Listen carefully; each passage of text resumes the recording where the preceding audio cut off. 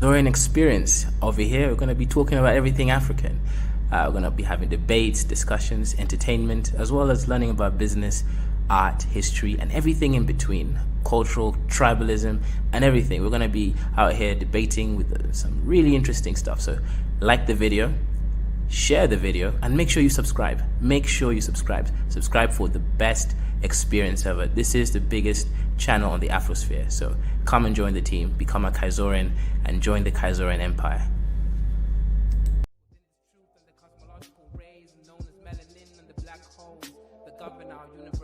Universally exist within myself, within this premise, and I exist within this bluebird in the sky. I'ma fly like the blue in the sky. I'ma fly like bird in the sky. I'ma fly like bluebird in the sky. I'ma fly like bluebird in the sky. I'ma fly like bluebird in the sky. I'ma throw my bluebird in the sky. I'ma soar like bluebird in the sky. I'ma soar like bluebird in the sky. I'ma fly like bluebird in the sky. I'ma fight like bluebird in the sky. I'ma eat like bluebird in the sky. I'ma be like bluebird in the sky. I'ma be bluebird in the sky. I'ma be free, bluebird in the sky. I'ma be free like bluebird in the sky. I'ma be like bluebird in the sky. Back again like the second coming. Strumming my vocal cords like the hummingbird in the sky. Y'all can't deny this. Real rap lyrics, it's like I ain't got no rhyming through the sky limit. What is skin tone, shade of color, but a parallel form of frequency like a ringtone on your phone. Melanin expression tied up in the universe, feeling like God. Is it really us? Is it serious? Is it really wrong to be diverse? I'm a divergent, immerse myself like an ocean beneath this waves. Be a divergent, born to be different. Indigo child, wild like canary. Born to be a bluebird in the sky, flying high like a bluebird in the sky. I'm a fly high bluebird in the sky, yeah. Bluebird in the sky. I'm a fly high bluebird in the sky. I'ma be like bluebird in the sky. I'ma be like bluebird in the sky. Everybody scream bluebird in the sky. I'ma fly high bluebird in the sky. I'ma be like bluebird in the sky, yeah. Bluebird in the sky. Everybody, bluebird in the sky. I'ma be like bluebird in the sky. I'ma be like bone black, sweet like a berry. Flying high like a canary. Scary with my hoodie on. Hating on my vibe on the street that you'll be feeling my frequency of the song. But I know that I ain't never ever gonna be ever the same. But I know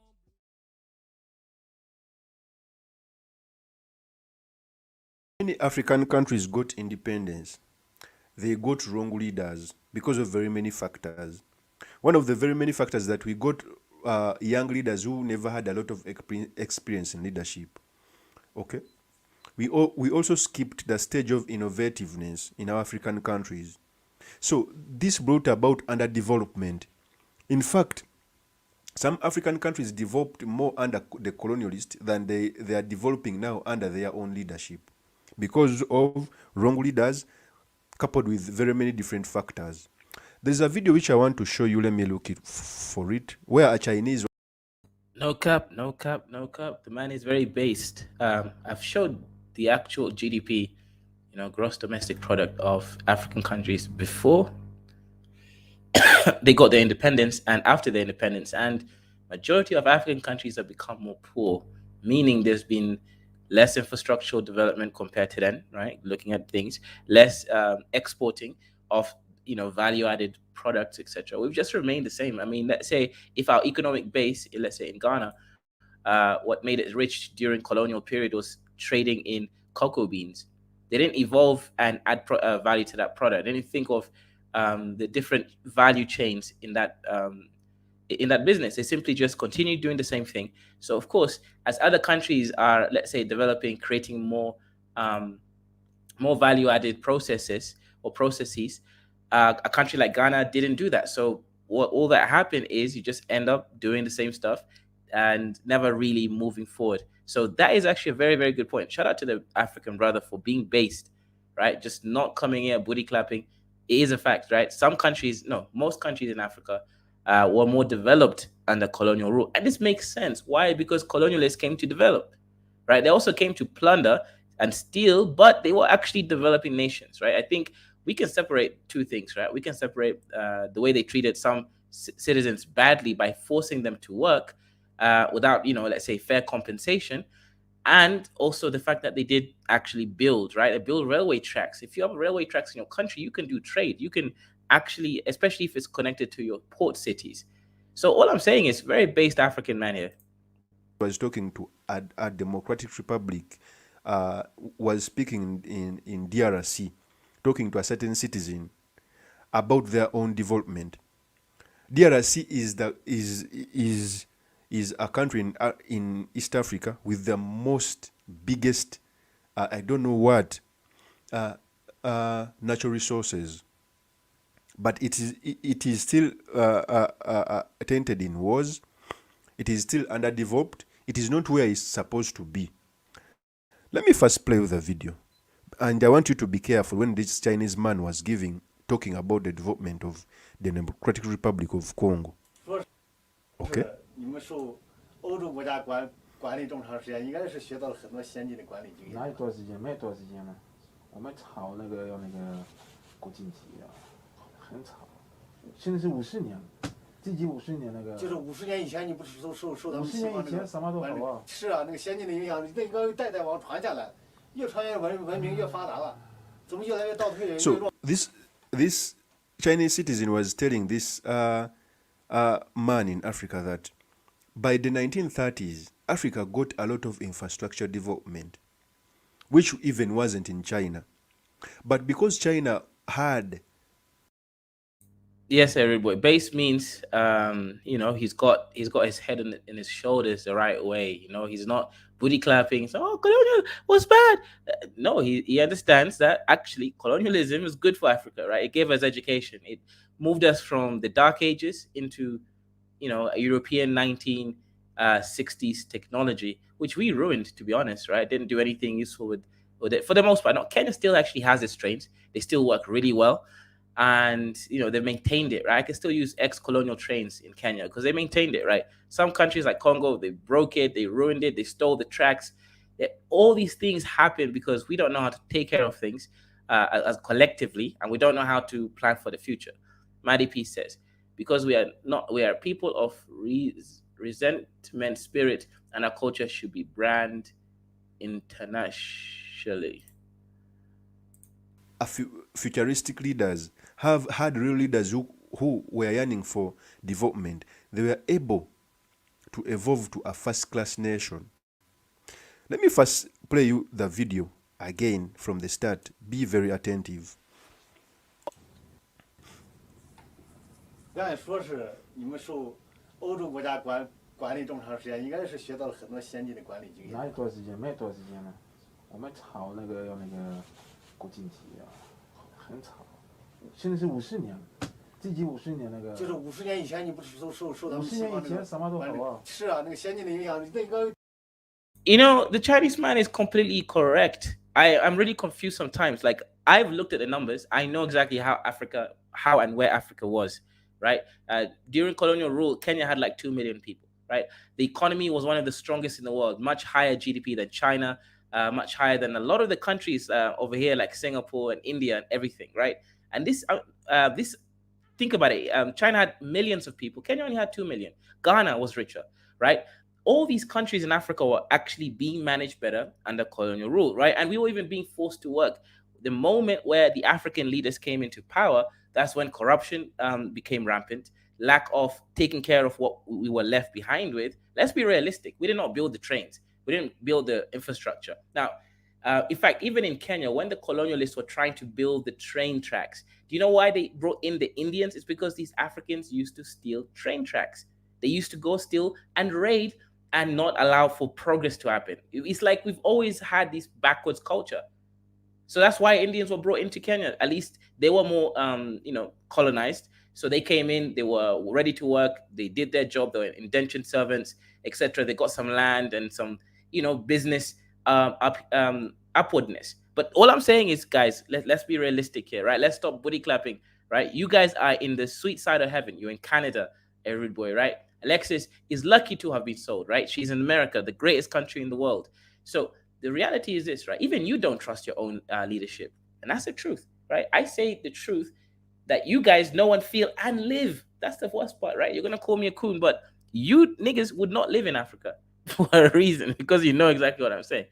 Um, Igbo says white supremacists be saying based to green skies. I thought old white man built were highways from the mines to the ports. No, that's not even true, Alexis. Like in Kenya, for example, right? There were no mines, right? Really. So they actually helped build the country's economy. They built the port from port cities, etc. Of course, so that they can.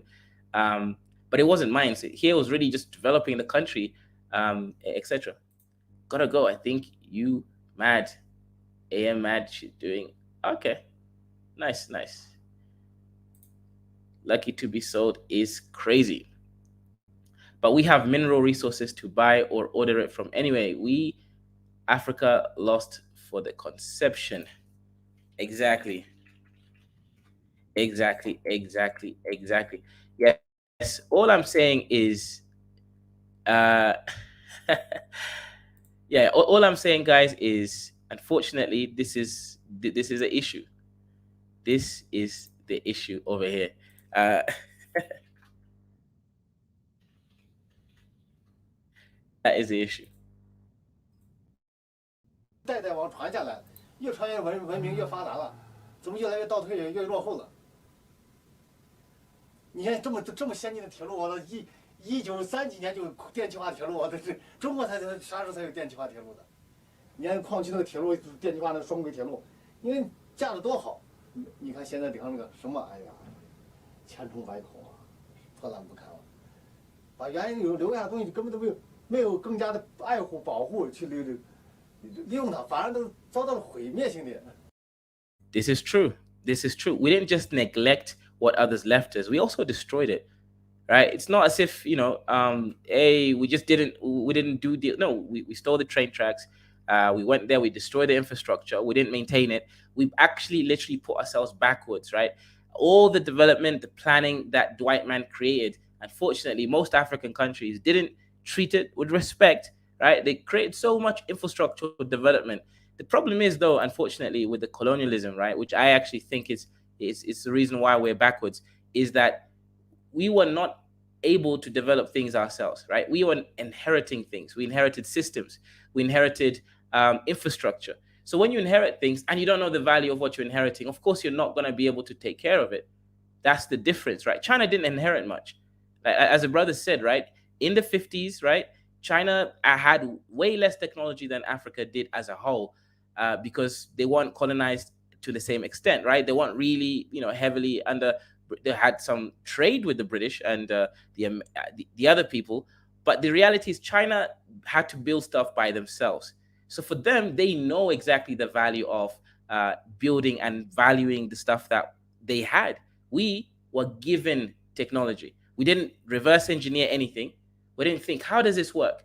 What do we need to make this train tracks? Nope. What do we need to make this train functional? We didn't even get to a point of industrialization where we could make our own steam trains, right? That's the spirit of, unfortunately, Africanness, right? It's a lack of development, lack of having a spiritual boundedness towards making things work. And that is just seen in Africa, right? You can't blame Dwight Man for this.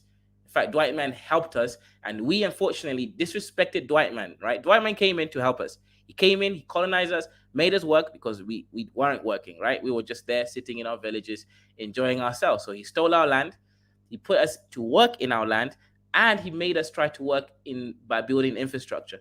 Most of us, unfortunately, didn't see the value in that, right? So all I'm saying is, listen, there's nothing wrong with being backwards, nothing wrong with being underdeveloped, as long as you accept that that's just who we are and leave it there, right? Let's not blame Dwight Man for anything because actually he tried to help us. He actually tried to help us. Okay. Listening to economic podcast about Sudan. Okay, interesting. Everything black do is wrong just because you are a black man. Those pseudo Arabs killing our Nilotic brothers. That's sad. That's sad. Africa don't believe in technology. We believe in food to live. Okay. That's a good point. But here's the thing, right? When you don't have technology to back up your food development, you end up in a situation where we are right now, right? Right now in the world, you need genetically modified organism food product in order to feed your population. You can't feed your population without GMO. So if you need GMO, guess what? Africans in general, apart from a couple countries like South Africa, which is actually owned by white man, really, Africans don't know how to make genetically modified food products.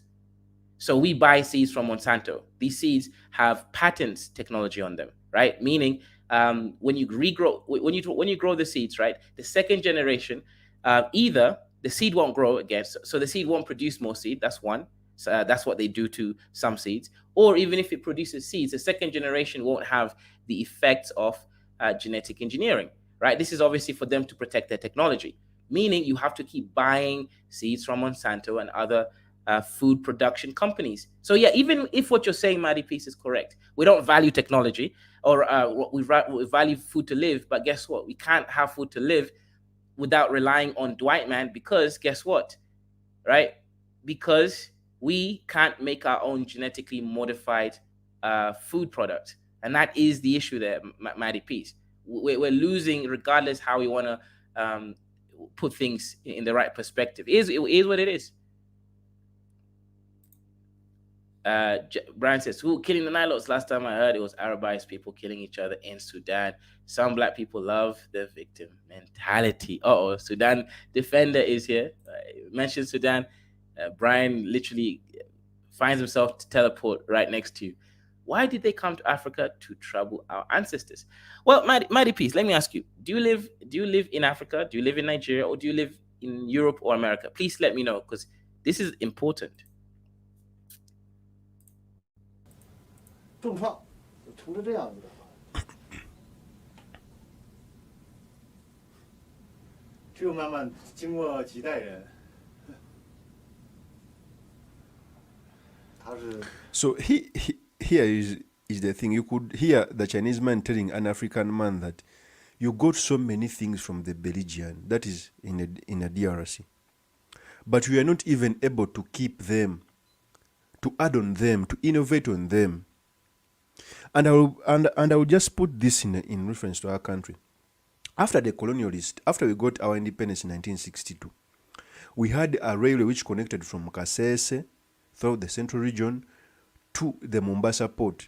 Although it was used in taking away our resources, but after we got an independence, we never worked on this. In fact, our railway system is a mess. Not until this year that the government is embarking to resurrect something which was done in the 1900s. Okay? Just really think about it, right? Guys, I want you to deep this, right? Let's deep this, right? So that we can uncover what our perpetual problem is. 1900 technology, Africans not only can't maintain it today, they can't replicate 1900s. I'm talking about 100-year-old technology in the 1900s, right? We cannot replicate a steam train. We can't make it. We don't even have a steel company that can make steel products ourselves. We have no actual manufacturing companies that does more than just assemble things made in China. This is an embarrassment, right? Something as basic as just ironsmithing. We don't have it at the level required to do 1903 European technology. That is a mess, right? And Africans have got to take an L for that. You can't go around saying other stuff like, oh, white man, racism. Well, no. That doesn't exist. That isn't true, and it's not relevant. And to make matters worse, they are not even upgrading it to be a speedy train. But we are almost making the same thing which was done 60 years ago. We had mines, Kirembe mines. We had mines all over. Most of the airstrips in Uganda were benchmarked by the Europeans. But we've never even improved on them. The airport which was opened in the 70s, that is the only airport we have, not until when we discovered oil and we decided to build another one in Bunyoro. So our African leaders don't even know how to keep the things which are left by their fellow African leaders, because they failed to keep what was left by the colonialists. Okay? And it is not a coincidence. The biggest the countries with the biggest GDP in Africa. It is not a coincidence that the reason as to why they are there, they were able to at least keep 60% of what was left by the colonialist. The colonists okay had bad manners, segregation, and a No, it's not even just that they left what was left by the colonizers. The colonizers never left. He's talking about South Africa, of course. It's not religion, it's about control of region and resources. lot of things, but in the bid to steal our resources, they had to build infrastructures which could enable that, and those infrastructures were at a very good standard. The roads which were done by the colonialists used to take many years without them going in a bad state, but the roads which were done by our African leaders take 1 to 2 years. Okay, it shows the level of leaders we have in African countries. It's the truth. If you look at South Africa, one of the reasons as to why South Africa, I think, is the third biggest economy is because the whites never never thought in their mind that it will reach a time when they will have to vacate South Africa. So they built it as if they are building their home. So one of the very many reasons, it's not the only reason, one of the very many reasons as to why South Africa is among the most developed countries is because the white settlers took long to leave South Africa. Because South Africa got its independence in 1994.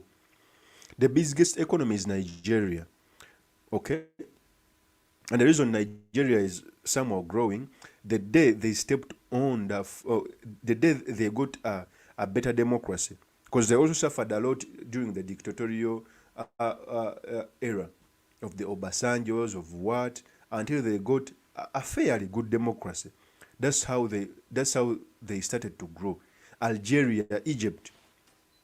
I even keep on telling people that Egypt was written in the Bible and the Quran as one of the greatest countries in the world. Civilization is said to have started in Egypt. Well, no, not Egypt, right? It's ancient Mesopotamia, but close enough to Egypt. Similar technology, similar people, but it's not Egypt. It's Not really ancient. similar people. I disagree with you on similar people, bro. Okay, how come? As you know, Egypt. I mean, Myeloid? Go ahead. no. I mean, have you ever been to Egypt? Uh oh. You're gonna pull the back sheets card. Go ahead, brother. Yeah, Bashish. Yeah. No, what I'm saying is, when I look at Egypt and being there, it's kind of like the fault line between what we might consider the Arabs that we know, like in Iraq, and Black Africa. Hmm. Most Egyptians who are quote unquote blacks look mostly like brown skinned Northern Sudanese by I far. see. You can't tell a difference between a person like Muhammad Waldi, who was a famous Egyptian, I mean, Sudanese singer, from most Northern, most Upper Egyptians. Right. Or if a person like Beyonce went there, they would probably think she's Egyptian. You know what I Interesting. mean? Interesting. Right. So it's kind of like, um, it has those two main components in the country. You have other groups of people, like you have Armenians who went there. You have you have something of the foreign population, and they could tell the difference obviously in South Sudanese. But if you're talking about Sudanese like Muhammad Waldi, Bahrain, who's the general in Sudan, he looks no different than Hmm. the Egyptian president. If you compare him to Sadat, Right. or Hamdi. It's Hamdi with the Egyptian. He's, he'd be falling in line with people who look like Sadat, and you have a plenty of those in Egypt. Hmm. So when people say this or that, and it's all like these these Syrian type Arabs. Yeah, I'm like saying, I'm wondering, I'm like, then have they ever been to this country? Hmm. It just doesn't make sense. And as we know, um, Egypt and Sudan in various different history during the Pharaonic period, even during the Christian period, the Makurian period. Um, I don't. You can't judge a region in today's world because it was always nuances there, and it's always that historical overlap in those regions. The Makurian Empire, was from all the way from Dongola all the way to Luxor during the Christian period. Is it Egypt or is it Sudan? Interesting, interesting. Okay, so, but let me ask you a question. Do you really think that those dark-skinned people, some with curly to kinky hair, that they could have created the ancient civilizations? Somehow I feel like you have to be light-skinned, big nose, straight hair, for you to actually add value to the tech. I'm being serious. Like, I really don't believe the Africans could have created those things. Because think about it, Egypt today it's subpar to its ancient history, and Egyptians today are a mixed breed of different types of people. So, like shrimps, for real, right? Do you really think Native Black In Africans could have created? today's Egypt is not rich, bro. It's Mhm. far from being rich. Right. You wouldn't see people who's trying to go to places like Dubai and all that type of stuff. Hmm. I mean, to be perfectly honest with you, let's give most civilizations today. I mean, people today. Let's say the countries that was significantly historically, places like the Nile Valley, which is Egypt, Sudan, Italy, Greece, well, to a certain degree, India. Um, Hmm. you know, if it wasn't for in Europe, in Europe, if it wasn't for the Northern European countries who were considered barbarians, Southern Europe would be poor as fuck. They're not producing as much as Hmm. countries like Germany, okay, Right. or the United Kingdom, Italy or Greece. Greece is kind of like the basket case of Europe. If we take it to the Nile Valley region, Egypt is not rich. Half of the Mm. people live with a dollar a day. What's going for them is the tourism. A lot of tourists go there, and the military pretty much got the economy in a stranglehold, really.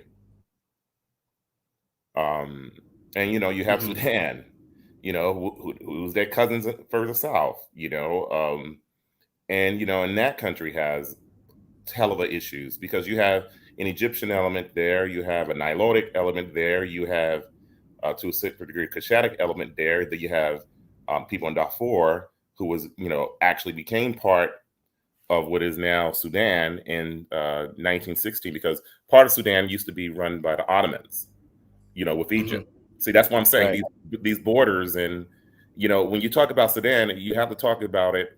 What time period are you talking about? Are you talking about a Christian period when it was all the way from Dongola? I mean, parts of Sudan, because the Saluk people in South Sudan had their own kingdom. People have a tendency; they were the most advanced people in the southern region. A very, very organized system. Hmm.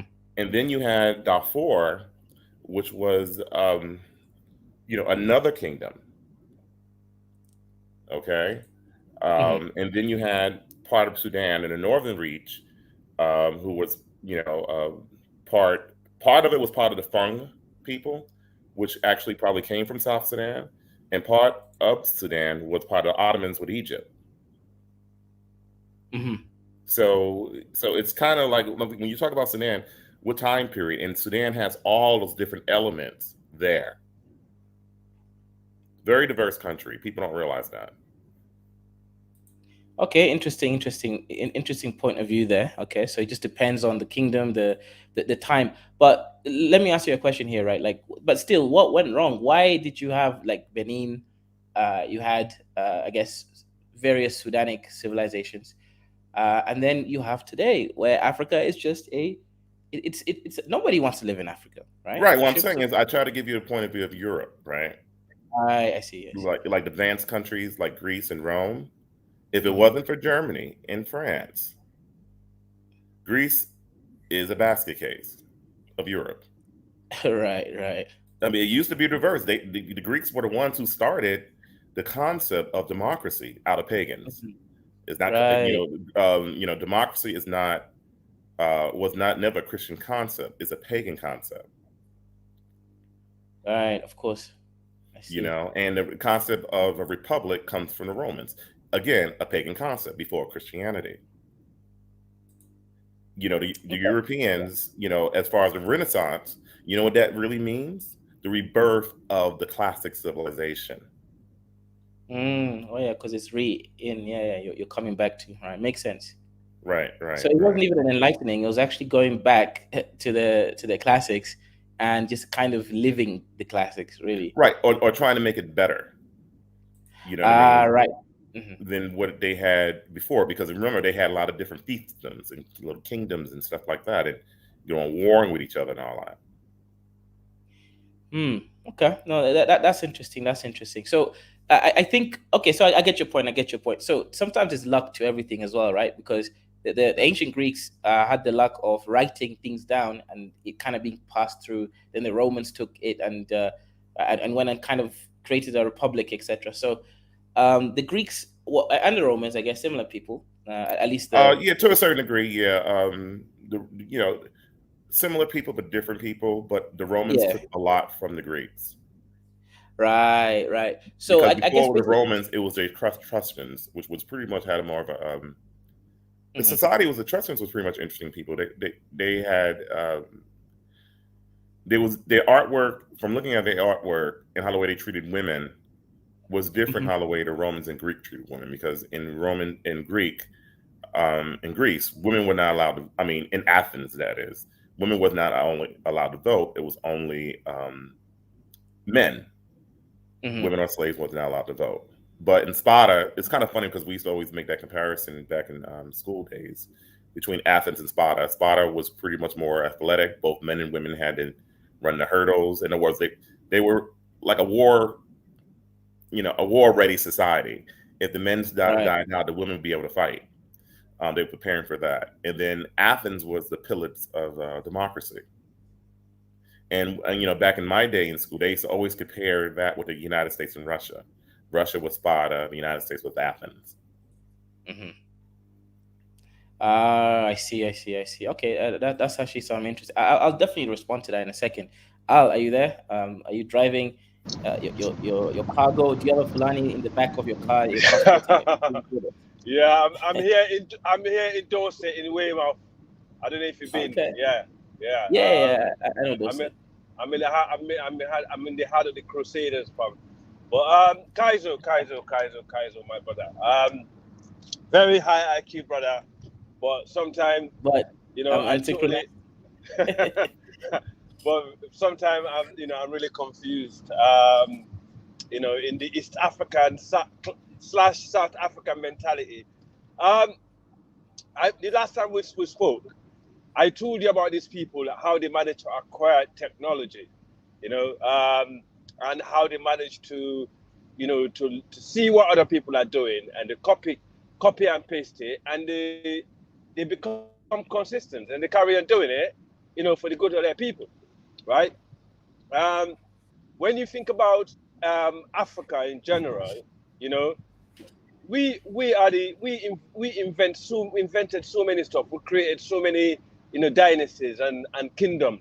And if you add them all into numbers, I don't think any continent managed to achieve those things at, at that time.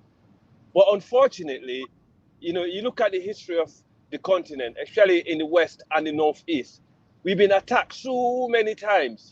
I mean, you in the East, you're lucky. Geographically, you are lucky. Those in the South, I don't even know how they managed to get conquered and they let people settle in their land because, they're an advantage also. You know, I mean, West Africans, for example, that the people I came from, we're known to be people from Nubia. We're known to be people from Egypt, yeah. And today, the people that live in Egypt that claiming to be Egyptian, we know they came through, Africa during different age. I think the Islam, which is the Ottoman Empire, was one of the last time when they actually start coming in and they settle in the continent. The only thing Egyptian today knows about the pyramid is to excavate what is there and sell it to their people. They don't know how to create anything. They haven't added anything. As my brother was saying, he actually took a lot of the word out of my mouth. As he was saying, Europeans today, right, that you see, their civilization, they have most of it actually came from the Romans, and they advanced it to their own benefit. And if you look at Rome never managed to advance until the Egyptian dynasty died, when they merged. A lot of the Africans in Egypt and those in the north, they did went and collaborate with the Romans to actually conquer Europe, right? Rome couldn't conquer the northern Europe until the Egyptian came into the empire and make it more relevant, with the technology that we add on. The last time Tuniger was here, he did told you about the guy that conquered England and actually civilized this part of the world.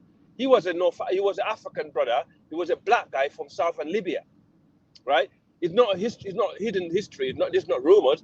He's there. His body is buried in York Tower, in north of England.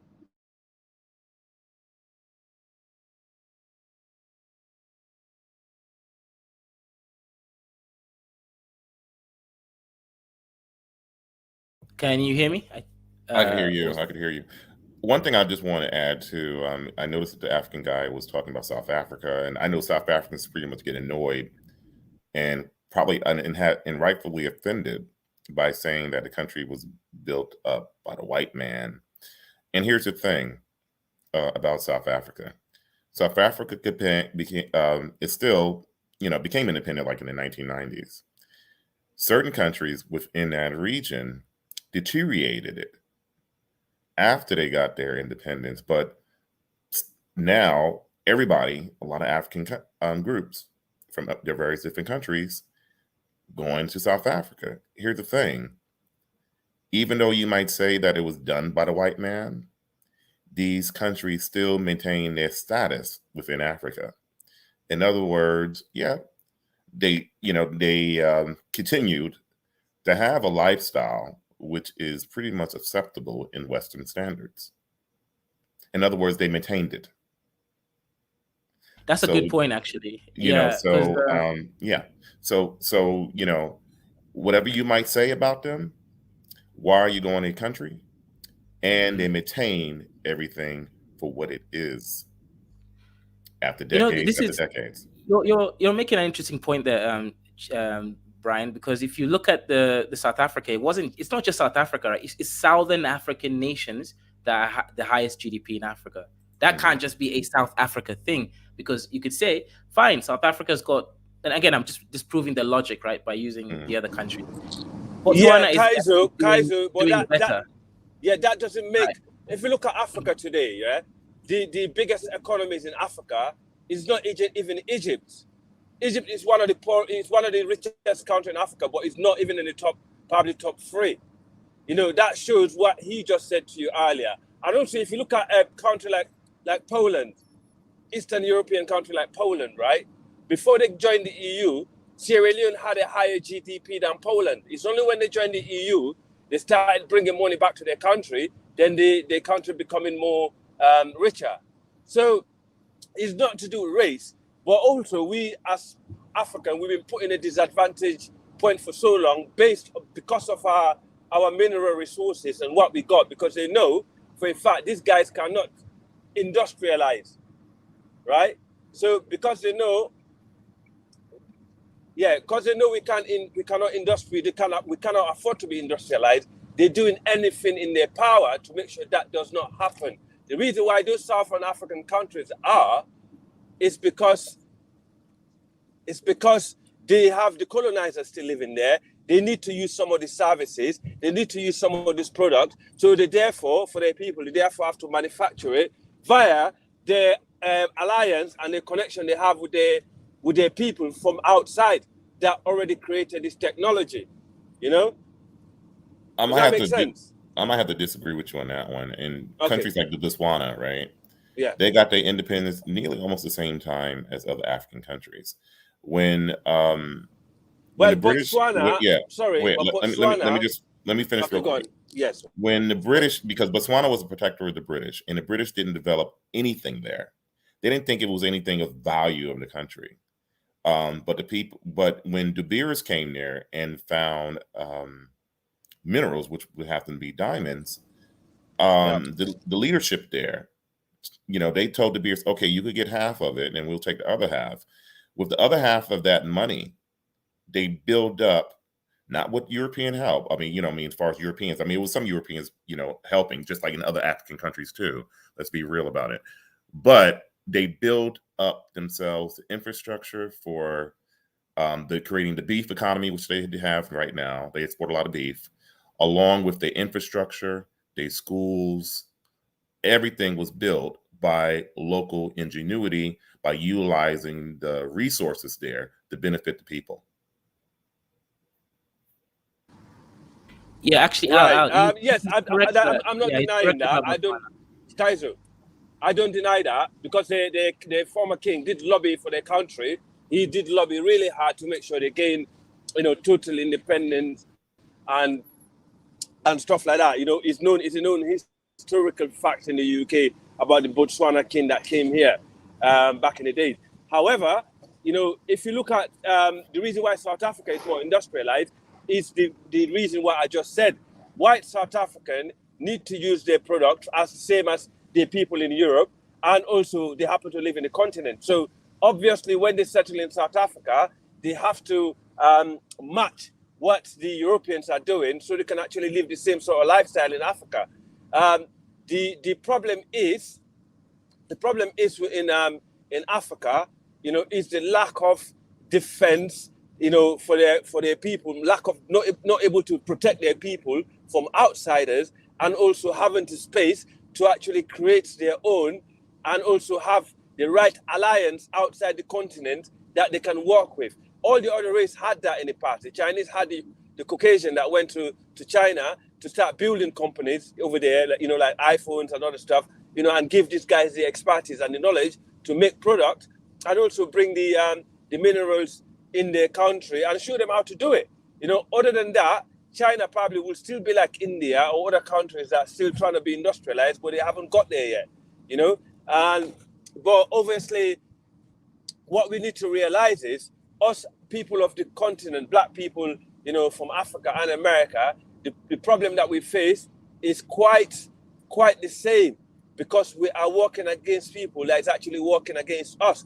So for that to change, we need to have a good alliance and build what we know. But at the same time, the us Africans also, we don't help ourselves by ignoring our real history and our real people that actually created this history, to actually get these people back up together again and see how they've done it in the past. They're still there. Yeah, they're still there in West Africa. These people that built dynasties and empire in West Africa, they're still there. So, but unfortunately, these people are more engaged in ruling other Africans instead of engaged in developing the continent.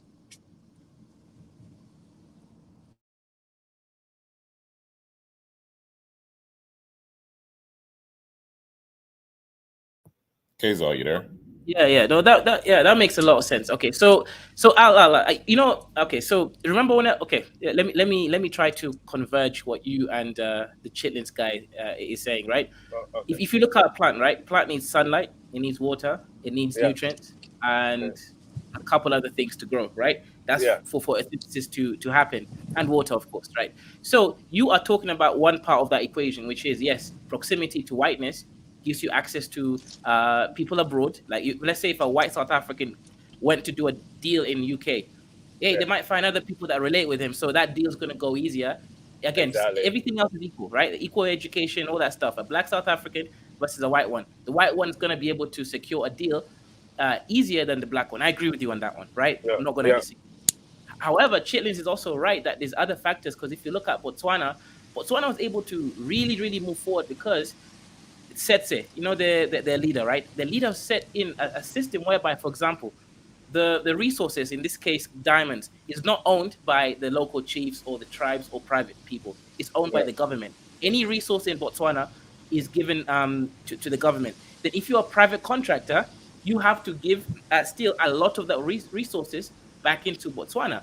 Meaning, right, even if they do a deal with a private company, the money still goes to development. So that's why Botswana was able to develop. And also that they already had high IQ people in their leadership. So I remember, Lord, as if I was there, right? So when the Boers tried to take over Botswana, they made a deal with the British and said, hey, all we want you to do is just protect us. And this will also give you access to obviously the other surrounding countries, part of the, the whole Zimbabwe, Zambia, what was the name of that country that they called it at that time? I forgot.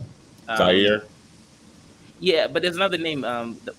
After some white man's name from UK. What was it? Rhodesia, right? Rhodesia, Yes. Yeah. So all I'm saying is, right, Botswana was already kind of high IQ. They're already practicing like the Igbos, a form of like democratic government system. Yes, the Igbos and the people in I forgot what they call it, the Satani people in Botswana. Yeah. Listen, Kaiser, right? So I'm saying what you're saying. Okay, my what you're saying people, is true. yes. Go ahead. My Fulani people in Guinea already had their own written constitution that they use against the French, and they use that to mix up the French and the English rivalry, because they know the French and the English were rival in West Africa. They used their constitution to delay colonization in West Africa and in Guinea. And it's only when we started fighting each other in the Futa Jalon Kingdom, that's when the French came in and they conquered us. But before that, while we're fighting them physically with the guns, and while we're using our constitution against us, for years they couldn't colonize us. They already had Mali, they already had Senegal, they already surrounded us, but they couldn't do us. And the British were already settled in Sierra Leone at a protectorate, right? So we was only protected by British because they settled there. That's what used to be their second homeland. And so we were using these things. There's no doubt what Botswana was using. We already used that centuries ago. Unfortunately, it's because of our own people down, power first, hungry for power, is the reason why. Because our kingship used to move from one king to another, 2 years. Our last one that was actually there during the French invasion, that was killed by the French, he was called Boubacar Biro. He's the one that actually made Guinea-Bissau separate from Guinea-Conakry, because it's right next door. Because Guinea-Conakry and Guinea-Bissau was one land, during the conquest of the Futa Jalon. So the reality is our ancestors already know how to, use these things against them. But Al, this is why, I know you guys think I'm a coon, but most of the time I'm trying to make high IQ arguments. So, for example, in this case, let's use Fulani or Tuareg or I don't want to use Somali, but the kind of areas where, let's say, there was very similar people, like let's say Wolof people and Fulanis and all these people in just say the Fulani Fulani and the Mande, okay. and the Mande, yeah, Right. where The Mandi people, where the right. people. And also Let's just say Tuaregs. Tuaregs has something to do Right. with it. Yes, Here's the issue, right? You guys- Tuaregs are Africans. They are native to Africa. They mix with Al, the Berbers, but they are here's the Africans. issue, right? Yes. Al, here's the issue. You guys like to just make an argument as if it's one thing. So you'd say, okay, you know what? The reason why Africa is bad is because the colonizers put borders. The thing is, No, that that's is one true, of it. but It's one of it. it's one of it. It's not Exactly. only- yeah. That's it. Yeah. So when you Yeah. have a country like Botswana, which guess what? Botswana is what, 85% Tswana people? So Yeah. they've got certain advantages. It's the same tribe that rules the country, right? Yes. Tswana, I think it's like 90%. Then you something also like have that, the history of, as we mentioned, democracy in that country.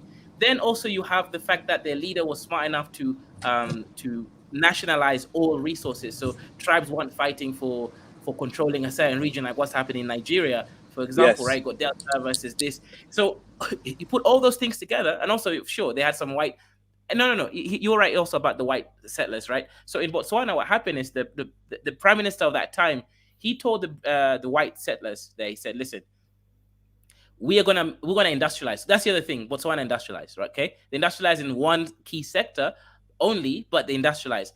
They were able to make the diamonds from that dusty, rough African diamonds into shiny jewel quality diamonds themselves, and they export that value added product.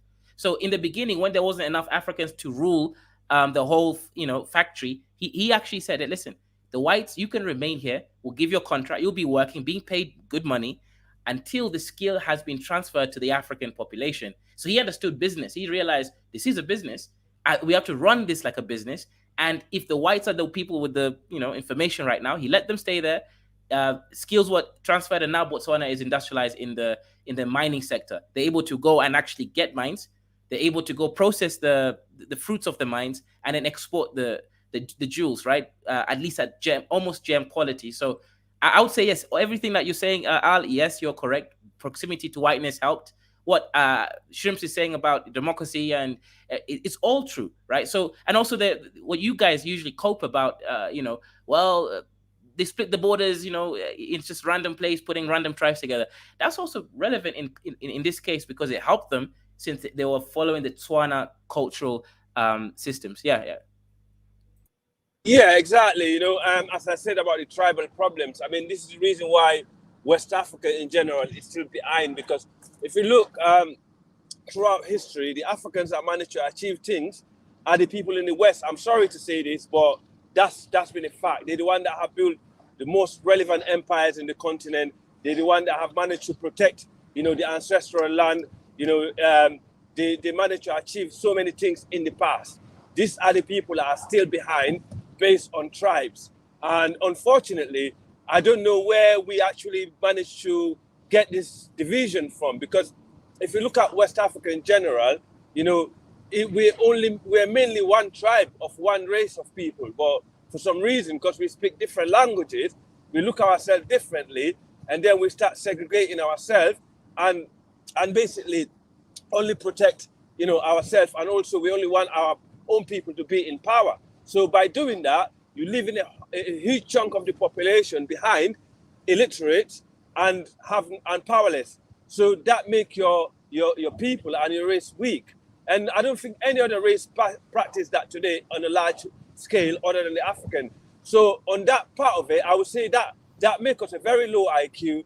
And I'll give you, some. I would say you're right in some angle of this conversation, because they haven't developed yet mentally to say, let's put all these differences aside, just like the other people, other races did.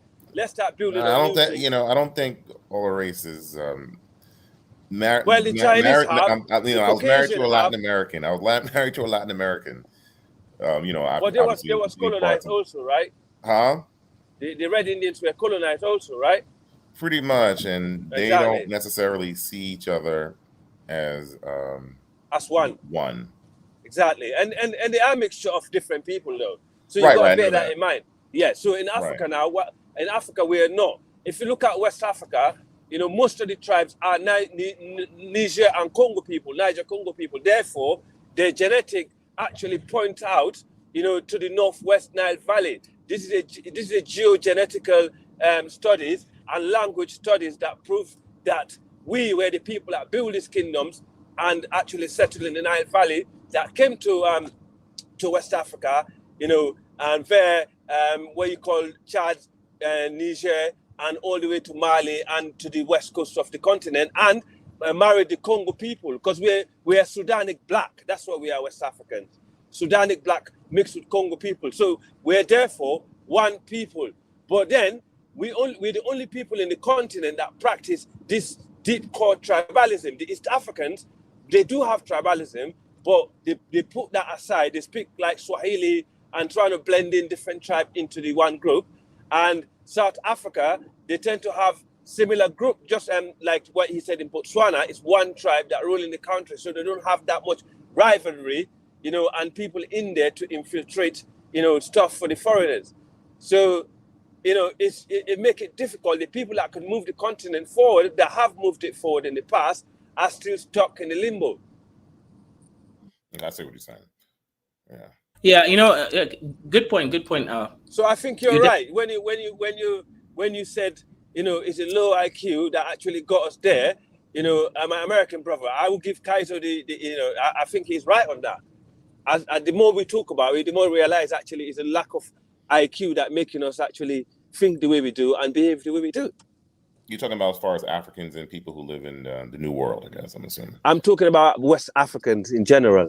You know, we the people that build the dynasties and build stuff in the past and make. I even was part of the Roman Empire. We was part of all the empires.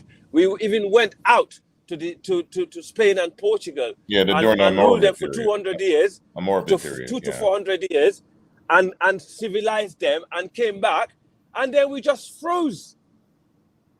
We just froze. I actually used to talk about the Amorvids, and people used to, you know, make me feel like I don't know what I'm talking about. No, on this platform, I actually talked about the Amorvids, and you know, I'm glad as Almoravid, Almoravid. Yeah, Almoravids. Yes. Almoravids, and people made it seem like I didn't know what I was talking about. Yes. I was telling people, I said a Fulani person would know this, and you as a Fulani person on the platform here, you're pretty much schooling people about that history. Sorry, what was that again? No, a lot of people on these platforms, when we talked about Almoravids, and because there was a Fulani person I've seen online who talked about the Fulani conquest of Spain or something like that, and he talked about the Almoravids, and it seems like a lot of people in these platforms, kind of, you know, like I don't know, like saying disagree. that, you know, don't know what I'm talking about, but you as a Fula person. It's, you see the thing is with Fula people, our history during Almoravid all the way down to the Mali Empire and all these empires is not oral. It's written fact. It's written, right? Exactly. It's a written history. And we do still have, you know, monuments in some part of West Africa that still point back to that. So so when people argue with a written history, and even if you go to Morocco today, there's a Fula brother that recently went to Morocco, and the Moroccan took him to the main museum of Morocco, and he said, the head of the museum said to the Fula guy, if it wasn't for your ancestors, Morocco would not exist as a nation. Do you understand? And he said, it's you guys, when we got chased out of Europe, it's you guys that gave us this land to come and settle. The Algerians are not. The Algerians are Phoenician people, but the Moroccans, the Moroccans are West Africans and Mediterranean people with Semitic blood, right? So that's why Morocco, outside Israel, is still the only country that housed a lot of Jewish people and give them home. You know, out of all the North African countries, not Egypt. Obviously, you got a lot of Jewish in Egypt, no doubt about it. Yeah, you do. No, the Jews were actually in Sudan as well too. There was. Yeah, they were. This is what I was saying yesterday on Dynasty's show about this guy that came and claimed to be a black Hebrew Israelite, and I said to him, "You're very confused about your history. You need to come back to your tribes. You need to come back and read history that was written and do your research. From then you can move forward to your Hebrew Israelite business. Until then, you know, if you cannot prove genetic in there, there's no point you have no business coming here to claim something. Because if you're not genetically a Hebrew, then you are not a Hebrew, regardless what the Bible said to you. You know? Right. I'm glad that you acknowledge. Here's the thing. I might have to get off in a minute. I'm glad that you acknowledge the cowboys in the United States. You know, in these platforms, when I talk about they were Fulani slaves or people who were sent to the United States during that horrible period, they were Fulanis. The original cowboys were the Fullers. Yeah. Right. You're right. It seems like some of these people, you know, pretty much says, "Oh, your majority of this." I said, "Well, a lot of people from the Sahel region were sent to the Americas. That's just facts. It's written documentary facts." But some of these people are kind of like, I don't know if there's dissociate syndrome in their minds, or they just don't want to believe. They don't want to believe their ancestors achieved so much. They don't want to believe. These are some people from East Africa saying this. Yeah, well, the thing is, East Africa, I'm sorry to say this, but when it comes to history and the relevance of the black race, right, you know, that's where our ancestors came from, right, in East Africa. But it's those early East African that came to to the northeast where Sudan is today, and that came to West Africa, are the one that done most of the, the advancement of our history and our civilization. So for those in the East to deny it because they're far from it, that shouldn't surprise you, because it's a typical African thing, something that's miles away. It's a human thing sometimes also. Something that miles away from you, for you to like, nah, that's not true, it's just rumors. But the reality is, thank God, the Fula, Soninke, Bambara, Maninka, and some of the Songhai and the Mande group, luckily, because of Islam, we managed to write most of our history down, as it happens, instead of just passing it orally. Yes, we do have people that pass oral stories in the Fullers, in the Mandinka, they call them the griot, yeah. They go and talk about the history and sing through and song stuff and like stuff that. like that. But Yeah. when it also we have the genetics and the written fact to back it, and that's the reason why Islamic State wanted to burn down Timbuktu, the second or third oldest library in the world, that was written by our ancestors, and so you got to be careful. People are out there trying to wipe out history that does not belong to them, doesn't suit their narrative, and doesn't put their people in the advantage of that time. My African American brother. So that's my take to it. Your West African ancestors done so many great things before they got captured as slaves. They in fact went out in Europe and captured white people as slaves and brought them to North Africa, as slaves. Before the Europeans have the upper hand and came back for us and seek a vengeance and slave your ancestors, because we was engaging in tribal wars again. Right. So that's why I don't get too much involved in the blame game on slavery. However, I do get involved in the blame game of colonization, because the blame game of slavery is very, very complex, and yes, exactly, in so many different regions, and yes, it's that's why I don't play the blame game. Once you look into the history, the Fullers and the Barbers and the Mandinka and the Soninke and those Sahelian people, they've been together for centuries, bro. It's only recently they start fighting one another. I don't know why, but then it's because of the Libyan problem. See, before they killed Gaddafi, in fact, I think they knew what they were doing. Yeah, before they killed Gaddafi, West Africa and the Sahel were living in peace for centuries. We have one of the oldest treaties in the world that actually keep our people together. And then they went and bombed Libya. Sorry, my Kaiser brother, your East African brother Obama did. Yeah, with the Crusaders. They went and bombed Libya. Obama is Black American. He's Black American. You don't know. Huh? What did you say, Queso? What did you say, Queso? Khazarian Empire? He's on and out. Hello? Yeah. What did you say, Queso? Obama is Black American. He's not Kenyan. In a lot of respects, he is. Even though he grew up in Hawaii. So what would you call him? He's a whitewashed Black American man who had a South Asian father-in-law. He grew up in Hawaii, though. He grew up in Hawaii. Hawaii is a different place altogether, bro. It is. It's not. It's the United States, but it's not. You know what I mean? Majority of the people on the island, majority of the people island are either Pacific Islanders or Asian. That's facts. Yeah, interesting. Yeah, but okay, so he has a point there about Obama blowing up Libya. Libya was a good country, right? The way it was run. It was a good country, man. Look at it now, bro. It's a war zone. Yep. And the Libyans can't deny. I mean, because there's some Libyans who are coming contra. Oh, it's so much better, without Gaddafi. I said, no, it's not. Or they say, at least we're trying to get our democracy together. The excuse, right? But here's the thing, right? I remember there was a Libyan guy when I was doing my PhD. He was one of my friends / I was working. He was one of my clients, and I asked him, "What do you think about the whole Libya Gaddafi situation?" So he told me like the intricacies of Libya. He said, "Listen.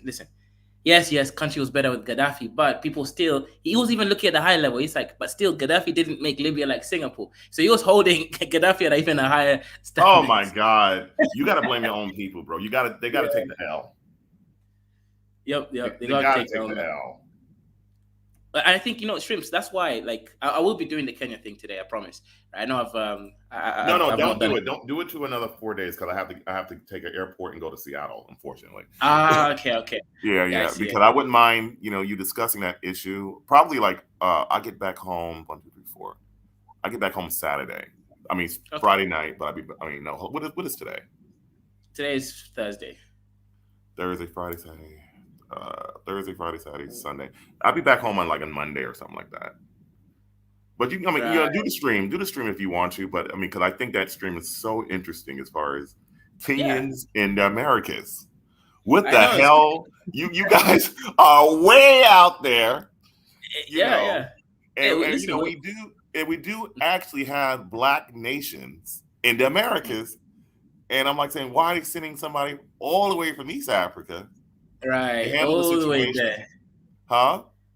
Yeah, exactly. That's why I've been saying, like shrimps, we talk here about, oh, Kenya's a cool. Kenya is partnered with America.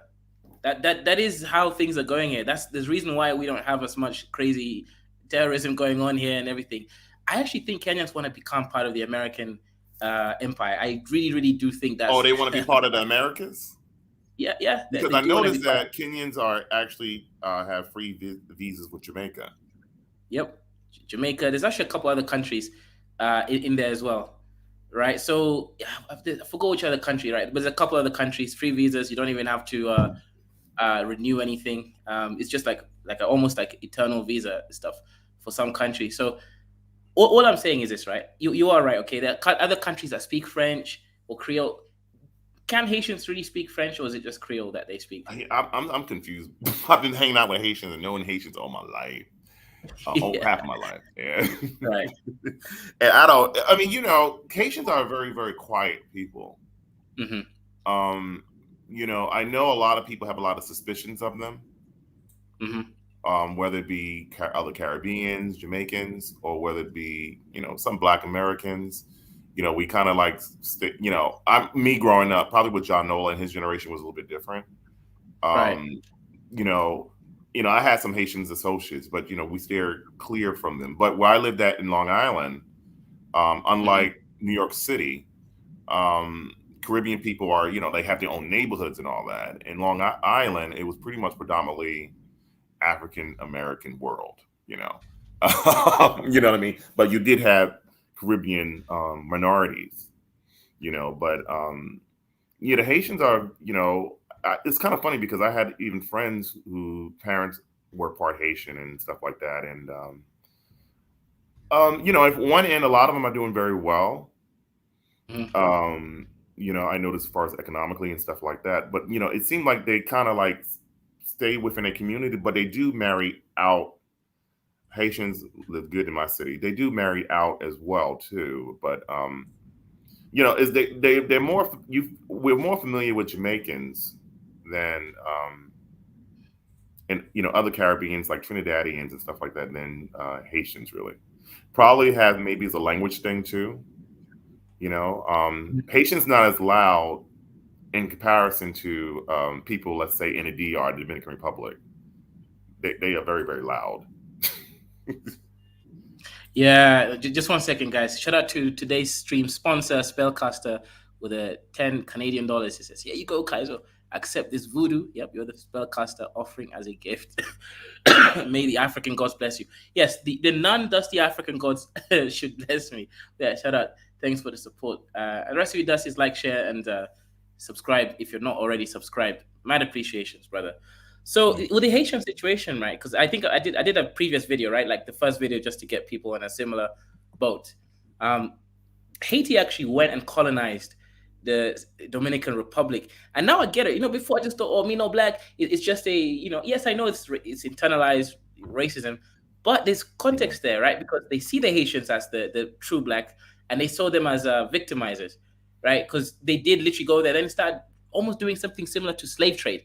They forced a lot of the Dominicans to be working on farms and plantations and then exporting it for money. So now, when I started looking into Haitian history, you're the one who actually started putting me in the right direction. I realized Really? Haitians are, yeah. Because I remember everyone was like, "Oh, anti-Dominican," but then I looked at the history. Was I ever the anti-Dominican? Not you, not you. You're the one who kind of corrected me in a way, right? It's like, well, you got to know the history of the Americas and what Right. really happened between those two nations. Mhm. And that's when I realized actually, no, Haitians started it. Actually, they started that whole issue with the Dominicans, which is kind of interesting situation. So they're not victims; they're just part of the system, a broken system, two countries on one island, which is already crazy enough. But yeah, that's I know it is. It's kind of funny because majority of Hispaniola, 60%, 66% of it is in the Dominican Republic. Haiti only have 1/3 part of the island. If you look at the division of the island, yeah. yeah, it's kind of crazy to think of it like that. Yeah, no, that's true. That's true. That's actually a really good point. Al, what happened? Did you lose your connection? Yeah, my what were you- connection and wifey bothering me at work from as usual, same old shit. Uh-oh. So yeah, but yeah, I mean with the Haiti and the Haiti and Kenya situation, I commend Kenya for doing it. I don't know who they're doing it for on behalf, but something needs to be done for the Haitian people to be living in peace, not having to be living in a war zone because they've been ignored for centuries. I mean, if an African country, in fact, it should be a country like Nigeria or some West African country should be sending police force to Haiti or military or the African Union. I think it need to be countries in Americas, to be perfectly honest with you. Like I said, you have a No, lot I think the Africans should get involved in Caribbean affairs. It's I about don't know time. about that. I mean, the Caribbeans are very, very. It really depends on what country in the Caribbean. There are certain countries in the Caribbean. Countries like I think we need to build for us to move forward as a race, as people. We need to build an alliance, which they already been doing through their African Union, especially with Barbados in a recent time. Signing some treaties and trade deal with the continent. We need to start doing that because if for example, countries like you are more likely to industrialize compared to, let me say, African countries because of America that's so close in proximity, we can actually ship raw material to you. You can actually manufacture stuff and sell it to the Americans. We can manufacture stuff and sell it to Asia and to Europe. This should be a strategy, that can be used. Soft power is one of the best power to use in the world today, because you can't use barbaric and actually trying to gain support. It's not going to work.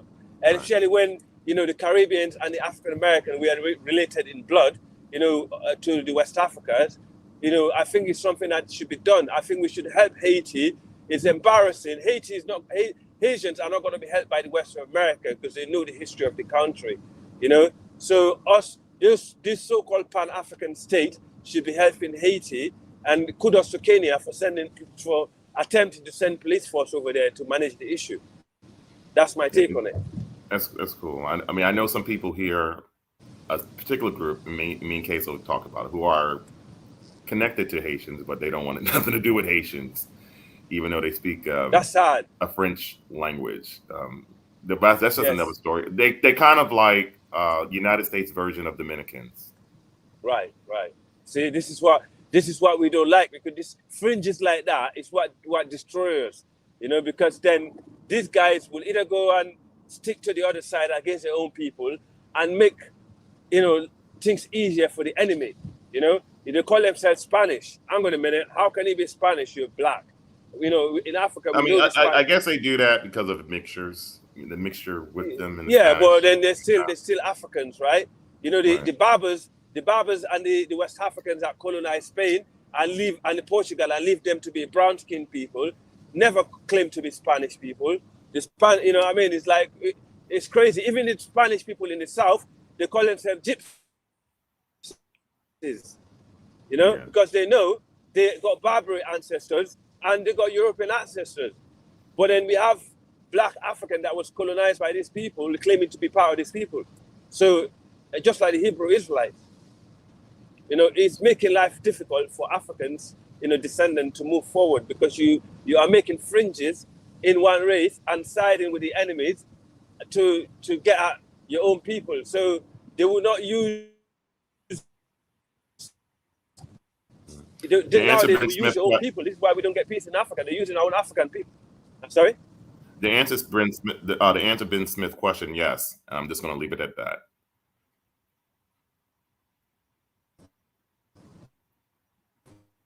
Yeah, Go so ahead. people are wondering, Go ahead, Masanda. And for my American brother, yes, the cowboys were Fulanis. That's why majority of the black people in Texas and the red bone, 40% of them carry the Fulani. They got like red bones got 40 to 20% Fulani bloodline. Most of the red bone. That's how crazy it is. And that is interesting, yeah. And I don't know if you know this, like the banjo that they use in America is a Sahelian. That's a Sahelian out. That's a Sahelian. It's a Fulani and Bambara and Tuareg instrument that we using it over there, Yeah, that I know is from. I learned that from. Just to show. Yeah, I learned that from. It's a CD called From Memphis to Timbuktu. It's a CD called From Memphis to Timbuktu. They pretty much talked about the historical connection. If you listen to the Fulanis. If you listen to the Fulani music when they're going for their weekend, what they do, they go to one big like a living room, they all sit in group, and they got the man playing that old banjo instrument and telling the stories like the griot. They spend a lot of money to listen to their ancestral history, from the Almoravid, from the Mali Empire, from the to the Songhai.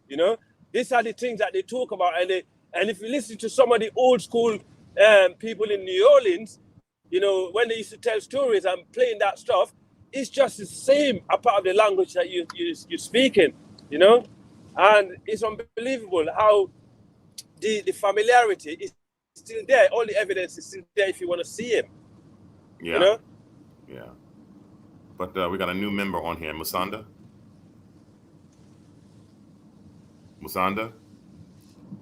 He's probably peeking on some bull, and his naked bull neighbor. Sunday is bewildered right now.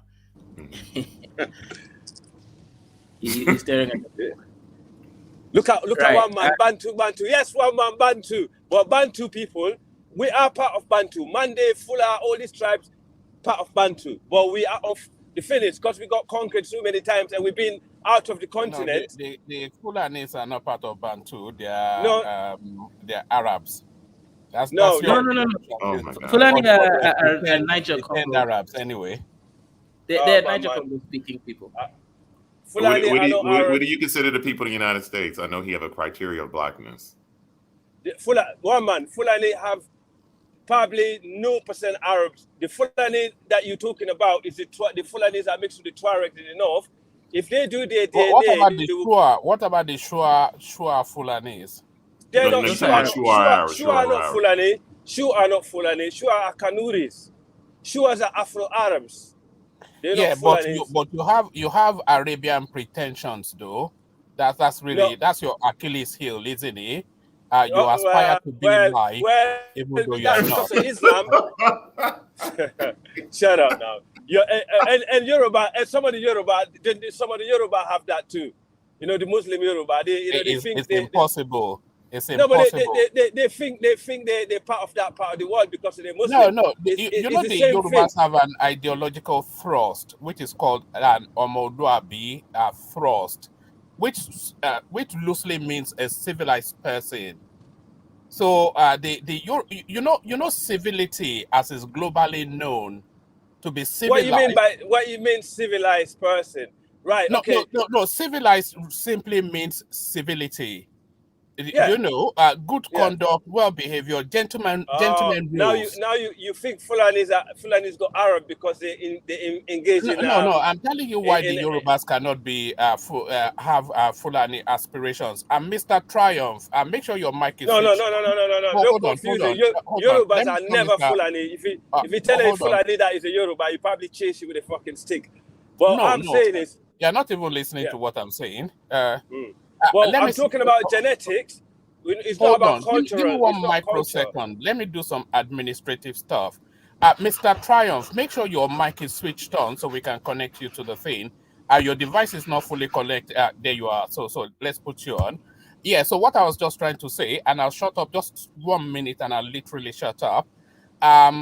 The Yorubas introduced civility to the human space, and it's called an Omoluabi concept. It's How an do you Omoluabi. how do you know that? How do you know that? I know Okay, that because have a good civility as day, we have a know good it. night, have a good evening, gentlemen. I have to take a flight, but it was great talking to you guys on this Yeah, platform. safe journey. Safe journey. Take All care. right, thank you. All Where right. are Take you care. traveling to? Where are you traveling to? From San Diego to Seattle. Have you ever been out of America? Are you one of those people that think the world ends within your borders? No, I have been out in America. I live right next to the next Mexican border, to be honest. Mexico is not out of America. How far have you ventured in life? Let's see. I traveled to, let's see, a lot of different countries. I traveled to Yemen. I traveled to Kenya. I've been to Botswana.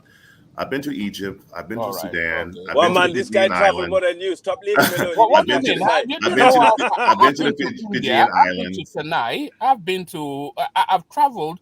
I'm not sure there's any continent that I've not been to. So though you don't know I've been how to fast I've Australia, traveled. New Zealand, and a lot of different states in the within the United States. All right. And also, I go to Yeah. Mexico, and I go to Mexico all the time, since I'm only about 10 minutes or 15 minutes away from the border in a Oh, place does called. the dollar go a lot further with the girls in Mexico? Is that what it is? The Say dollar goes. what? I said, does your dollar go a lot further with the girls You in know, Mexico? I haven't gone to Mexico recently, but I know they have like a super peso now. So I'm just wondering because the economy is moving up a little bit, but Okay. it normally does go for very far.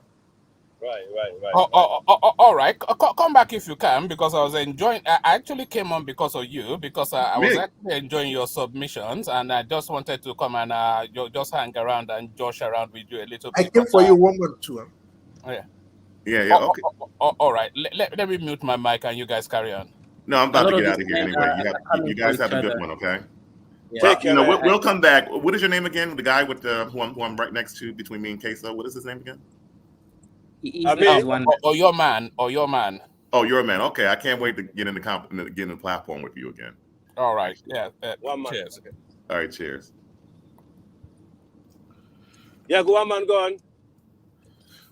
No, I was just trying to explain the concept as civility, as is globally known, is a Yoruba concept. You know, gentlemen rules of behavior, how to function as a human being without necessarily leaning on your fellow being, but still maintaining your own right to be upright. All of that concept is a Yoruba concept, and it comes under the loose umbrella of an Omo Oluabi ideology. And what is globally known as civility is actually wrapped around the Yoruba concept of omoluabi, which is an omoluabi because the Yoruba language is too nuanced to be translated.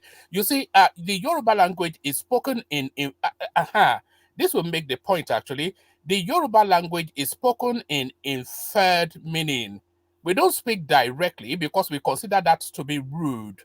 So you speak in inferred meaning so that the person you're speaking to can, through what you've said, come to whatever conclusion, and whatever response you get back then determines the trajectory of the conversation. It's a very nuanced, very civilized, very Omoluabi concept. And that concept of civility is what the Yorubas actually gave to the world. We, the Yorubas, are progeniting from Oyo Alaafin. We civilized the world. Okay, if that's what you believe, then that probably make you feel better about you and your people, which I would not disagree with or agree with. Until unfortunately with me, I'm someone that like to deal with something that's evidentially there and it's written and it's well proved and proved and over again, and then I will take it in because I'm very hard. It's very hard for someone to convince me based on stories or historical thing if it's not written, and also if there's no evidence in it, right? But I do understand, I do agree with you. One thing I must agree, throughout history, Yorubas have contributed, a lot of good things in the region.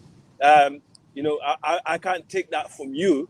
However, to claim that Yoruba invented this and that, when we have thousands of tribes in Africa and different, civilization and different cultures, I find it hard to swallow. But I will kind of believe it because it comes from someone that haven't lied to me so far yet. However, you did come with a false statement claiming that my people are Arab when genetically we're not Arab. In fact, most of us don't even have Arab genetic in us, apart of those that actually intermarried with those in the north. However, if you go back to West Africa in general, in the region where Yorubas live, yeah, lot of the civilizations that was built, that advanced us, and the people that managed to take these things outside the continent, this is a written fact. I haven't read the Yoruba tribe being part of that. Yeah, I know for a fact you're proud of your culture and your Yoruba religion, but advancing that into something else, I haven't had, because I haven't had a part of probably Dahomey Kingdom. I don't know if that's a Yoruba kingdom in Benin. That's the only kingdom I know that Yoruba was part of. That might be wrong also, because I don't know if the Benin people and the Yorubas are the same race. But other than that, I can name you, the Fullers, the Mandinka, the Soninke, of West Africa, the Bambara, the Tuaregs have managed to achieve a lot more than any other tribe in West Africa put together when it comes to civilization and building things that are relevant and basically going back to what we were talking about in terms of advance and civilization and manage to do and make things. Does that make sense to you, one man? It does make sense, but looking at it from your prism, but it doesn't make sense in actual fact. All right, prove me wrong. Right. You are saying the Mandingos or whatever they are called. Bambara, Mandingo, Soninke, and Fuller. We build more than one empire and more relevant empires in West Africa, and that we're part of. And also we were part of empires that led to different civilization in the world that we're speaking about today, right? We was part of the Almoravid dynasty, we was part of the Roman Empire, we was part of the Mali Empire, Songhai Empire, Borno Empire, and I don't know if Yorubas were also part of the Nubians, because you claim to be Bantu, but all these empires I just spoken about, and we also were known to be people of the descendant of Egypt in the Northwest Nile Valley. Well, and there it is right there. You said it right there. So that's the point. No, but this is not just story. This is a genetic fact and historical and linguistic fact. So you just coming up with a story, oral story, which is good, but it's just like the Bible or the Quran that was written by someone. Some people may say, well, that was written by someone. You could just sit there and make up all kind of stuff. If you don't show me the evidence of it, or the monument, or the written, or the genetic fact, I will not believe it. So I think you would find it hard to argue, these factors, one man, And I mean, look at us. We was dark-skinned people, my people, Fuller. But based on empires and traveling around the world and stuff like that, and being part of different civilizations. You mean based on being enslaved by the Arabs? What do you mean traveling? You mean based on being enslaved by the Arabs? No. Listen, this is where you get twisted. Being enslaved by the Arabs were not us. Our tribes. You were never enslaved by the Arabs. No. Our tribes were captured and the annexed areas. And no, but listen, let me just finish. Is that the flowery word for slavery now? And we sold slaves to Arabs, not enslaved by them. We sold slaves to them. You were not enslaved by the Arabs. No, but you're not listening. All right. Can I just come in? The Berbers that came to Africa. No, the Berbers that came to Africa that you're talking about are not Arabs. You need to get this right. Just because people that speak, practice a religion are not Arabs, and this is a problem that we have in Sudan today. And you're not helping doing these things. Black people in Sudan, dark-skinned brothers, are calling themselves Arabs. I met few of them in England. You are making my point. Maybe I don't even have to respond because you seem to be making my point better than I can. No, so they're not. No, but one man, they're not Arabs. It's because they got into the religion make them think they're Arab, just like the Jewish guy Yeah, yesterday but that that's came and is said, that not what I said anyone, at the start of your monologue? I said you have or the Arab Arabites. pretensions. Do you not have Arab pretensions? Do you not? Okay, yeah, they try, yeah, they try. Hold on. No, but that's Can you true. learn to listen more, That is please? true. Can No, you hang learn? on, let me just Can you respond. learn to listen more than just because you're just rambling? I can't even follow what you. To be honest with you, Let me just you are respond to all over one the man. place. Let me respond to one man, and you can carry You are on all rambling. over the place. You're just confusing everybody, man. You can't even follow Okay. what your submission. Okay, one man. Yes, you're right on that point to say yes. They Yeah, but that embrace it. is the point. Not They that's embrace not the a Arab culture. that's not a minor point. That is the point. They embrace the Arab culture and ignore their own culture over the years, and basically claiming to be a race that they do not belong to. That's But that's not the point. You've made my yes. point. No, I understand that, but I think you did not make your own point clear. I thought you meant Yeah, only genetically. because you didn't give me the window too. All right, okay, now I got you. Now the guy that's calling me rambling, can you come in then and speak some sense? Yeah, you want to take on BT? He's even a bigger beast than I am. Good luck. I would BT. take, listen, I would take on anyone. So, good morning, one man. Good morning, AL and everybody. So you want to speak about the greatness of the Yoruba kin? I mean, the language itself, the culture, the spirituality. Where do you want me to start? I mean, we're a blessing to humanity. So I don't even know what you pick a point, and let me just start from there. So if that's what you want to do this morning, I don't want this to be Yoruba versus this Yoruba, because that's what you you guys are the trying one to that turn was it to. you No, brought up no. empires and I said to one man, yeah, if you count the amount of empires and that been built in West Africa that these tribes are belong to, and the ones that Yorubas belong to, you cannot compare them, and that's a fact. However, I said Yorubas culturally and they traditionally, they're very known, renowned people of West Africa. When it comes to that you have to take these two things separately. Having a great tradition and a great culture and having the IQ to build empires and build things and expand to the world are two different things. Okay, can I go back to a point you made earlier, because that's the reason I actually came up. You were talking about pick me on anything, bro. Any way you want to start. The need for Africans to be involved in the Haitian struggle. Yes. And I was saying in the comment section that I hope you understand that skin color is not a race. So because that's a very basic concept. Skin color does not mean you're the same people. Now you can attribute to DNA. No, that's true. I'm not saying it is, but I know for a fact most of the people that is living in Haiti, they're genetically Niger Congo people. So they therefore are our people. They might have different admixture like some of our tribes and some of our people, but that does not disqualify them as Africans. Just like the brother that just came on that was speaking. He's a Niger Congo African American, probably have other admixture in him. That does not disqualify him to be an African. That's not the point I'm making. You got to listen. What I'm asking you is, you explain to me why Africa has to go there to help out, where they have people going through multidimensional poverty, they have their own problems. Are you saying that we should help out because of that genetics? That is the basis for us going there to no, I need to know why. That's one reason. That is okay. What is the other reason? The other reason is soft power that we never use in the continent and build relationship with other countries. And the third reason is the reason why they happen to be in that part of the world is because these were people that was captured in West Africa during tribal wars and got sold to the Americans.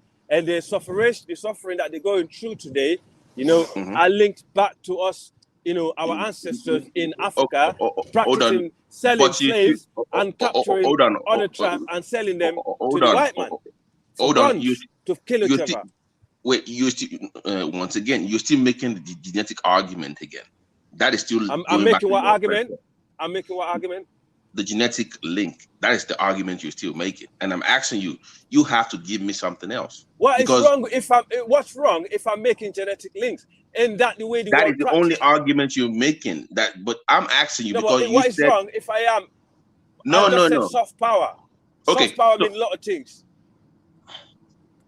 so you want Africa? First of all, we know Africa's not a country. So even within the African space, they're yet to figure out what's going on. They've even yet to figure out what's going on among those countries. You can see the clear example of what happened with ECOWAS, with the Niger issue. So you want a group of people that have not yet resolved their own tribal issues within that space to then come together to go liberate Haiti, even though within the African space itself, they're yet to solve their own problems. So when you say soft power, in what context are you putting soft power?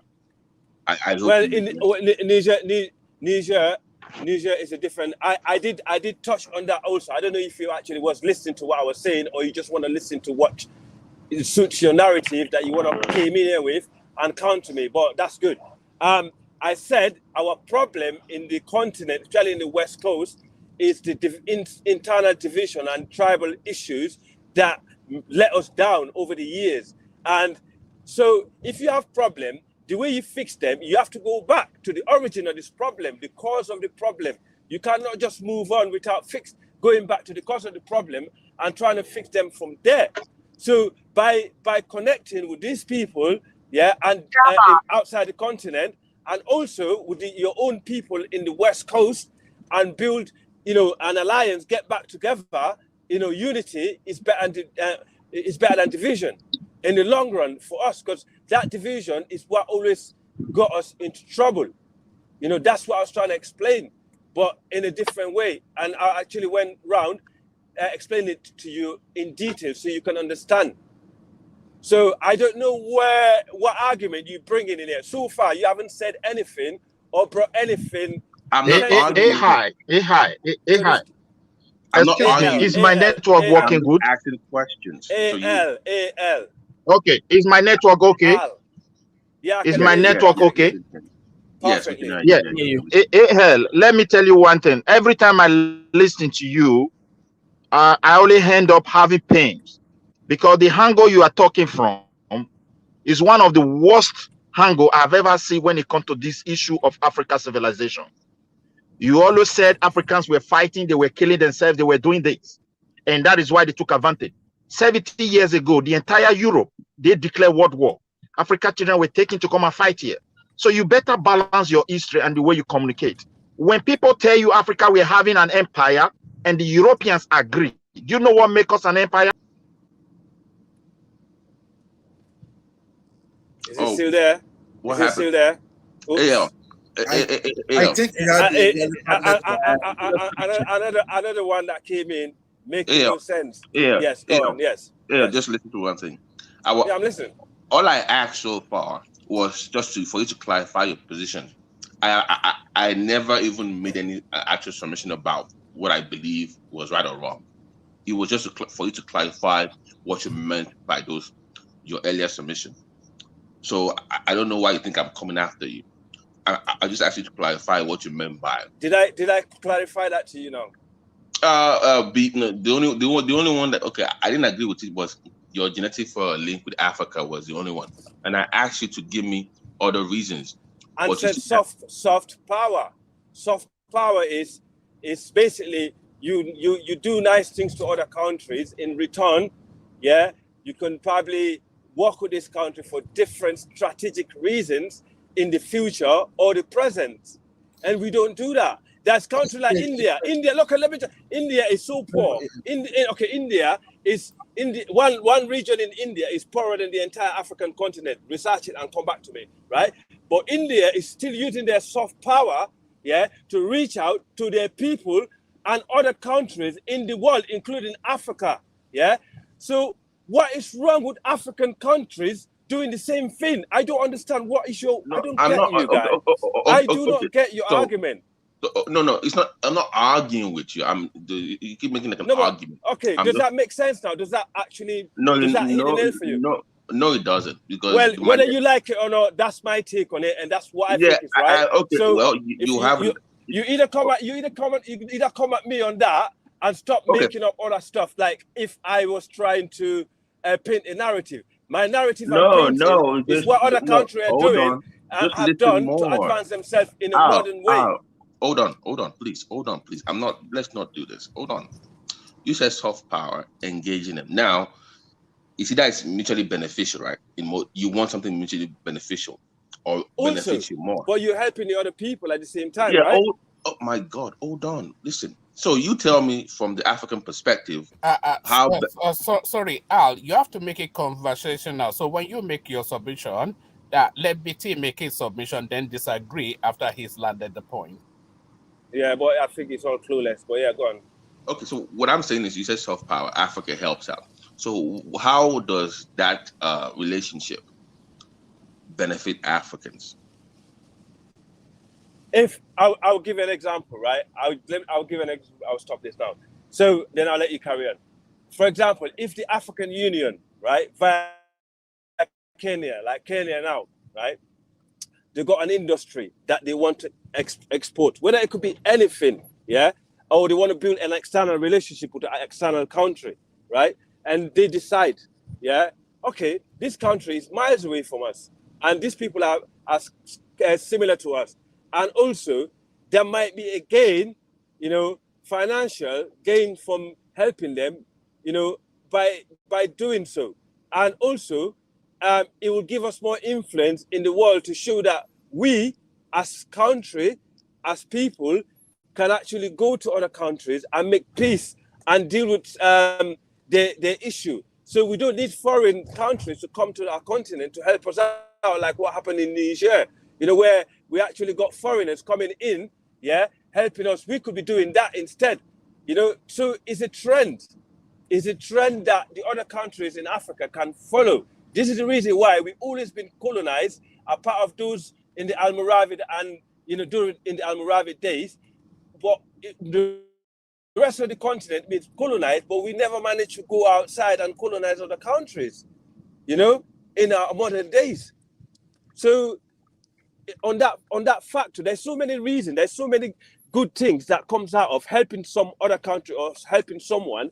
Is a common sense, is a basic fact that not helping them, right? So it's like you telling me that helping a country that is in need, that is dire, yeah, and also people are actually being traumatized from something that you was part of their problem to start with, is something wrong. I don't understand it. I don't get it.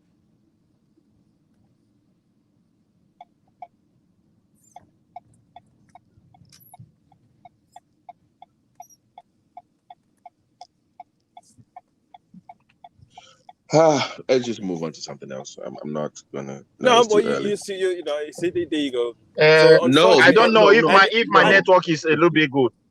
Yeah, Hello, come to me now. are you hearing me? Is my network okay? We can hear you Yes. because I want to tell you hold one on. thing, my brother. I don't know. Can you hold on a second? Give me a second. So because if you say, let's say Nigeria, for instance, should engage Haiti, so that way they have this perspective that they can solve problems in different countries and they can stabilize it. One will think that logically you will think that Niger or neighboring countries will be the perfect testing ground for that, as opposed to flying across the seas to do that. So you want to stabilize your neighbors first and show that you actually have power in your own region before attempting to go to Haiti. So I would think logically, as a superpower in Africa, or like Kenya, Nigeria, for instance, you want to do that on the African continent first before then venturing out. That would be a logical statement to make. But for some reason, somehow, I'm going to leave my neighbors on fire, then fly over across the ocean to go save them in Haiti. And that to you makes sense. But let's move on. Well, anyway, okay, just to respond to you, did ECOWAS offer to send troops to Niger? They did. They had standby troops to go to Niger.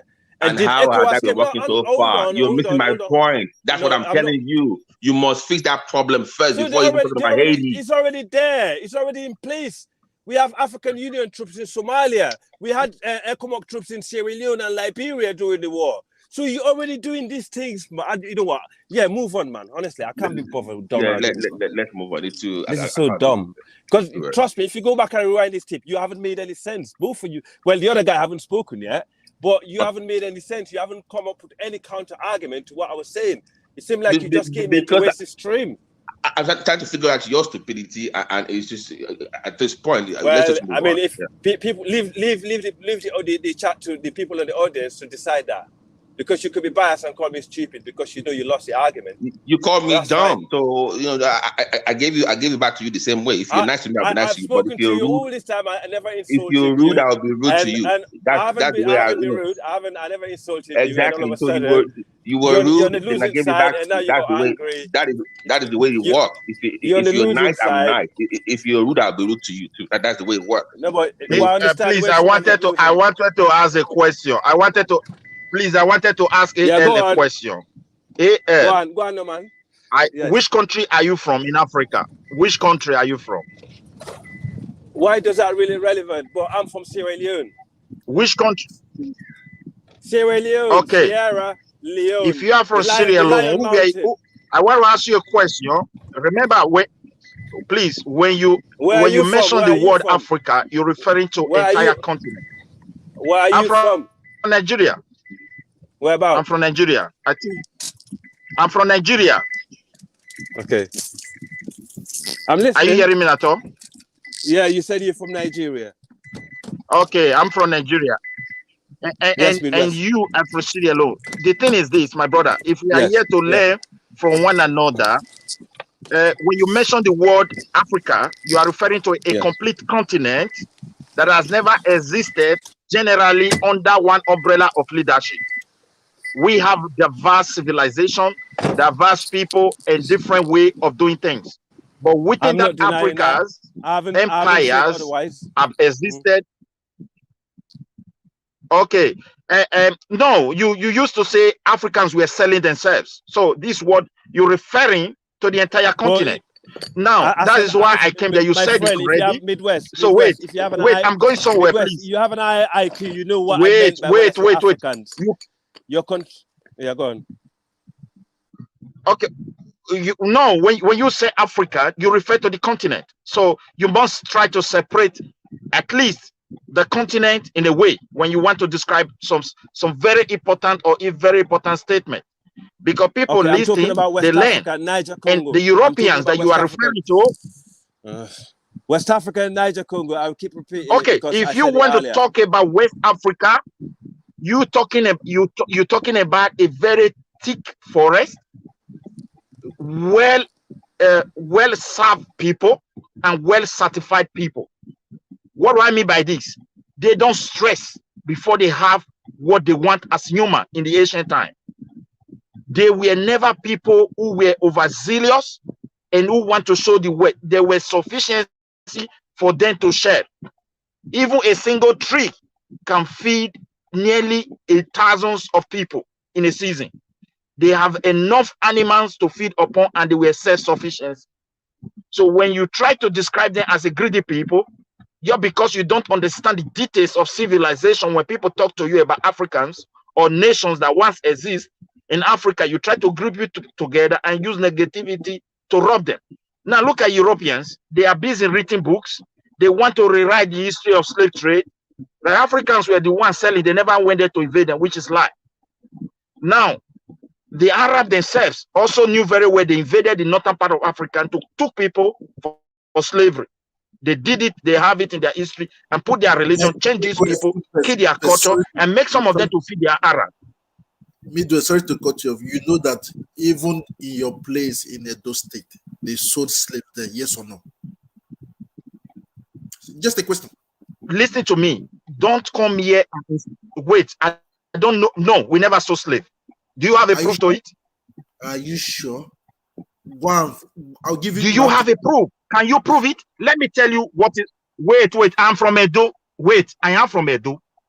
And I will first of all talk to you in a way that you go back home and go and think properly. Within the Benin you refer to, there are kingdoms in Benin, and there is no kingdom that doesn't have their own king and their own way of life. And every one of them have an identity, and they are proud of whom they are. And we have never lived as a communist, and we have never worked for the king without payment. Those who serve the king have a reward.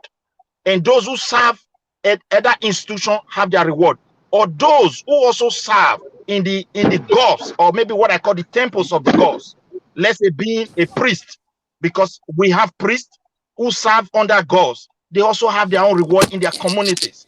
No one has ever lived as a communist in that area. So when you bring the slave trade, people were trading. These are propaganda against us, and which we can Be never honest swallow. with yourself, Let me Mr. tell you, Negroes. every kingdoms and Because what nations want to that say, make up the empire. I'm from I want to Nigeria. ask you a simple question. Do you see a Yes. place where they keep slaves in those places? Don't Which say what place you don't have you know. seen in Benin, or maybe in any tribes or any kingdom you can mention that they will tell you this is a place we're keeping slaves? Mr. I think Do you see I think anyone? your argument is. Don't I say think- what you don't understand. Mr. Negroes. Yeah. Nigeria also Keep sold slaves. quiet and try to listen. Don't come here with your useless European propaganda against the black civilization. Because where were you from? You that asked me that question. Which tribe are you from? And who were your ancestors in the past, like 14th century? I'm from Delta State, formerly known as Okay, in Bente. Delta State, from which tribe? From which tribe? I'm from Onyocha North. From which kingdom in Delta State? Yeah? I'm from Iselu. Okay, Onyosha have their kings. Onyosha have their kings as your father or your ancestors. No. Don't say that. How will I put in Mr. Okay. Midwest? Okay. Wait. I want to ask you a question. Thank God you have a place where you are from. Wait, in Aniocha?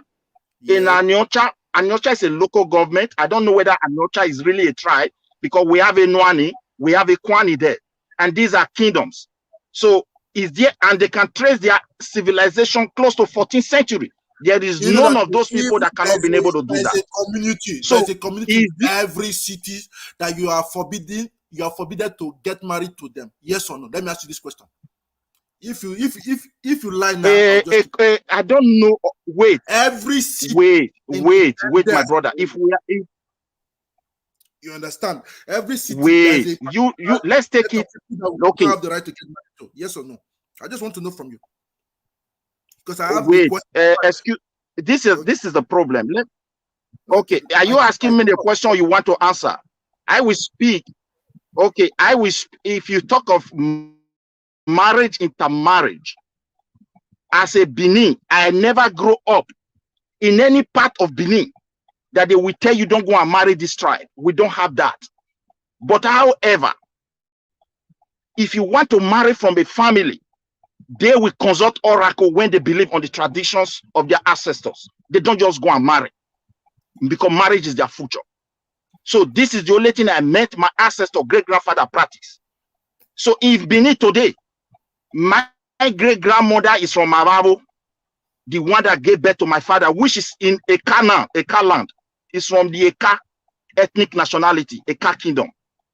So you can see that intermarriage has been going on.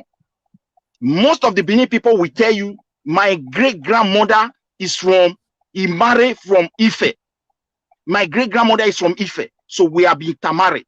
You will see great-grandfather that will tell you, my mother came from Ishekiri. So I use myself as an example. The intermarriage you want to bring in now. My great-grandmother is from Araro. That's to tell you, I don't know whom you are speaking from. Maybe, perhaps. I've had you now. I've had you for a few seconds. Yeah. Thank you very much. I've been searching for this word for the past few months. They call them Osu. Do you know what they call Osu? Yes or no? Or be honest with me. They call them Osu. Yeah, I've had it. I think we diverted the topic long time ago, man. I think we're talking about industrialization and IQ and why Africans, why African people, Black Africa, just to make it clear, or Niger Congo Africa. I'm not talking, when I say Africa, I'm talking about the Arabs or the white South Africans. You know, I mean, anyone with a higher IQ, you know, could listen to the context of what we're talking about, know exactly what I should be talking about without having to separate the races in between the continent. We all know who was taken from Africa as slave to the Americas, what race they belong to. But anyway, I think we are missing the whole, we're changing the whole topic here. Kaiser's show is about why Africa is not developing. Wait, my brother, you lie. We don't know. We don't know the race. We don't know the tribes. And there are a lot of tribes that fall victim. Even Edo people, every No, but tribe in Africa fall victim of slavery. And that's why I want to correct you here. exactly. I'm Don't say you black know. You have not Africans. done the research. Did I? You have not studied. And nobody you saw stop slave shouting? for any king in Sub-Sahara. It was individual business. Yes, I want to educate you because you try to describe they try to pin people's civilization to it.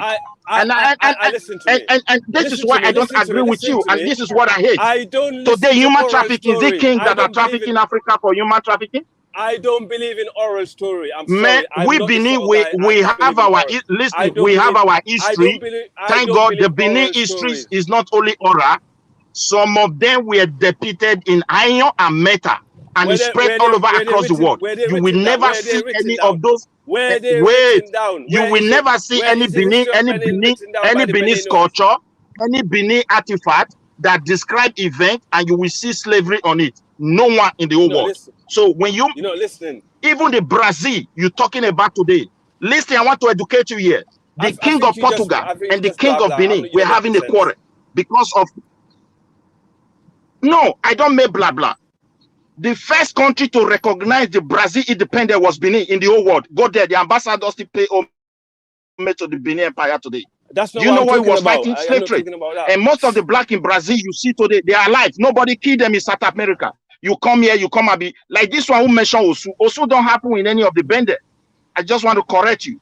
Osun, I heard of it in the eastern part of Nigeria, not in the Bende area. Listen so that's me, why I don't know whether you are from Delta State, Benin, because when you mention Osun, Benin Kingdom, it's from the east. We don't do that. I don't know what is called Osun. I don't know. I don't know the Kingdom. propaganda behind it. I don't know the true history. So if an Igbo, Nubia, but I cannot talk to him because of your exchange with Mr. AL. I have to wait when you finish. With Mr. AL, then I can come in. Mr. Midwest. Yeah, I will keep quiet for the. Yeah, what I was trying to say. The thing is, my brother. See the word Osun. The word Osun, I had it in propaganda. I have never really sat down with an Igbo person because I have to respect those tribes. They have variety of civilization within that area as well. So I don't know the particular area where they practice such a thing. We have had it, but no full detail, and it's not part of the Bende area. My lineage, from my area grandmother. Let me use it like that. Is from Edo, one of the daughters of the king of Edo. So I'm part of. Even though I don't like bringing that myself. But when I start introducing, if I say the name in the Oba Palace, they recognize me. They recognize my family. So is it your wait? Is it? Don't say anything. I don't know. I don't know of your grandmother. I only know of my grandmother. I said I use my own grandmother. If you want to talk, be specific. Is it your grandmother? Is it your great grandmother, or is it your mother? So that people can learn from it. Because Benin, you want to refer to every time they tell me history every time. Because every time I ask them a lot, they explain things to me. Even the last time they wanted me to come to Nigeria, I wanted to come. My mother taught me not to come, that I will bring problem, because I like asking questions. I'm bringing out European culture back home. It's just that there's some things I don't agree with them. Even my mother said no. So she forbids me to come. But why do you mention Osun if you are from Benin? I want to ask you a question. If your great grandmother is from Benin, why do you mention Osun? We don't have that. There's another word for it in your place. But you refer to Benin. You refer to Benin. Wait, people of your type always disguise. You refer that you are from Benin. But why did you mention Osun against Benin? No. Is it a culture of Benin? Let me ask you. You clarify the head. Is it a culture of the Bende people? Yes. Bende is the former known as everything there. I know what I'm saying, because even when I spoke with my uncle, excuse me, you see people of your type who come here. You are not people. Sorry. Can you hold on, please? Triumph. You said in Edo or Benin, the name for Osu, they had a different name. Yes, they have Osun. No. Can you see them? These guys. Hold on now, Triumph. Can you tell us the other name so he knows what? Maybe he will know what you're talking about. I said I have to come them back home. So you don't even know. You can see, because of through Mr. Middle, because I've been hearing this word before. Because I remember when I was in back. No, you see, I wanted to get married to a girl. They told me I cannot get married to a girl because she's from Osu. I said, why? They told me no, that they forbid me. Even okay, that girl is not from Benin, she's from Igbo. Go and ask them in the east. Go and ask people in the east what is called Osu, not Bende. Do you hear me now? Everywhere. We don't have that. Everywhere. Even you people are very. You know what happened? If the king died today in Edo State, is he going to be buried ordinary? Yes or no? Let me ask you. If you be honest with your question. You see. Okay, now I see. Sometimes I don't like to come here. I end up having some. I end up having some quarrel with people. You see, one thing is very clear. Your type of person, you are not even from that Delta state. You are not from that Delta, and you are the one who want to destroy Africa cultural heritage and civilization. Somebody will tell you, my ancestors were Benin, part of Benin Empire, and somebody will tell you, I'm from Oyo Empire, and he's proud of whom he is, and you will be so jealous and start cooking a fake stories, try to insult the ancestral and cultural heritage of those people, and just to suit your own narration. You mention Osu. Everybody listening to this platform that we hear that name, know where it's coming from. It has nothing to do with Bende. You could not answer that. You jump to the burial of the king.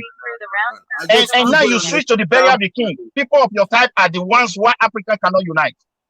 It's very unfortunate having your types inside our country and you are not from Nigeria.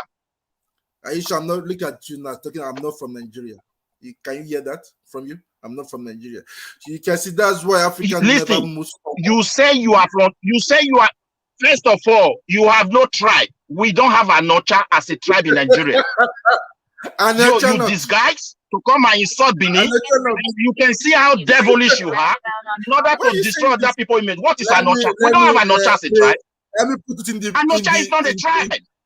No. Anocha is a geographical location. Go back and listen to what I said. I said I'm from Anocha North local government.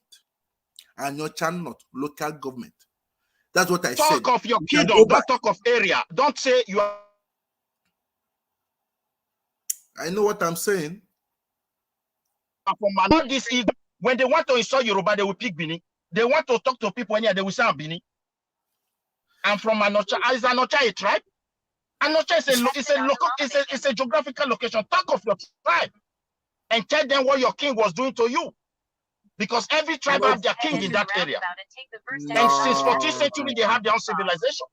Talk about yourself. So if you don't know the names of your king, just forget about the topic.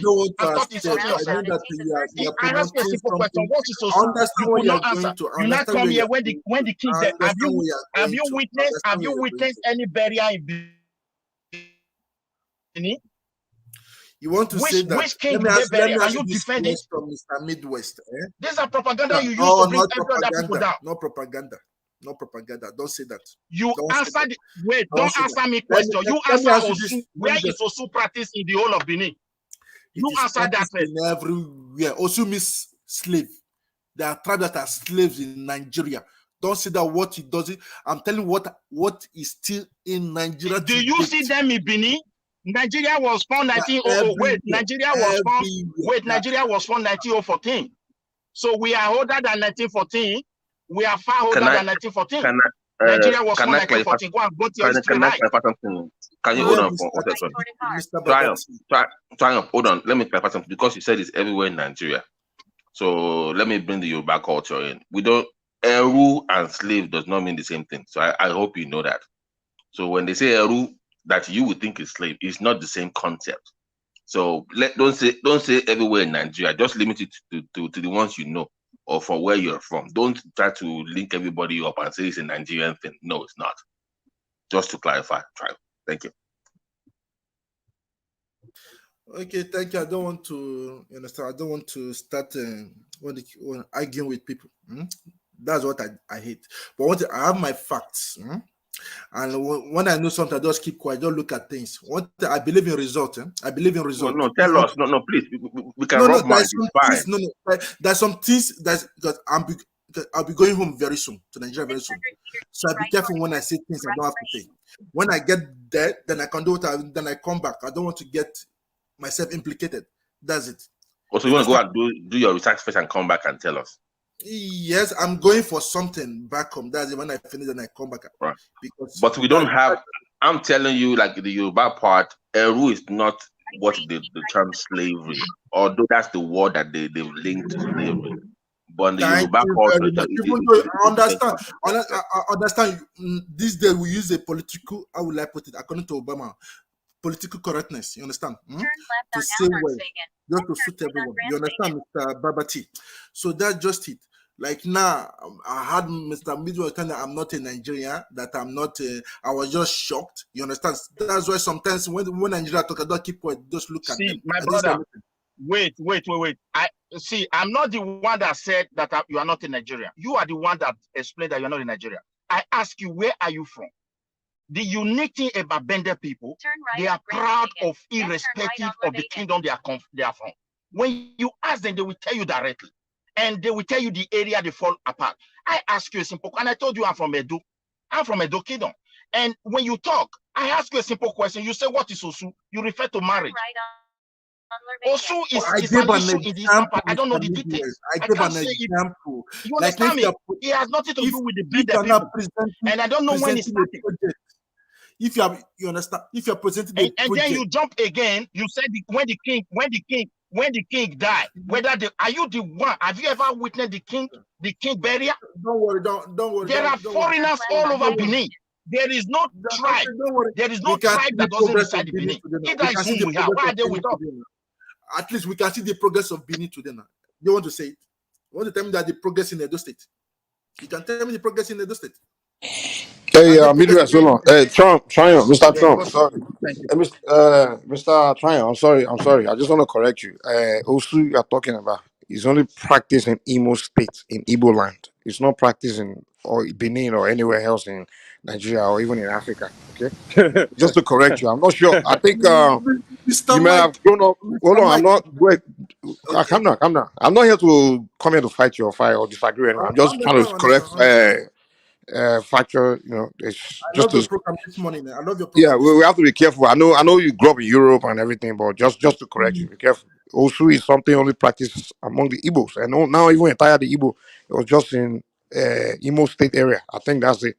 So just be careful. And I kind of understand why Israel is frustrated. It looks like Africa, we don't put our history together and teach it and things. So it's just bastardized in many ways. Just like Israel was saying, I've had this immediately had an argument with even to Nigeria on this platform too, where he was saying the kings, the Alafia for your the other they were all selling slaves. I'm trying to help him understand that no, they were individuals, people Mike, doing it. can you But fix the your emperors. You are breaking up badly, Mike. Oh, Your sorry. audio is terrible. Can you hear me better? I can hear him fine. I can hear him. Can you hear me now? Yes, Can I you can hear hear me? you Okay. clearly. Yeah. Go ahead. Yeah. Okay, the emperors were too powerful and too rich, and just they can't be participating in selling slaves. The Oba village is just too big to be engaging himself in selling slaves. And if you know the culture, if you know the tradition, if you know the role of king, it's just too prestigious for them to engage in selling human beings. I mean, these are kings they are not those, they are educated. I mean, when I say educated, I'm not talking about Western, but our tradition alone is a huge educational. So they are just too prestigious to be engaged in selling humans. But there are people within the kingdom organization, they were doing it. They were the one doing it. And I try to educate their son. I was just there fighting me that day. He didn't want to listen. I'm like, dude, Europeans just came back and started twisting story of Africa to cover their tracks because they know what they've done before. They wanted to start new relationship with Africa to start new colonization because colonization started after slavery ended. So the first phase was slave trade, and then they wanted to come in to start new relationship because they wanted to start colonization. So they needed to start changing what happened in the past. So that's why they were trying to build friendship with the people by telling them that listen, it was your king were participating, so it was we and your king that was engaged in the whole uh, slave trade. They just were twisting history and they're feeding it to the children, feeding it to us. And if you actually take your time to go study the fact, get the other side of the story from your own kingdom, you find out that your king was not engaged in the act. Why would you be a king and be selling your own people? It doesn't happen like that. Africans are not that. I mean, come on. But unfortunately, that's what it is. Now, I'm not speaking for other part of Africa that I don't know, maybe in Ghana or somewhere. But what I know for a fact, in that Nigeria, in where I'm from, What did they do to and rebel? I know for a fact the Benin Kingdom, definitely the Oba of Benin was not engaged in selling human beings. If anything, I thought of Benin was that they actually was the victim of slavery. They was captured as slaves from other tribes. That's Yeah, what people were captured yeah. from Benin, from everywhere. There's no question Yes, about yes, that. yes, But what yes. the argument I'm I trying to think say is the emperor Mike, you was come not up with engaged more. in. You came up with more sensible argument, with points than the rest of them so far. Mike, are you hearing me? Yeah, man. Yeah.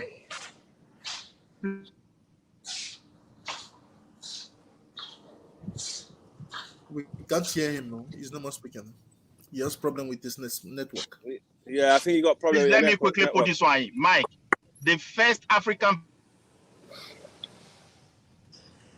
Oh God. Problem with his network. Yeah, he need to fix his network. The trouble is, these are very complex issues. That's why I don't try not to go into Mr. Mike, details. Mr. Mike, one thing is that I like the way you just spoke. You understand? And I wanted to send you a message. Yeah. I like the way you just spoke. You understand? And again, Well, I'm glad that you agree with that. He came up with much better defense than you, though. No, one thing is that he has spoken what he knows. You understand that when you are in a deeper inner room, Mr. Mike, there's some things you are forbidden to say out, isn't it, Mr. Mike? Let me put it to you. Not everything is reaching out. Yes or no? Can you repeat it? I don't understand what you said. When you are in a inner circle of circles, you understand? You are forbidden, just like a sect. We say sect. What do we say sect? Let me say cult. In English, we say cult. In French, we say sect. There are some things you are not allowed to say out. Yes or no? But when you say inner circle in what context? No, if you're in an organization of secrecy. Oh, secret society. Okay. Yeah, and they forbid you to say some certain things out, but you know about it. Will you say it out? Or you No. Yeah, no, you won't say. Yeah, it's secret. Thank It's you very agreement. much. It's a contract. I wanted to tell Mr. Midwest he doesn't understand what is going on in everything in Edo State. You understand? There's some things I myself I know about. When my elders are talking, they used to put me aside and I listen to them. I know things. Even one of my grandfather told me, said that if you are stubborn, they sell you out. That means you're a rebel. They sell you as a slave. So when people are talking, I just look at them. I say, did my dad? But are you saying the Oba of Benin was selling slaves? I don't. No. One thing leadership, that not everything they will say out. I do not say that he sold. I don't have any proof, but I know that they have rebels in the cities of Edo State. And where are they today? They sold them out. By who? Who gave them authority? One thing is that everything is linked by a chain of a supply chain. Let me ask you something real quick about the president. Do you know that in present day Nigeria, the largest human trafficking, when you go to Europe, like talking about human being trafficked, like girls being trafficked. Yes. You know that the largest, probably like, I don't know, maybe 70 to 80% of it is from Edo State within the Benin Kingdom. Do you know that, right? I don't want to go to there. Italy. Wait, hold on. I'm trying to go somewhere. I'm going somewhere. Calm down now. Calm down. You talk. I'm just trying to. There's the reason why I'm drawing that example. That way you can match it with the past as well. Like today, the largest is from that. Even Midwest will agree with me. But now we all know for a fact that the Oba of Benin came out and begin to lay curse on those that are engaging in it. So now what I'm trying to tell you is, in the future, people can look at what happened during that time. Like, wow, this large amount of human being traffic from Benin Kingdom, Edo State, to Italy. And then somebody can start saying, oh, it was the Oba of Benin that was trafficking them. Someone can just change the history like that. But we all know for a fact that today in the present, the Oba has nothing to do with it. Mike, it's just they are people. already saying it. They are already saying it. And that's what I'm saying. So exactly the point I was making. That's why you cannot believe it. That's why you cannot. Sorry, that's why you cannot believe in oral stories. You have to have something else to back it up. That this present king is involved. It's just waffling. In slave trade. I never said that. You understand what I said? Well, of course, we know you didn't say this president king. Of course, he wasn't born during that time. I mean, what are you talking about? Why would we say you said that? I mean, come on. No. Exactly. He's not. I think he just came here and trolled the show, man. Myself clear. You understand? Because of understand. Because of. No. I want to say it in English, but it's just French that is coming out. I give up. So that I want to say, I don't want to say anything that will complicate me. You understand? I know what I'm saying. You understand? Because of we know friends. I know friends here. Friends, so-called friends, they use it to eat. You understand? Even there was a time they invited me 2017 to Nigeria meeting. In the city I told them one thing. I just told them one thing there, that if you can stop the prostitution of women, we come to your meeting. So everybody kept quiet. That's the condition I gave to them. Till date, nobody disturbed my phone anymore. You understand? According to what you said this morning, Mr. Mike, the country is not the problem, but the people are the problem. That is it. Thank you. To be honest with you, I thought when he came in, again, another example of a flying pigeon, that think it's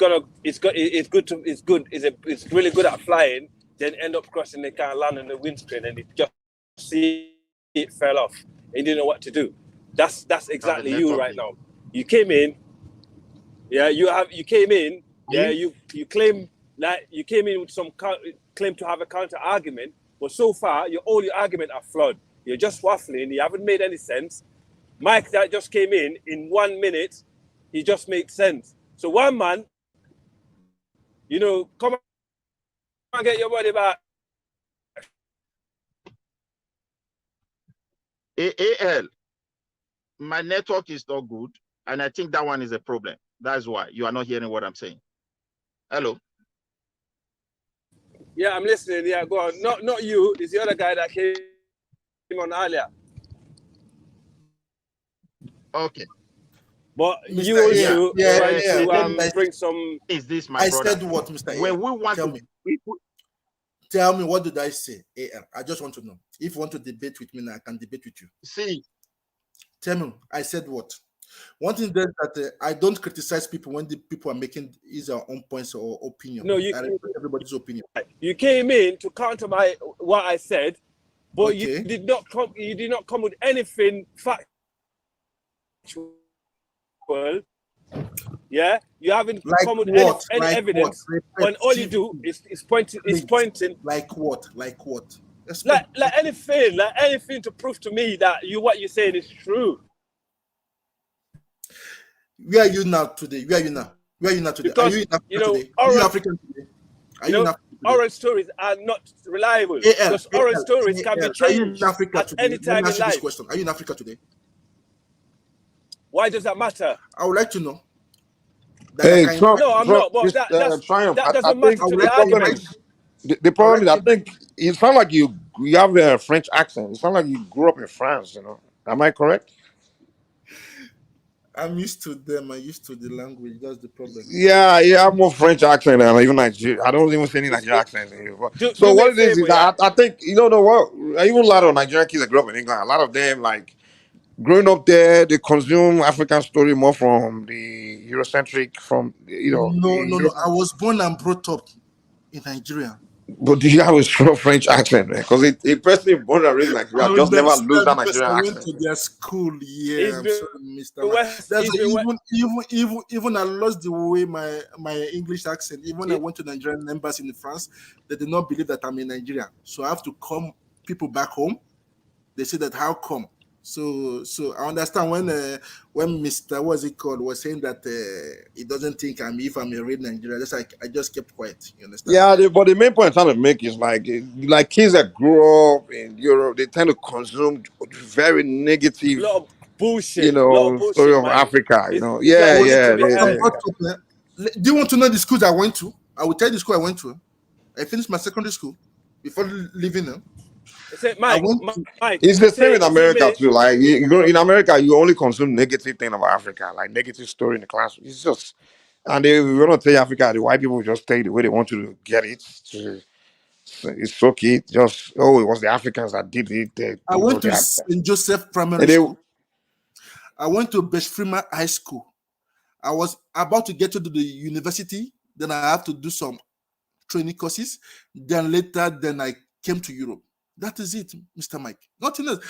I know even Mr. What's it called? One man told me that I have this strong. So what did you learn that also was practiced in the whole Nigeria? I mean, like, One that's thing just. that Mr. Mike, there are some things I cannot say publicly. I'm sorry. Oh I my can God. type But it in that the statement is completely just You understand? I false, no, man. no, it's not childish. I Sorry. can come here. I can come here and do the same thing. I can come here. It's a I flawed. can, Your no, one argument thing is is flawed. that one thing It's is that flawed. Your is argument not is flawed, flawed. Mr. AL. What do you say? Your argument is flawed because It's you're never saying flawed. I have it's proof. flawed. One thing is that I learned something in my former job I did. They told me that I learned something how to control my mouth, not to put me in problems in the future. That's it, and it has been helping me to date, Mr. AL. I mean, It it's has not been helping me it's not to date. only from your job. I mean, it's a common sense, and it's anyone with a high IQ. You know when to open your mouth, you know when to be quiet. That's But why the I reality, did a mistake. I did a mistake to say the word Osu. That's the mistake I made. I admitted it. okay, I just had to okay, keep quiet. okay. I accepted it. But I know that it still exists in Nigeria today. In certain part of I don't Nigeria. know. I don't know about You understand? Nigerian tribe or history. If it's a Fulani from Nigeria or the Hausa in the north or the Kanuri, I might be able to contribute a little bit. But if you ask me about my Fula people that I belong to in the far west, in the Guinea Coast and the Mande group, I will explain to you, about our past. And if anyone wants to deny it, I will refer them to go back to the third oldest library in the world or the second oldest library, which was built by my ancestors in Timbuktu, which is the oldest library in Africa, to go back there and read some of the stuff that my ancestors wrote, before you come here and have some historical oral history that been passed on, that been mixed match, just to fit your narrative and use that as an argument against me. Until you can do that, until you can go back to your ancestors' written books, like the Bible or the Quran that you're reading, and come up with some factual history and monument to show for it, you cannot come here and pretend, to have, superior over my people, or, claiming my people are actually descendant of What are your something plans else for Africa today? because Let me ask you this question. because they managed to achieve so much, that some other people couldn't afford to achieve. Does that make sense to you? It's not to you. It's to the guy. It's to the guy. It's to the guy that came after one man, not you guys anyway. But I'll pass it on. Okay. Let me see, Mr. A. What are your plans for Africa today? What are your contribution to your own Sierra Leone today? I want to know. Please give me some tips, please. Hello, Mr. A. I will start for my parents. Okay. I happen to be fortunate to born in one of the I don't know how you call it. I don't like to use the word. One of the elite class of the country in Sierra Leone, and my parents, grow up seeing different nationalities that came to the country, and robbed the country in plain sight and left with most of the wealth, and left us to drain, in shame, My parent happened to be one of the people that changes that started to change that narrative by investing almost all their money that they made in the country, and developing in human capital development. I don't want to go into a lot of stuff because people listen to me. I write to preserve my identity, right? And basically, we invested in human capital development in the country. I probably belong to one of the two free family in that country that managed to achieve so much, for our people. And come to me, it's something that I inherit, for my people, for my dad, right? Coming to me, at the moment, I am doing so much in helping, different schools, different educational sectors, in the country, to help my people progress and via what my parents left in the country, So because I feel like until we actually start educating our children and people in the country and transform them, nothing will change, because that's what moves you forward.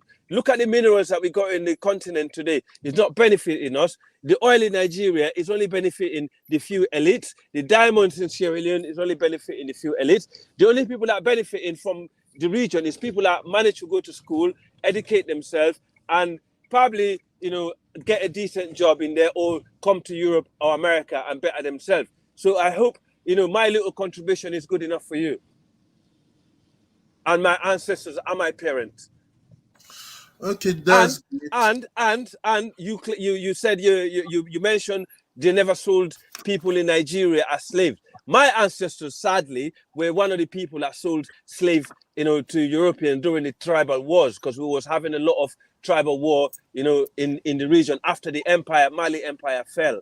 When the Mali Empire crumbled, a lot of our people needed new lands in the forest and the coast. So what happened is, we went there and actually, dispersed a lot of people, which is a shame, which is sad, but is a historic fact. But in fact, those people that we moved away, they also moved other people from there to settle. And basically, over the years, slavery was abolished, and we helped, police the abolition of slavery in West Africa, because unfortunately Nigerians were still practicing selling slaves to the West after slavery was finished. So there's a place called Wilberforce and Passing Street and different areas in Sierra Leone. One of this land was sold by one of my family members to these people that come to enable the end of slavery in the continent. We did stop few boats traveling from Nigeria to the Americas and Brazil during those days, and these people were rescued by my ancestors and given a land in West Africa, in Sierra Leone, in the western area of the country, and they settled there. Today they call them the Creole, yeah. And we brought a lot of slaves back from America and the Caribbean to come and settle in this land. And a lot of these captured slaves that left Nigeria, some of them were Yorubas, and tiny minority of them were from the south and Igbos. And they're still in Sierra Leone today. They settle in our community peacefully, and they live in a very decent life without any insecurity. I hope that make a difference to you and your people. Thank you. Thank you for your honest. I will put You're it in welcome. English. Yeah, thank you. You understand, but because of many people will not accept what you just said. You understand? Will not see what you just said. So thank you very much. You're honest. You understand? So like that, because I remember when my grandfather made joke on us. You understand? If he said that if any of us doesn't want to go to school, that there's a way that they used to treat people like us. You understand? That's what he said. I remember those days. I was trying to explain to Mr. Midwest, the perfect man. You understand? That city is perfect. I just laugh and look. I say that those states that I know very well. I know them very well. You understand? So I just kept quiet. You understand? I don't want to bring in like the way he said that. I don't blame him. You understand? People think I'm not a Nigerian, so no problem. No No, problem. I mean we all get. Listen, when I come to African platform, I put the English accent more African so people can understand me. If I go to a British platform, I speak. A lot of people would not believe I'm from Africa. If I'm with Caribbeans, a lot of people think I'm Caribbean. So it's all depend on the environment where you grow up. You can pick up accents, and stuff like that. That's not a problem, because at the end of the day, you can use your language as an advantage instead of disadvantage, You understand? including your accent. I'll be going home often very soon. I'll be going like once in every month to Nigeria very soon. Once in every month. Maybe I can get back my accent. You understand? Get back this Nigerian accent. Yes. You understand? So Most Christmas, because my favorite time, most Christmas, my favorite time to go Sierra Leone is Christmas. Because that's when you have a lot of the fun. Everyone, I'm a Muslim, but I celebrate Christmas also, yeah. And my family, we celebrate Christmas. And, that's when everyone enjoy themselves and different cultures come together, and celebrate. And also we have traditional, outings, when other traditions are coming and we all include and we enjoy together. These are the sort of things that we need to go back to and start enjoying again, as people, So it's always important to stay. I do understand. I do very, very, very much understand. One thing there that I'm happy to go back home. You understand? I'm visiting my lovely country, Nigeria. You understand? It has been since I left. I only went once. You understand? I only spent 3 days. Then I came back because of I wasn't happy of what I saw. I just decided the 1 month holiday. I canceled everything. I took my plane and I came back home. You understand? Just came back. So I don't want to start. I don't like arguing with people. You understand? I don't like. In fact, we disputing. So that just I just see just the mindset that have changed, the environment that have changed, and I don't want to do anything stupid. You understand? So I just came back. Even I spoke to some guys too. They were begging me to stay. I said no. That when I come back, then I'll think when to come back. You understand? One thing just like we Africans, when there's when our ancestors have done some mistakes, we have to accept it.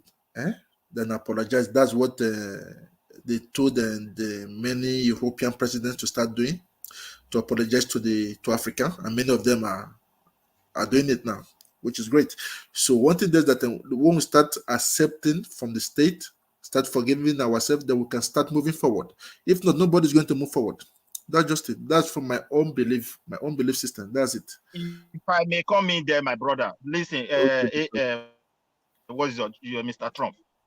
Why I don't agree with you, everything is based on propaganda. When a man wants to be truthful, you will identify yourself of whom you are. Then you talk about your civilization. Yes, when you mention Bende, you have kings and you have tribes, and most of them can trace their history to 14th century, and even slave trade have never started then. So you talk about how your king treated you, not the Benin king. So don't bring Benin in. You have your king. If your mother told you that your king was selling slave, good of you. It's so simple. And you brought again, you said Osu. What do we have to do with Osu in Bende? Whether do we intermarry, which is lie.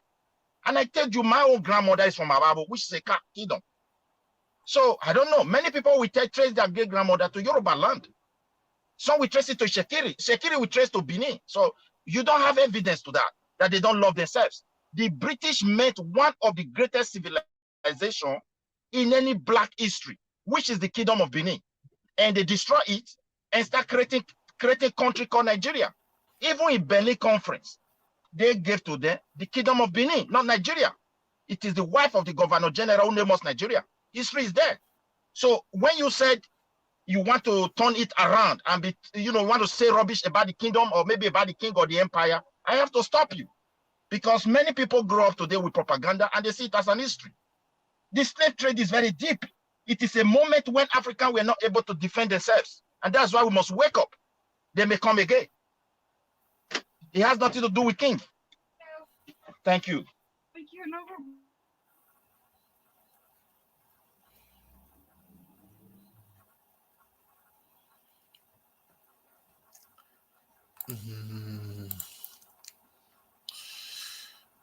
Mr. Midget, I understand what you just said. You understand? One thing is that I don't know how to. Next time I will exchange this subject with you. I would like to prepare my proofs.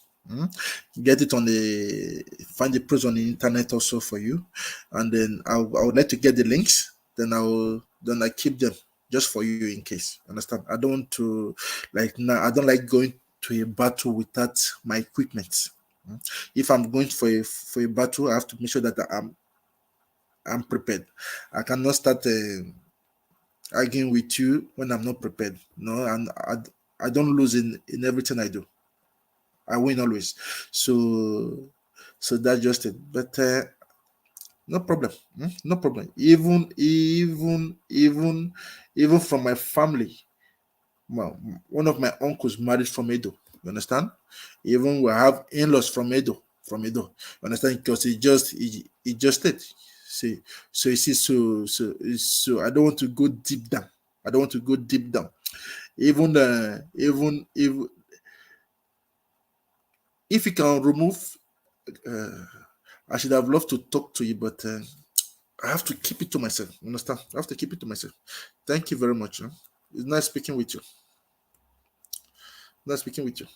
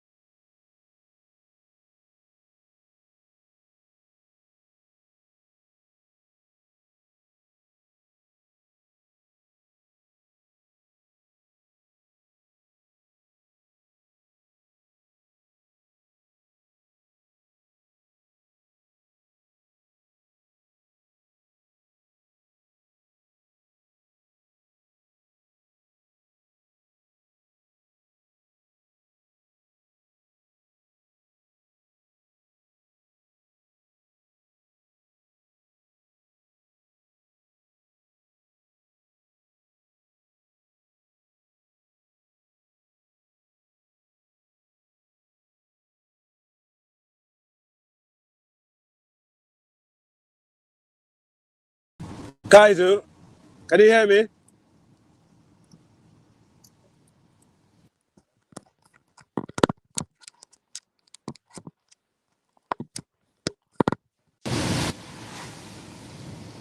We can hear you, Mr. AL. We can hear you. Yeah, Kaiser, I just posted a link of what I was talking about earlier with the American brother, with how we tell our stories based on written facts. Can you play that for them? Because the thing is, storytelling and reality can be two different things. However, I would not be mad in the head to dismiss the great Benin Empire. You know, the Benin Kingdom, we used to call it in Africa. You know, it was one of the most relevant kingdom in West Africa. However, you know, it wasn't unfortunately, we did not had the knowledge and IQ to write this history down and pass it on to the future generation to come. But fortunately for my people, you know, most of our history is not just oral, it's written, and there's monument to prove it, you know, to the future generation to come. So, and this is the advantage the other kingdoms manage to achieve, like the Chinese, you know, the Indians, or the you know, the Anglo-Saxon that actually have the Latin, yeah. So they manage to write their history down, you know, and pass it on to future generation. So, you know, when I come on a platform like this and I speak, I'm getting my facts from 100% right source, you know. And there's so many stuff that our tribes in the Guinea Coast tell us. We, the younger generation, we tend not to follow everything because we know, you know, some of the things that add up. They add them up, yeah. So, you know, you have to be careful with some of these oral histories and focus on the factual side of it that's right in front of you. So we all came from kingdoms. We all came from, you know, great tribes. And, you know, unfortunately, due to different invasion, we were actually forced to migrate from one place to another throughout history. So until we figure out how, you know, because this conversation came from why this, why that. And I came on earlier and I said, in West Africa, the reason why we're struggling is because of tribe. And as soon as I started speaking, and you got people from other groups and other tribes that came in straight away trying to defend their ethnicity, you know, instead of defending the overall West Africa, or, you know, over the entire region. So you can see how we're always going to fall foul into, you know, whatever comes our way, because we're still divided. You know, everybody wants their tribe to be superior, or their tribe to have a better history or better kingdom to the other tribe, you know, by, you know, it's not helping, even though they're ignoring the fact that's right in front of them. It's a shame. You know, we actually happen to be victim of so many different things, but before that, we was great people. We cannot deny that. And slavery happened. Some of our people actually sold slaves. You know, it doesn't mean that they capture them, you know, because they actually belong to that tribe. They capture them based on tribal wars. Tribal wars was a thing. When the Mali Empire crumbled, any empire, when it crumbled, there's always an aftermath. You know, you didn't have that so much in East Africa, but in West Africa, we have different empires that fell. Anytime they fell, like the Songhai, when the Songhai fell, the pain that it inflicted on the West Africans, there's no other empire that will match them when it comes to the pain that they inflict on us. The Mali Empire, where other African tribes are still suffering from the impact of the downfall of the Mali Empire, because those children that came from the Mali Empire inflict so much pain in other African tribes is unbelievable, you know. So we cannot put these things, you know, we can't bury them. We can't bury the truth. We need to speak out the truth. We need to look at where we went wrong and actually try and correct it from there. But we can't just come in here and say, oh yeah, our tribe was great, our empire, my king was so great, he never done anything wrong. But then you look at the situation that we found ourselves in, it's actually unbelievably sad. The whole world is looking down on the black race. You know, we don't understand why. Our African, brother, yeah. Wait. Excuse me, let me put this one. All those kings you mentioned, if we want to know where we're coming from, your country, were there kings that fought the people not to be colonized, who tried to defend? Do you have it? Yes, So my when answer. you Okay, don't remember these people who died, I will name and you you. want I to will name you. progress, Yeah, I will name you.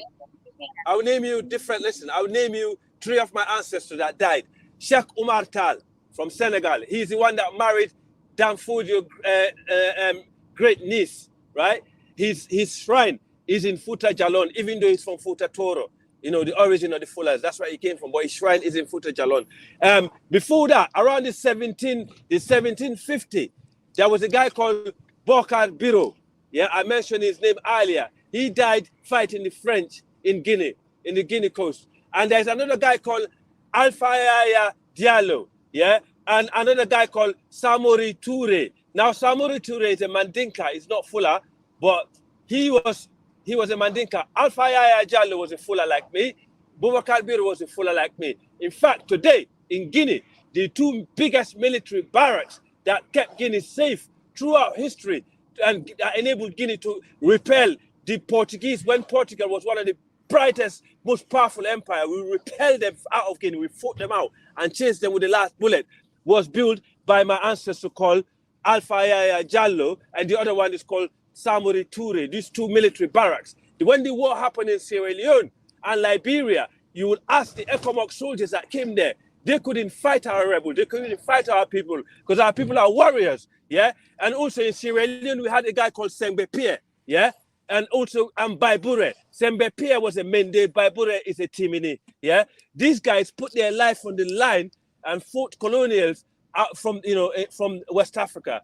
And we are proud of that. We managed to keep the region black away from colonials, yeah? Even the Arabs, even the Tuaregs that you see today, some of the problem that we have with them in the north, the Tuaregs are our brothers, yeah?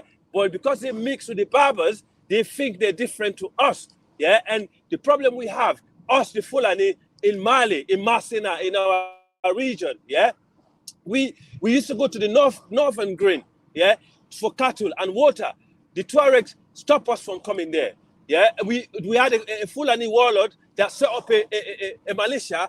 We started fighting with the Tuaregs, yeah, because the Tuareg got the gun from Libya after when Gaddafi fell. They think they got power now. So we was fighting with the Tuaregs for years. Nobody was actually getting involved in it. No one was helping us, you know. And then in Niger, yeah, the Fula and the Mande group, they set up one of the deadliest militia up till recently to fight against the Tuaregs that are trying to come to the southern plank, yeah, from us. They don't want to stop us from getting water. We fought them, and they cannot go there right now as we speak, right? So we did not just contribute, way back, towards the Almoravid dynasty, but all the way to as we speak, we are contributing, defending our land and our people. Unfortunately, the few Fulanis in Nigeria that engaging in banditry, they're embarrassing my people and my race. Because never in time, yeah, apart of those when the Mali Empire fell, never in time our people practicing this sort of killing, going out in the region, killing their own people and actually trying to take land and stuff like that. Because that's never been in our thing. A part of when the Mali Empire fell, when we needed a place to go, and then we settled. And that's not just the Fullers, that's other tribes in the Mali Empire. So what happened is over the years, because we got so much tangled up in foreign religion and foreign legions, yeah, we've forgotten ourselves, we've forgotten where we came from, we've forgotten what we managed to achieve in the past, and then we just embrace new things that haven't benefited us, that haven't given us nothing but trauma and fucking nightmares. You understand? So we need to change our mindset. That's what we need to do. We need to realize we came from great people. We done great things in the past, but we fell off. We fell off. We're not that great people anymore. We haven't done anything. The only time we've done something great is when we associate with the people that we actually civilized, via Almoravid and the Roman Empire. So we just lost it. And this demonstrates why we lost it, because no one cares about the general good. They only care about their own little village, their own little kingdom, and their own little dynasties. I'll pass it on. Okay. My brother, thank you for your contribution. You see, you cannot use, for me, are you hearing what I'm saying? I'm listening. Are you hearing I'm me? listening. Yeah, I'm listening. Yeah, we cannot use one event to describe whom we have. It's just like the way we are going today. The issue in Guinea, even in 10 years ago, or where you are from, is not the issue of today. It's not the same as the issue of today. There's always the differences. Sometimes it gets worse. True. Sometimes they are able to solve it. And Yes. that is the situation we find ourselves. When you know the greatest problem we started having now in Nigeria, at the time, my own ancestor, the one who asked for the independence of that country, you will trace it to my place. But we were planning for the development of all African people. People can come to our place. We never hurt them. We've never abused anybody. But there are some particular set of elements of people we continue to observe. The only thing they want to say is a negative of every other people, nothing like positive. And that becomes a concern. And I think people will pay attention to it. Because the thing is this, my brother, if we want to be great people and unite, every tribe have their own history. And every tribe know whom they are. Now, when you mention Benin, you don't mention a kingdom that was ruling everybody, but they were an empire. And to create an empire, it means these people, they might have fought, but they might have reached an agreement, like what you have today, United Kingdom of Great Britain. Yes. You get what I'm saying? So when you see people said they were once in power of an empire, it means there are various kings that have come to an agreement, and in that moment in their life, they always agree and they find solution to their problem in coexistence. That is why the only empire can survive. But when the empire break, a lot of things will definitely go wrong with the people. And that's the situation we find ourselves. When the British came to come and form this country called Nigeria in Berlin Conference, my great-grandfather was not in Nigeria. And the people called and said, my great-grandfather was a Benin. He was proud. And that is his country. A Yoruba man will tell you, my great-grandfather is from Oyo. Oyo was his country. They don't know anything about this country called Nigeria. And even 85, okay, just take for example, in 85, 89, they invaded the Benin. And when they defeated the Benin army, they created Nigeria. But however, before they invaded the center of the Benin Empire, they went to so many kings. Who invaded Benin? The British. Okay. The British. Yes. You see? When you tell some fellow Nigerians that, look, these people came here, the Benin king said, no, we don't want to be colonized. We don't want to have any other king. We have our way of life. They said, no, they have reached an agreement. So you know what they did? They moved to different kings in the area. When you see these people talking, they don't know anything about their history, where they are coming from. No. But when we Benin talk about our history, we have proof. Okay, now when you go to museum all over the world, you will see Benin artifacts. Yes, and most of these artifacts were not made for decoration. They were made because this is the only way Benin can record their history. When event happen, they will mold it to something, and people will study it. And we were having a family who were in charge of it to pass it to generation upon generation. And that family was called Isiemero. They are still in Benin today. They keep the event of Benin for them. So everything that happened, they mold it in iron, and they were keeping it for centuries upon centuries.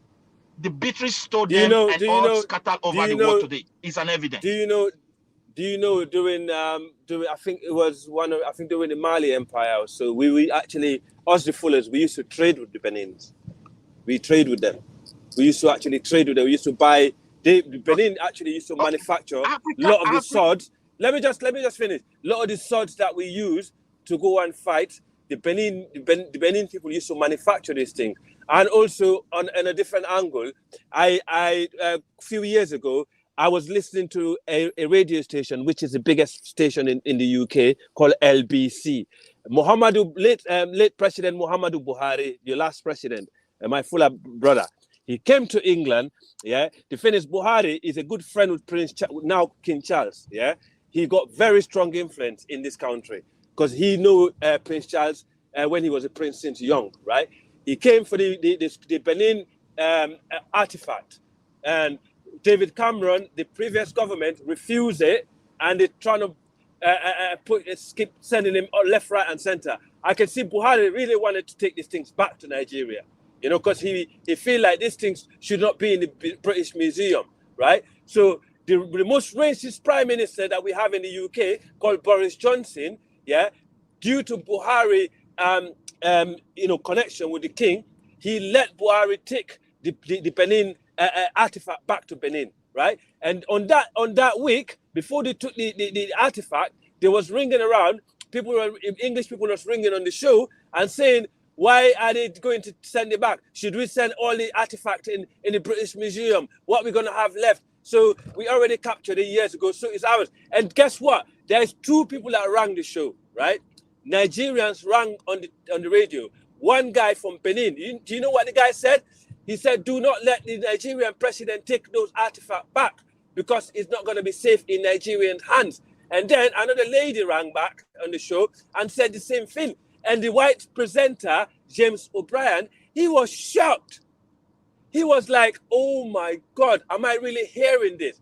And the white man, brother. No, but listen, let me finish. Listen to Let what me happened finish. Listen now. The white man break it down, yeah, to the black people, the stupid, dumb Africans, why this artifact should go back to Nigeria.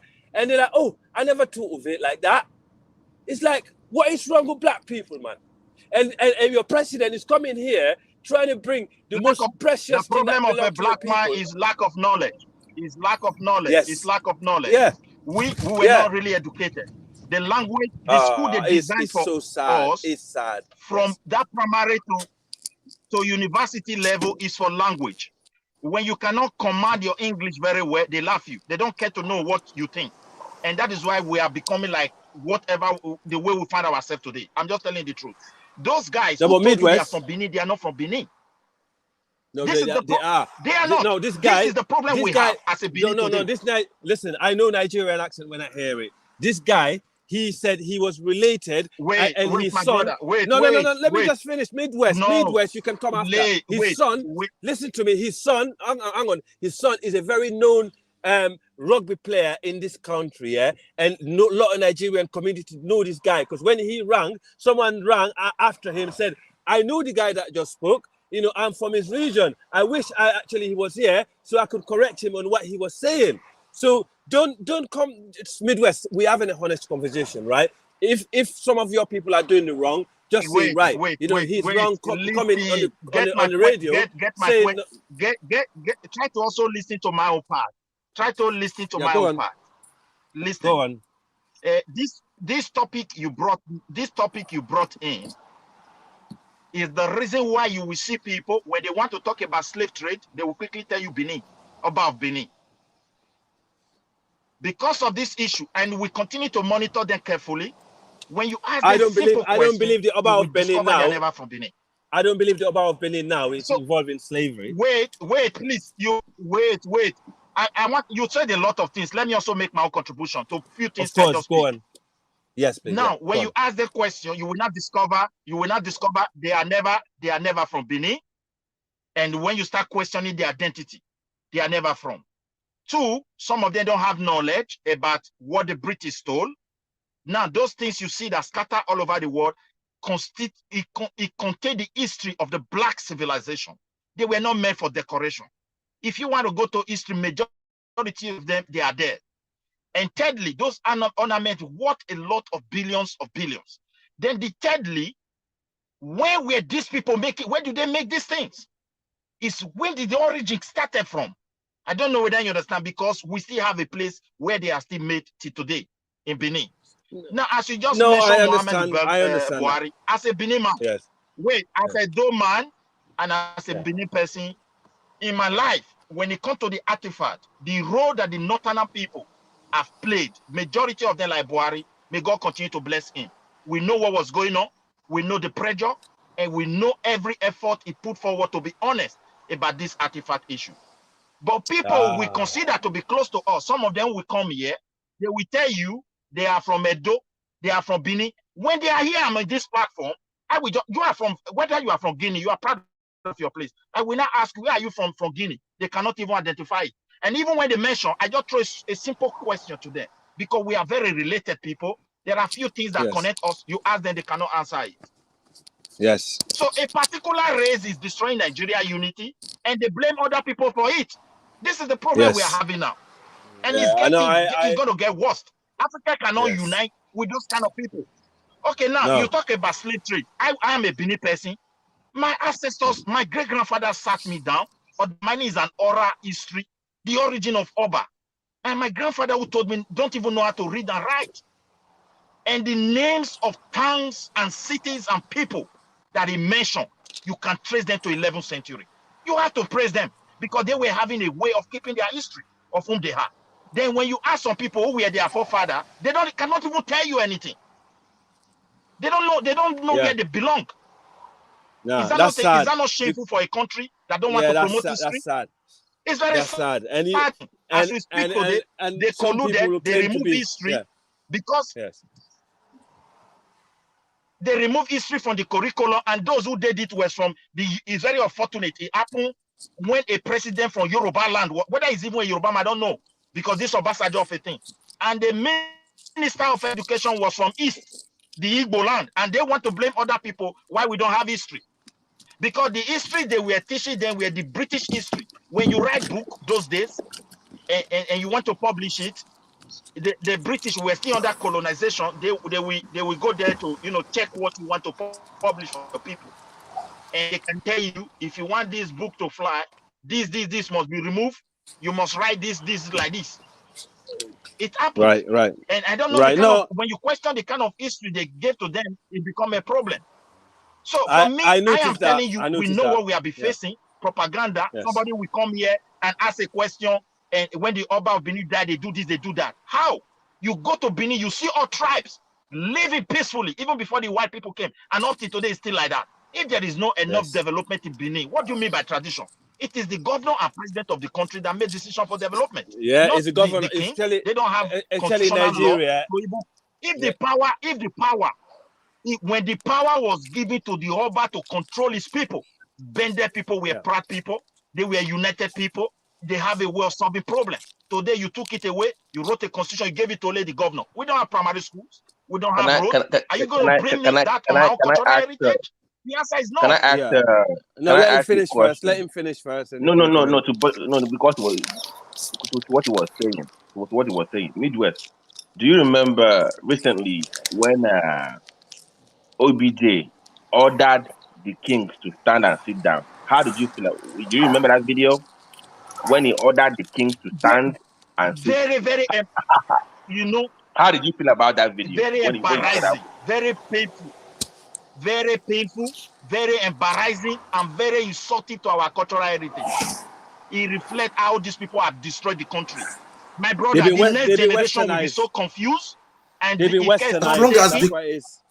will be so confused. They can never be westernized because they assume that they are in modern life, and that is not the Western life. So I don't know where that model is coming from. Look, my brother, when you mention our past leaders, people will be telling you Awolowo achieved this, Ogbemudia achieved this, Ali achieved this. That is, I just mentioned Awolowo is from, although he ruled when we were all western part of Nigeria, and that is under the British, not when we got independent. These people were able to achieve what they achieved because the tradition and the culture of people were honesty. If you steal, you bring change to your family and community. Who will do that? That is why when they give them contract, they were able to do it for them. They were not in everywhere as it is today. Now we lost that cultural heritage. People are so arrogant. They want to insult the traditional heritage and culture of the people and confuse them more. Very soon people will turn against themselves. Sometimes when we come here, how can the rich culture of Oyo overnight, these people, the constitution is not helping anybody. I just surprised why people are silent. The great king today, if they allow this to persist, it will come to the front of their door. It's just a matter of time. They should start holding these governors accountable. You cannot be pumping money to governor to build schools and develop his people, create business. They siphon this money away. Like somebody will not come here, the Benin people practice, I don't know what he was trying to say, when the Oba die, how do they bury them? You don't know anything. You don't even know where you are from. You can't say I'm from this tribe. Huh? What kind of people is that? And you jump into other people's history. Midwest, you see, the How problem can is I we digest have that kind of something? Identify yourself. Midwest. The problem that you have in Nigeria. Yeah, I'm listening. I noticed that. Basically, when you look at the system that you have in Nigeria, it's federal. So when people blame the head of state for everything in the country, it's low IQ, because the reality is the governors We don't even practice, my brother. Sorry. We don't practice federal in Nigeria. We practice tribalism. There's nothing like federal there. That's sad. It's a tribalism disguised in the name of federal. There is nothing like federalism in Nigeria. Every tribe is quiet, waiting for their own people. So when your tribe man is there, the tribe man will tell you, I only know my people, and he will start appointing them. That is to tell you that unity need to be questioned. We need to sit down, but those we favor will never allow it anymore. Until maybe one day something will happen, that everybody will now see the reality and say, okay, let's carry our cross. Until you have the younger generation from the north to the south, to the east, to the west, Fulani, Hausa, Yoruba, Kanuri, Igbos, Ijo, all this young generation, new fresh head, come together and say, look, this is not happening anymore. All these years that you come in here using tribalism, using religion, and using regionalism to divide us, just to come and take what you want and leave us, dying in poverty, is not happening. Until you do that, I can't see anything change. A lot of countries in Africa managed to achieve that, even though they did not manage to get a good leader in place, but they managed to get rid of that division, not in total, but on a level. And I think Nigeria is really behind when it comes to those things, and you are leading the region when it comes to having the largest economy and the largest population. But when I look at it deep inside, it seems like you're more behind the region when it comes to those tribal and religious cohesions. So it makes me wonder what is being taught in your school. You just went on that actually, with Obasanjo, what he did in the school system. Why inclusion is not being taught in Nigeria to counter all these things that's going on the line, into politics, in the mosque, in the church, because these things need to be countered. This narrative someone need to get in there and say, look, this is not right, for the Muslim to do to Christian. This is not right for the Christian to do to the Muslim. It's not right for Yoruba to do this to Hausa. It's not right for Fulani to do this to Igbo. You know what I mean? You need to get the young, fresh head from those communities that come and say, no, we're not having it. It's not part of me. I'm not standing for it. Until you have that in that country, which we practice in Sierra Leone and the other countries, you'll be in trouble. And I think, Nigeria is really behind when I listen to you guys. I'm sorry to say this, but it's really behind when it comes to cohesion. And it's sad. Brother,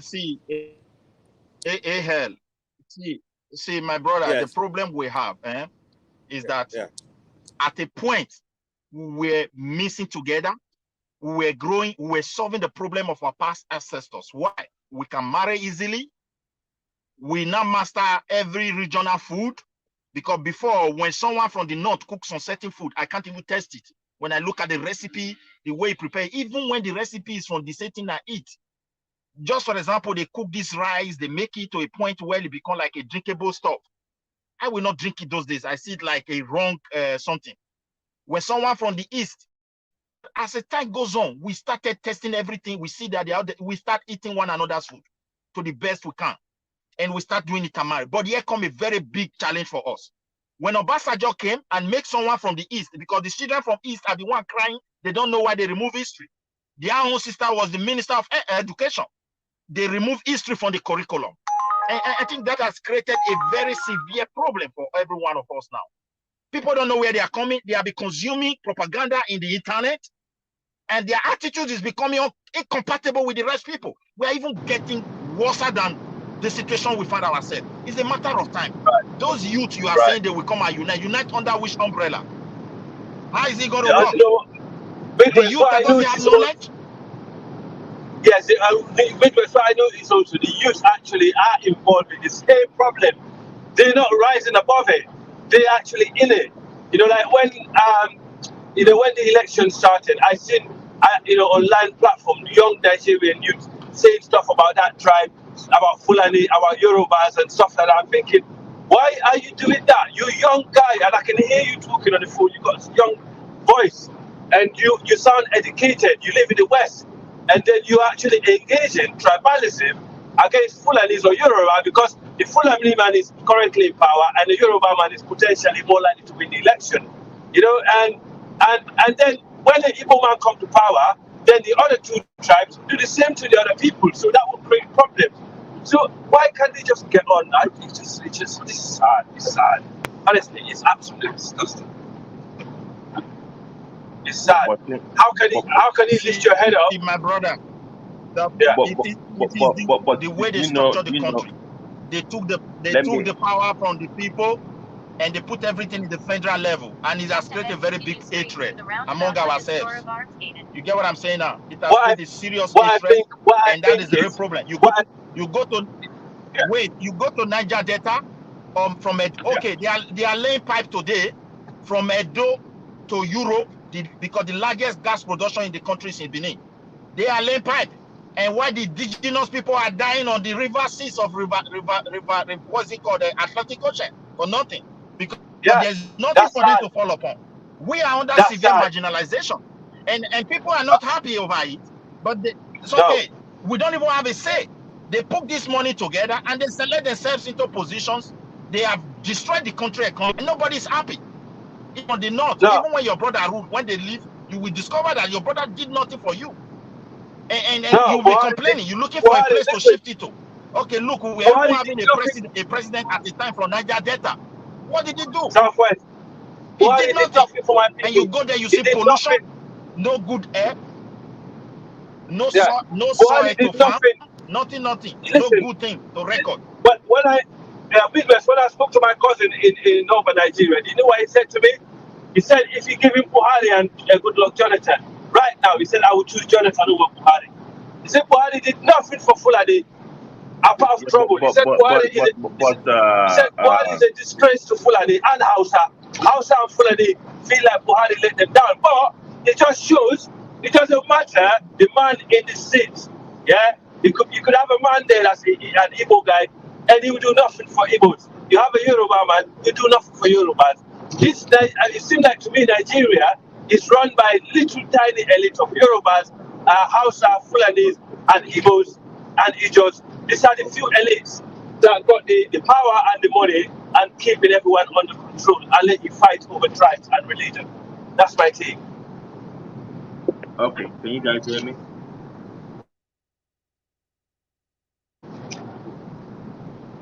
Yeah, we're listening.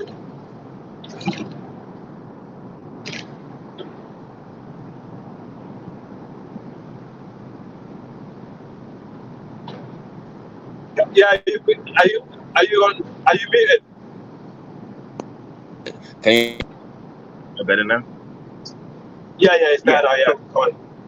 So, like racism, when tribalism is exposed to the truth, it crumbles. So you are seeing the evolution. Like when somebody comes out, thanks to the internet, because we always talk about the negatives of the internet, but there's also a positive aspect in resolving this issue of tribalism in Nigeria. That is, when people come online or come to open spaces now and discuss based on primordial type of sentiment, and they are confronted with evidence that their fathers or the tribe never exposed them to, they are forced to go back and do their own research and just say to themselves, like, perhaps my parents were not right. Perhaps my tribe was wrong on this issue. Like hidden history.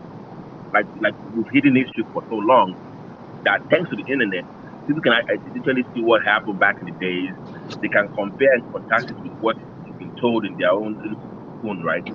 So what we are seeing right now is this emergence of the real truth, as opposed to what people have been fed or lies being told based on tribal sentiment.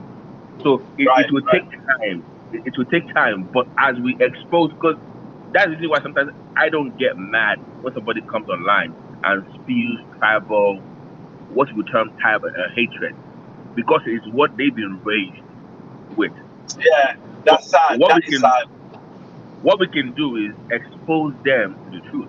Now, the initial reaction will be of shock, and like any other human being, they'll be forced to defend what they've always believed, right? They will want to defend what they've always thought to be true.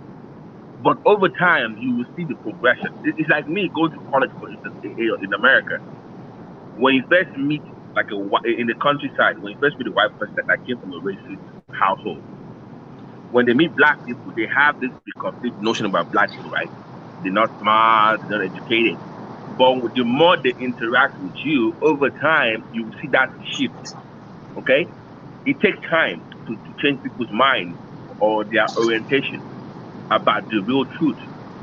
So I think what is going on now is that we're seeing that gradual shift from that preconceived notion about other tribes in Nigeria.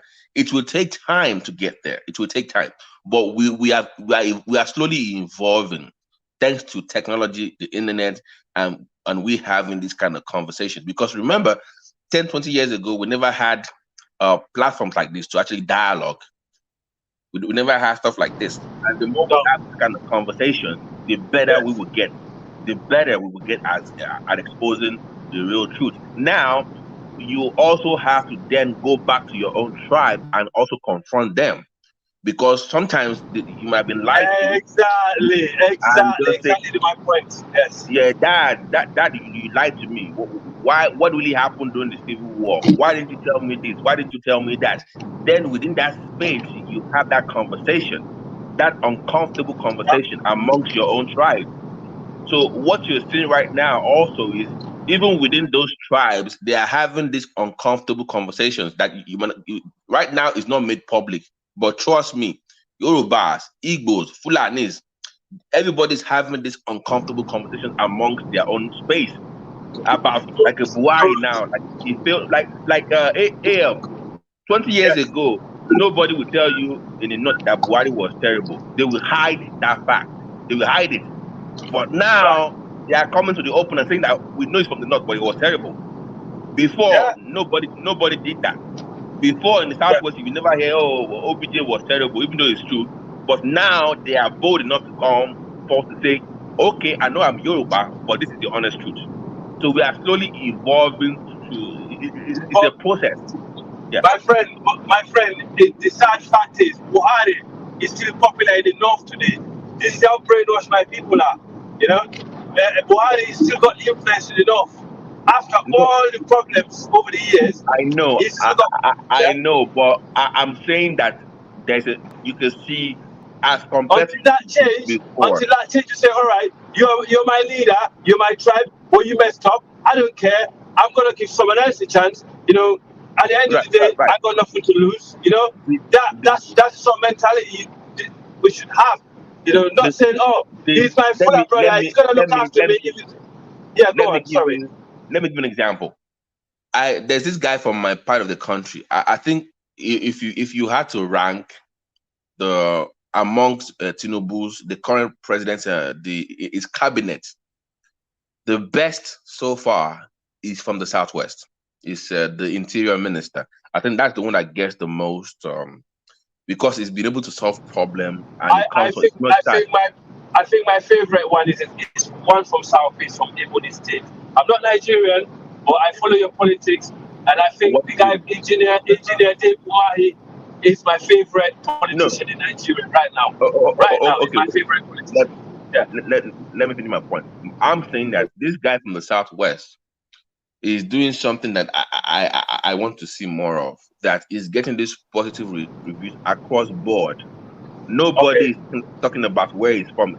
No longer, they're actually discussing his performance. Wow. He's no longer a minister from the southwest. He's now a Nigerian minister that everybody agrees is doing a good job. Yeah. So we hopefully we evolve to a point as a country where you come from does not matter. It's what you actually do in government that actually counts.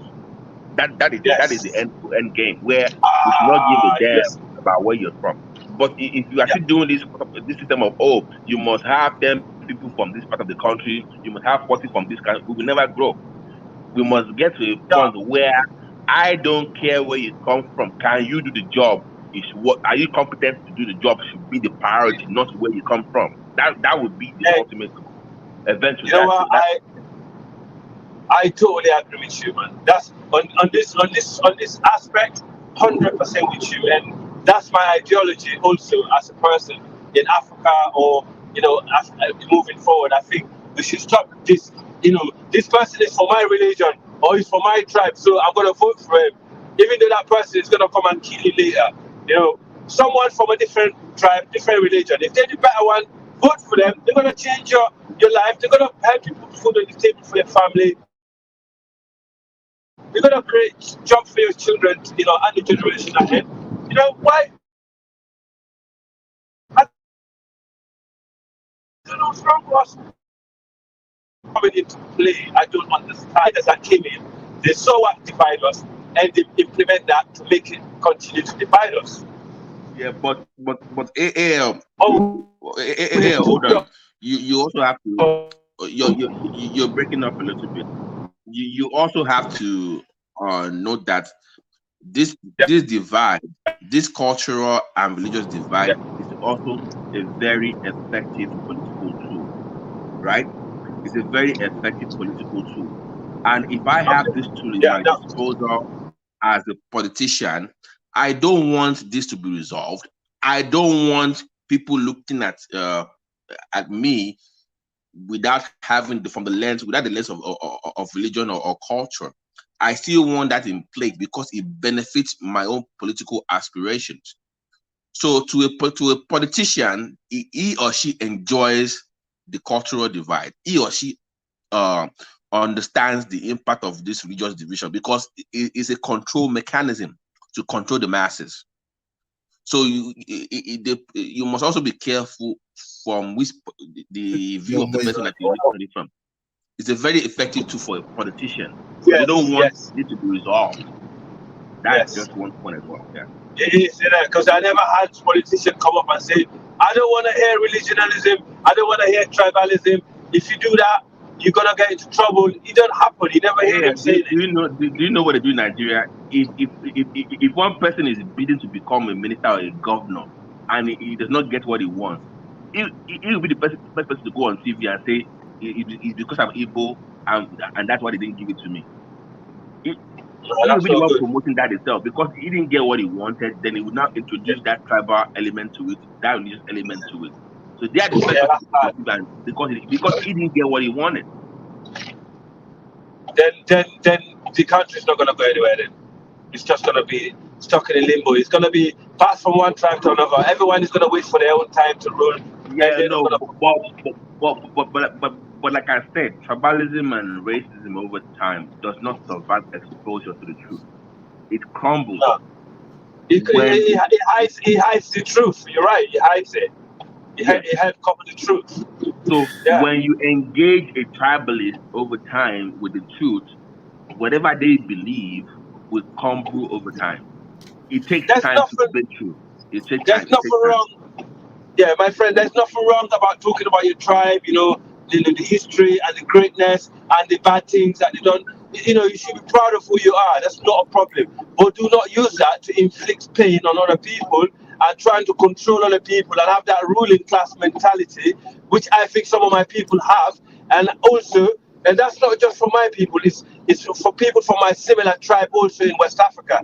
And this is not limited to Nigeria, by the way, because I know for a fact, if you look at a lot of the head of state in West Africa, they come from my people and another tribe that we're closely related to. I don't want to get into I don't want to come here and get into trouble. But that also goes back to the Mali Empire, because when the Mali Empire crumbled, they had nowhere to go. They thought, right, let's go and take this place, and rule upon these people, and they divide and rule. But then other tribes that they conquered also, or that they settled with, play the same game. So it's like a never-ending game. It's got to stop because it's affecting us. This is one of the core reasons why we're suffering. Until we actually start looking at this issue deep inside and say, right, you know what, I don't want to be part of that. Even though I'm a Igbo, Fulani, or Yoruba, it's not going to work. It's not going to work. But that's what the white people are doing. They're sacrificing you know,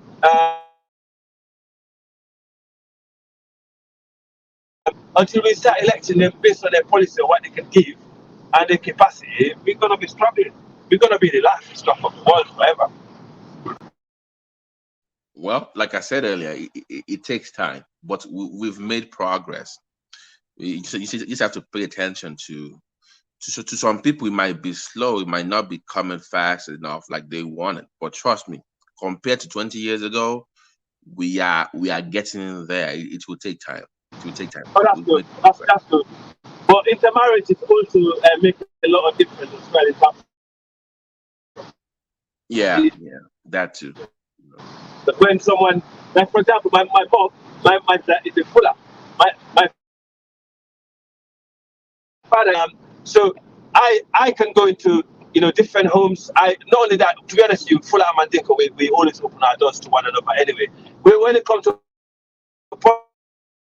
and then after whatever, we all get together, eat, laugh, and talk about it, and we criticize the president whether he belongs to that tribe or this tribe. So we look into it, and criticize them and bring them down and bring someone else in. But it's not because they belong to that ethnic group. Some countries, to be honest with you, some of our countries in West Africa still are like Nigeria, but not all of them. Some of them have moved away from it. Some of them have actually still stuck to it, and it's still poor. Until it's education also, I think. The more educated people are, the more they're exposed to the facts, the more they are able to make the right choice for themselves and their people.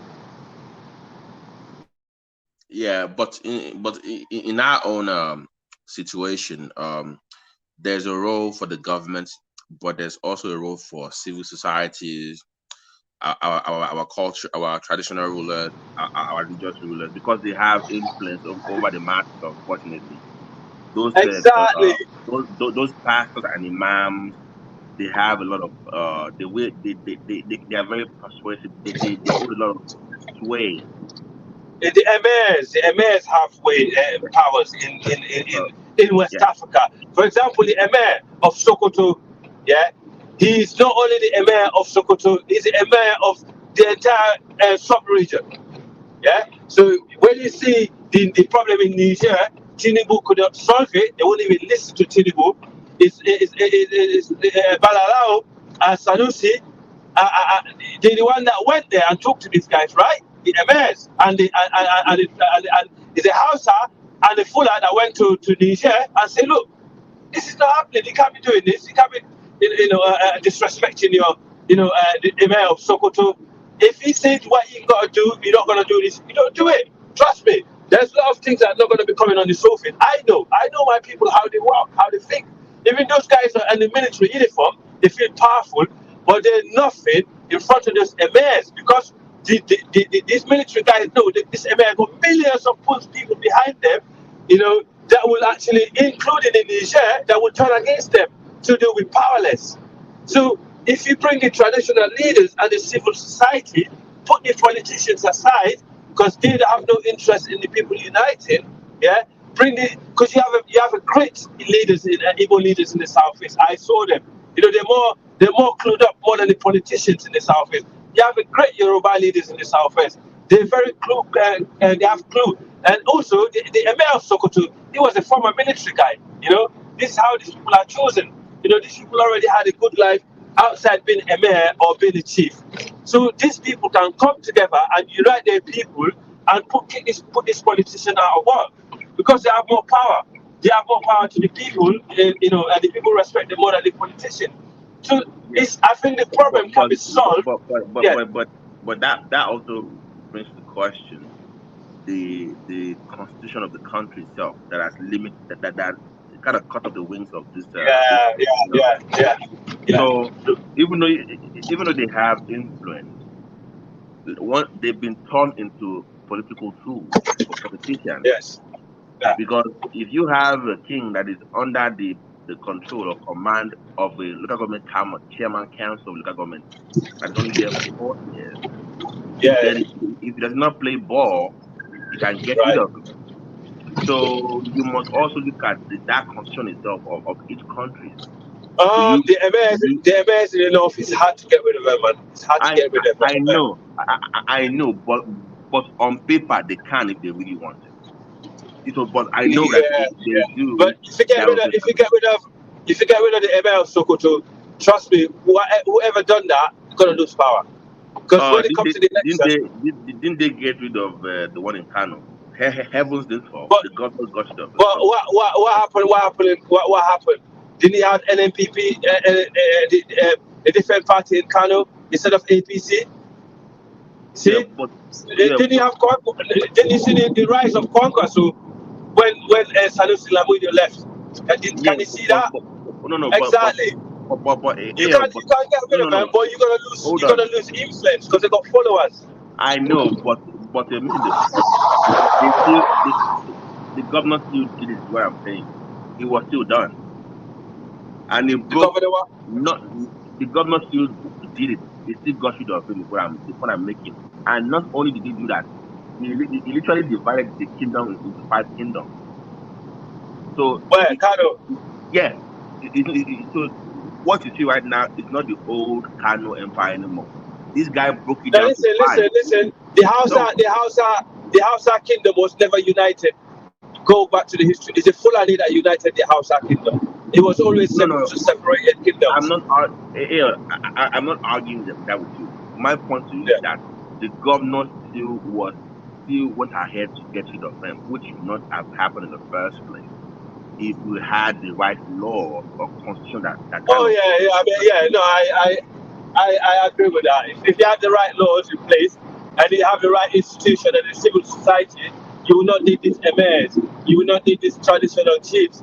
All you need is a decent government, system in place that everybody follows. But unfortunately, we don't have that, and also there's no unity, in our countries, without our traditional rulers because they have more influence. Politicians are temporary, but these guys are pretend to be permanent. See? So it's a different And do you power. know? Do you know what are the reasons why they got rid of him?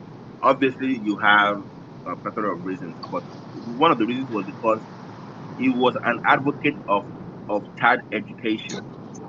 He was promoting Uh, Western education in the North, and you know how they feel about that once you start talking about Western but you education. see, this is one thing I don't care about my people in northern Nigeria. It's one of the reasons why I come to this platform a little bit because I speak to my cousin, and he thinks more like me. He's more liberal minded and stuff. But why our people in Nigeria are so different to the others in the West African region? Because we value Western education as much as we value religious education. So I don't know where they get this extreme views from. I'm completely baffled by it, completely, and it's holding our people back because they're not educating the population. And And if this you continues, know, yeah, so literally that is breeding ground for terrorists because when you have over 20 million kids roaming the streets right now, what do you think will happen to them in the next 20 years? They become oh yeah, unproductive, oh yeah, and Boko Haram, yes, Boko Haram, yeah, yeah, but they will be easily induced with money to yeah, join those groups. And yes, but the way the world is going right now, where yeah, we have AI, we have tech, computers. How are they yes, going to survive in the next wave of evolution? Tech yeah. is the new oil now. But what are you guys doing in the south to go to the north and educate these people, regardless of what their AL, politicians think? Yes, hold on. Do you know one of the reasons why Good Luck is from the south, right? It was the president, right? yes, He yes, built he built schools in the north because he's a professor, he's a PhD holder. He was yes. promoting that, and one of the reasons why they turned against him was because of that. Do you know what happened to those schools? They were turned into madrasas. The schools See? he built for them in the north for this so-called Western education. After he Right. lost the election, they were turned into Muslim stuff. See? So that is the that is the, that that's the reason why don't like Buhari because if anybody could have championed that in the north that had the credibility, it should have been Buhari because he Well, had the you know the problem. credibility. You know the problem with Buhari. Yeah, Buhari was a military man. First of all, Buhari, whether you like it or not,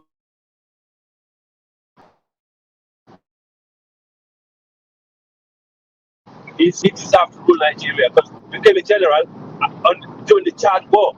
Now we know Chad it's been a very troubled place over the years in West Africa. He went there. He's out of the three of the soldiers. He's the only one that came out alive. That war was dangerous. The whole West African region, we know about the Chad War. But Buhari came to power as a military guy, then got overthrown. Then he came back as a civilian, ruling like a military. He trusted his governors. Anyone that come in, yes, oh yeah, I trust you. You can do. So he let his governors run him around like a military general. You know, he just gives command. They go and do this. He don't follow up. Over the years, over time, the place turned to hell. You know, that's why military guys are no good for power because they don't have the strategic thinking to be a politician. That's why. Okay. On that part, I agree think with you. Tinubu would do better than Buhari because he's not a military guy. No, He's a politician. Yes. He's a I get politician. you, but Yeah. There are some military guys that are good in power also. Yeah, know, very wrong. Yeah, some, but it's very rare. Okay. I mean, in the world, not in Africa, in the world. Okay.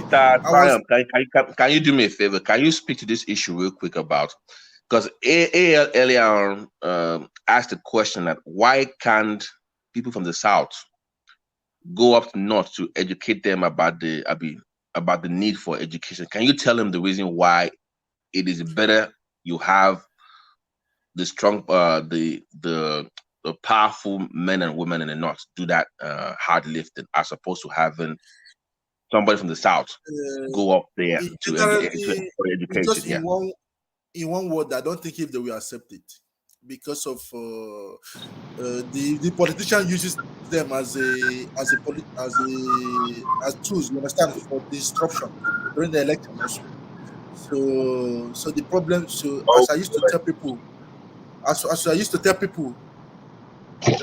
the white people here that the people that can solve African problems are African.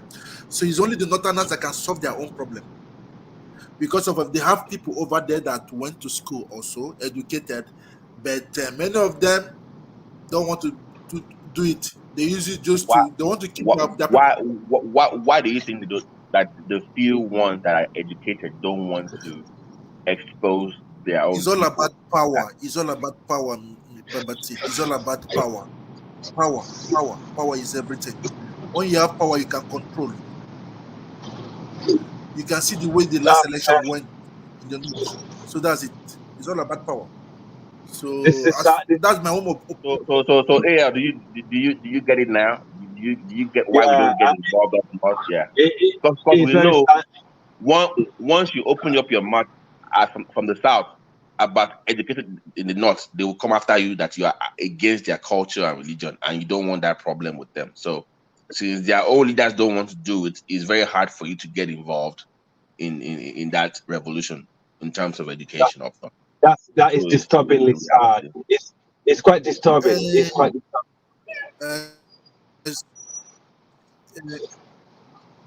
AL, please, can I ask MBT, Babati, this question? Because unfortunately, I wanted to make this question also to be list. You understand? You people were saying earlier that BT, I don't that brought this subject up. You said earlier that according to the former president Obasanjo, OBJ, you said that you were not happy when you saw giving orders to the kings and to the chiefs, to the ruler chiefs in Nigeria, told them to stand up and told them to sit down.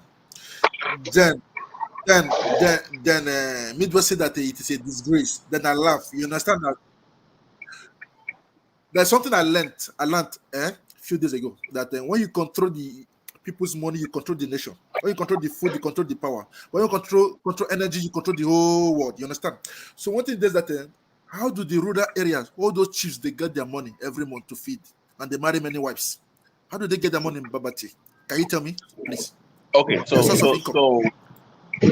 so I mean now let's clarify something quick now. So those Obas that he was controlling, that he was commanding, are not who we call, they're not first or second class kings in Yoruba land. So they're like maybe your third class, fourth class, and therefore so on and so forth. So those ones oftentimes make money Okay. selling land. So they sell those community lands. So they get money from selling land pretty much, and agriculture in those rural areas. That's how they make their own money. And they also do According tight. to They give. Babati, I want you to be honest with me. Oh, I have my you own. mean You understand? you mean the They monthly make their stipend money. that they get? Yeah. They get Yes, let them get their money. they so unknown to many people, the money that comes to your local government council, there's a share of that money that goes to them. So those money Thank you that very much. And I wanted to it goes to ask them. Yeah. also, Midwest, how does the Oba of Benin get his money? That one is different. Do you know why? Let me give an example. You know, there's a reason why I I'm going said to let you do it. I'll come back in a minute. Yeah, just okay. because I'm doing something. Yeah. Okay. Triumph. There's a reason why I mentioned first class, second class, or third Yes. class. Let me give an example. The Alaki of Egbaland gives out over 100 titles every year. Just ceremonial, not like anything within the Yoruba, but ceremonial. Do you know how much people pay for those titles every year? Almost 500,000 to 1 million naira. Every year. So every year by August, you will see people just getting titles to something. So it makes money on its own. It does not really need government to get money. They will pay for him to come to America, first class flight. They will give him money in London, Brazil. So those you see those Onion of Ife, those about Benin, those first class ones, on their own, they make money. They don't need government to give them anything.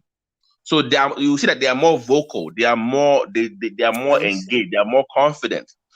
But the third tier, fourth class that still need money from a governor, that one cannot say that much. It does whatever they want him to do. So it depends on the class of that you are discussing now. So that's the best way I can respond to that question. So when you are on your few years ago, a governor from the north removed the emir of emir. Understand? Right. How does he has that kind of power to do that? Because I listened to the news. Because under our constitution right now, that emir is under the control of a local government chairman. Actually, before you leave to travel, if you want to leave your kingdom to go for medical checkup or anywhere, you must write a letter to your council member in local government that you are leaving, and they must approve of it. A governor. Is that bad? Governor has power. No. Not governor. Council chairman has power. Okay. Forget governor. That one is even too high. The council chairman in your local government has more power than the Onion of Ife, than the Oba of Benin. Midwest, please come back. Yeah, so that is maybe so. If they really want to deal with Oba of Benin, forget governor. They will just use the council chairman to embarrass him, and that one can even summon him to his office by law. He can't do that. Not because governor. They all collect allocation from the federal government. We all know that very well. Even before you become before you can become a governor, you have to give your allegiance to them, that you'll be helping, assisting them, also assisting them before they get behind you. You understand? So I like the way he was talking about Edo, but what are the development in Edo State today? You know what happened is that the reason why they will not do even their roads, I saw something on there. It's not everything. If really, that's why I did. Forget about the governor over there. For me, just forget about them. Why can't the citizens there? I see them everywhere. They complain. They brag about their kingdom. Repair the roads for them. Now. Do everything for them. Now. Build schools. Leave the government alone. Even though they don't want to do something. Do it. Do something. Trump, I say I'm with you, but you also have to understand that what happened in 2003. If you remember, when they return power back to when we went back to democracy, that first 4 years, if you remember, governors were still holding elections. Councils were still getting their money from Abuja directly. It was after 03 that Atiku made that deal that they started giving their money to states. Before, they get their money directly from Abuja. So people, if we're councillor, people are more involved in the local government council issue. Nobody really cared about it because even back then, councils were doing roads. They didn't even need state. Councils were fixing their own roads. They didn't even need state government. But that 04 thing, once that happened and the money was going, their money was going to the state, that is when the wahala happened. So you must also look at that as well, that changed the dynamics of people's involvement in government. Because people are involved though. Trust me, people are involved. That night, people are involved. Because your chairman was very powerful now. He was controlling taxes in his own those markets. They were doing what's it called? Environmental whatever. Clean up every week or every other week. In Lagos, they still do it. I heard that is every Thursday. No, that was stopped. One idiot went to court and won. That's why they stopped it now. One person went to court that thing was inconveniencing him, and they canceled the whole thing for the whole state. Go and look it up. That's the reason they canceled it now. Yes. One person went to court and said that thing is legal, that the environmental transition is legal in the state, and he won the case. I don't know how he won, but he won. So therefore, they canceled that. But those things were done by chairman because they were making money from it. They will have the waste stuff, and they will charge each household monthly fee. That is it. Every month you'll be paying to get your refuse. Your refuse they were taken care of. Even water they were making money. But what happened? The state took over those responsibilities from them. And from that on, we had no real council what's it called? Election anymore. Just get there. Normally, they have to have local government chairman and councillors. I remember those. Yes, now, yes. Because Midwest was telling me that I'm not in Nigeria. I just laugh. And back in the days, your councillors now. Councillors too, they're happy they can choose anybody. Because time up. You almost know who your councillor is because it's one guy down the street now. It's like you know who that person is. He's one of your neighbors. Probably went to school with him. So you can talk to him directly about, guy, what's going on about my road now? How far? It was easier to deal with him than go to the governor now. So they should bring that back. They're going to bring it back. They're working towards it. I know that they're working towards it. But your governor, they are the devil now. You see, Triumph, let me be honest with you. I have narrowed it down to two groups of people in Nigeria. That is Nigeria's problem. The governors and the civil service. You see those two, they are the Nigeria's problem. Civil service and the governors. Because now civil service go tell governor, go tell minister how to steal money. He knows where the money is going. Because you're even speaking broken, I can speak broken too. One thing that I was trying to explain things. You understand earlier when the Midwest were talking. I was just laughing, pretending that where did I came from? I said, what kind of question is that? And I told him, he asked me the local government, and I gave it to him. I almost told him where I'm from. That's where, but I was born and brought up in Lagos. I speak, I understand. Now I've forgotten many things. Except I started over again. But I understand Yoruba A to Z. I got A1 in Yoruba. I remember. I'm a proud Nigerian. Even what they could don't mention my name in the Paris embassy, they know me very well. They're always happy calling me. I have to be honest with you. Even when for some reason people from Benin, they are very, I won't say proud, but they are very protective of their culture. So they are very sensitive of their history. So sometimes I try not to engage, not because I don't know the truth or I don't have my facts, but when people get too emotional about a topic, Yeah, when I it said comes the truth. to, That's why. I That's try where to sometimes when I was working with when my it comes to that space and it comes to okay, a do of please. Benin people, just let it slide. Sometimes just don't even bother, because I've noticed that with some few Okay, people that from that place, their own emotional attachment to their own king is very unique. It's very peculiar. So just take it that way. So don't so if you try to engage, if it gets too testy, I have, don't I bother have, because I remember yeah. I have about 5 of them. You understand? The, understand because yeah, for them to get their stay, you understand? I used to help blacks, you understand? Because I knew that when I came earlier, I passed through the same thing, you understand? But now I'm privileged, and I know the system very well. So sometimes I do things I'm not supposed to do. People come and ask me. You just bring somebody to me, say, please, oh, is my close friends to me. Tell me, please, oh, help him, please. Then I just a little later, they got it within 3 months. They have a stable life in Europe. You understand? One thing is that I'm not happy because of I would like to do the same thing back home in Nigeria. That's why I don't want to talk too much to bring up my identity. That when I start doing it, then I can say this is real me today. But now I'm not hiding myself. You understand? What is that?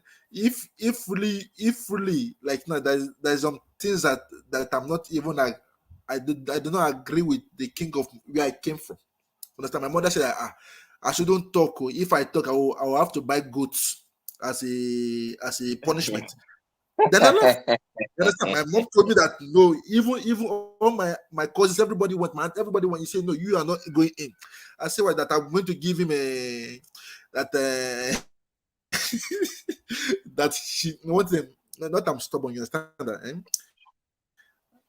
There's a technical question I'll ask. If you don't answer me very well, I just stand up and move. He said that is it. You understand? I just keep quiet and look at you. So one thing that now my mother know, even my uncles they say no, you don't go in, don't go in. I say why? They say no, you just stay outside. I understand. They told me that I'm too European, not European. You understand? It's just that I know what is good and I say it out. Finish, and it helps me everywhere I go to. But that is your own perspective. So you have to be cognizant of the fact that people might not see that same thing the same way you see it. So is how can you effectively communicate your position to them and convince them to see that same issue the same way you see it. So the onus is actually on you to convince them, not the other way around. Because if you believe you know better or you're right, you have to be the one convincing them, not the other way. So that's just the way it is.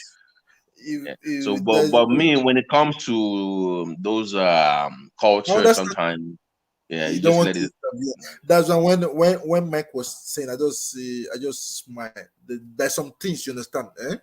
There's some things. I grew up in Lagos. I grew up in Lagos. I'm a born Lagosian. I was born in, if I can just show you my passport, I will show you. In Nigeria, I have Nigerian passport. You will see there, live and clear. I was born and brought up in Lagos, but I'm from the what do you call it? According normally, it's supposed to be where you are born from. Your place of birth should have been your state. I don't know why they don't practice it in Nigeria, because in Europe, your place of birth is your country, is your state, everything lies in it. That's just it. But I don't believe that Nigeria will be great. With time, will be great. It's weak diaspora in the diaspora that So will go back home. do you think that they should remove the origin requirement? You know how they have state of origin, they still have it. So do you think that they should Yeah, they just should remove do it. They should remove it. they They should should remove remove it. that? But you Yes. know, people are very like Lagos, for instance. Now they are the minority, not Yoruba, just the Aworis. They're the minority. So it's a way of protecting the indigenes of states. Because if you then remove that requirement and you have majority not from, you will have you remember what happened in Jordan now, like years ago when they had war in Lebanon, and there are about 500,000 people that live in Jordan. And overnight they had about 2 million people just show up in their country, and so overnight you just had 2 million people take over, and they were the majority. So you don't want that kind of like wait a minute. So you even Dubai, you see they have laws that guide against, even though you can live there, it still gives some leeway where the indigenous there still feel like they are still in charge of their My, country. So my you will friend, have laws. yeah, I understand what you're saying, but it's a very complicated one. For example, I'll give you one. One man came on earlier. He said, "Oh, Fulani, Arab, blah blah blah blah." Well, you know the funny thing is, Fulani been in West Africa before so many tribes. This is a written fact. We've been in West Africa as indigenous people before so many tribes. In fact, the Wolof in Senegal, they came and settled in our region. Yeah, but today, if you someone say Wolof, Senegal, Fulani Senegal, who do you think who's gonna be looked at as a native to Senegal? The Wolof, not the Fulani, but the Wolof came after the Fulani. So the reality is, due to migration and intermixing and communities movement, is a very difficult one. But I can see why some areas will actually, want to protect the indigenous Yeah, tribes. because you must allow time. So what that also does is Yeah. it allows time for assimilation. Okay, Yes, so people come in yes, slowly. slowly. They kind of they start speaking the local language. They assimilate into the culture. But if you just throw it open overnight, that will be a disaster because there will be clashes. Oh yes, There overnight. will be Yes, different true, interests. true, Yeah, you don't want true, that. true, Yeah. true. Because no, I But agree with if that. there's development everywhere, you people will not be complaining that this is my tribe, because there's some place are more developed than others, and again, some people use it to benefit their own pockets. They use it to benefit their own bank accounts. That's it. I can take an example in Nigeria. I know about when people are complaining. I say, why? Well, you took money, then they kept quiet. You understand? So that's just it. What is it that But if they can remove the China, let me ask you though, isn't that an indictment on because when people celebrate Lagos's booming population, it bothers me because it's an indictment on the other state in Nigeria. Like if people keep moving to Lagos, to me, it's not good for Nigeria because that people should be moving all over the place, just not thank Lagos you or very much. Abuja or Port Harcourt. That is not That's good what for I would Nigeria. like If to, you for me, have this I would movement, like to I should relocate be seeing people going to But Sokoto, Boyin, to not just Lagos. It's not good for but Nigeria. but that's I I would like understand that, but that's not to do with the people. That's to do with the government. We haven't put things in place for that. I Because agree. people I are agree. gonna, I yeah, agree they're gonna. because Lagos is what is the smallest state in Nigeria, and they're going to have 40 million in the next 15 years. They're going to have about 40 million people in Lagos I State. think that's why. I think that's why Buhari made a lot of effort to in Ebony State. Because when you look at Ebony State, it's a top class state now, isn't it? You've got loads of stuff going on for them, and I think he invests a lot of money in Borno to wipe out insecurity and stuff like that, and if you rebuild the city, stuff like that. I Hey, think he did quite well in no, no, terms of integrating the government. no. Hold on, No, because okay. I don't know. earlier, I'm just no, yes, I don't know. I'm with you, but earlier on, remember I said they yes, are opposed to Western education. So yes. you can build everything you want to build. If your kids are not educated, it doesn't make any difference. You are already it's a breeding ground for terrorists, anyways. So it does not matter what you build. If they're not going to Yeah. school, they cannot read and write. No. That is a disaster That waiting to happen. it's So a really worrying it's a really worrying trend. What you guys said earlier, I am actually really, I've thought about it. I'm thinking, is what is going on? Is that someone trying to hold the population, my people down, hold them backwards in Nigeria by doing this, or my people in Nigeria, they've just been so brainwashed, by foreign it's religion. a more of a cultural system, the oligarchy where the few rule the many. But Is why the why system. why the Fulanis in the Guinea Coast, majority of the Fulani in West Africa do not do this kind of stuff? Why? Even the form of what's it called? That Islamic system where the kids go out begging for funds and what's it called again? Remind me of that name. The system What is it? that educational system of the kids. Almajiri system. The Almajiri system. Do you know what happened during the World Cup in Qatar? Turns out they also have the same system, but it's a completely way it's being practiced. It's not. It's not the one we have in Nigeria. Is something like slavery, where they fend for themselves. They go beg for money, but they are still in school to be taught Islamic. So the way is done in Saudi and all those other countries is completely different from the way it's practiced in Nigeria. So you ask Exactly. yourself the question: Yeah. where did they get this system from? Is it Islamic? Because they label it as Islamic, and clearly it's not, because Islam came from that part of the world. So if the people that made this system don't do it the same way you are doing it, why do you continue to brand it as that? Yes. See what I'm saying? Yes, I So understand. so Nigeria needs to find a way to get rid of that system. That Amajiri system has to go. Are the It Arabs has to go. are the Arabs doing this to keep our people down? No, bro. AL, go and look at the way that it's done in those countries. It's completely Yeah, but different. are they doing it in Nigeria to keep the black Muslim population, poor, and why they carry on practicing their own ways, but they're doing it the other way around to benefit their own? Because the Arabs and the Europeans, we know their agenda in Africa and the stuff that they've been up to. No. Hold on. When it comes to this issue of education in the North, we can't blame the West for this. This is a Northern I'm Nigeria. talking about the Arabs. I'm talking about the Arabs, not the West. The Arabs, because they're the one that No. brought. It's not even Arab issue. It's a Nigerian problem. It's not an Arab problem, because those guys they are still open to what we call education, right? They still study that.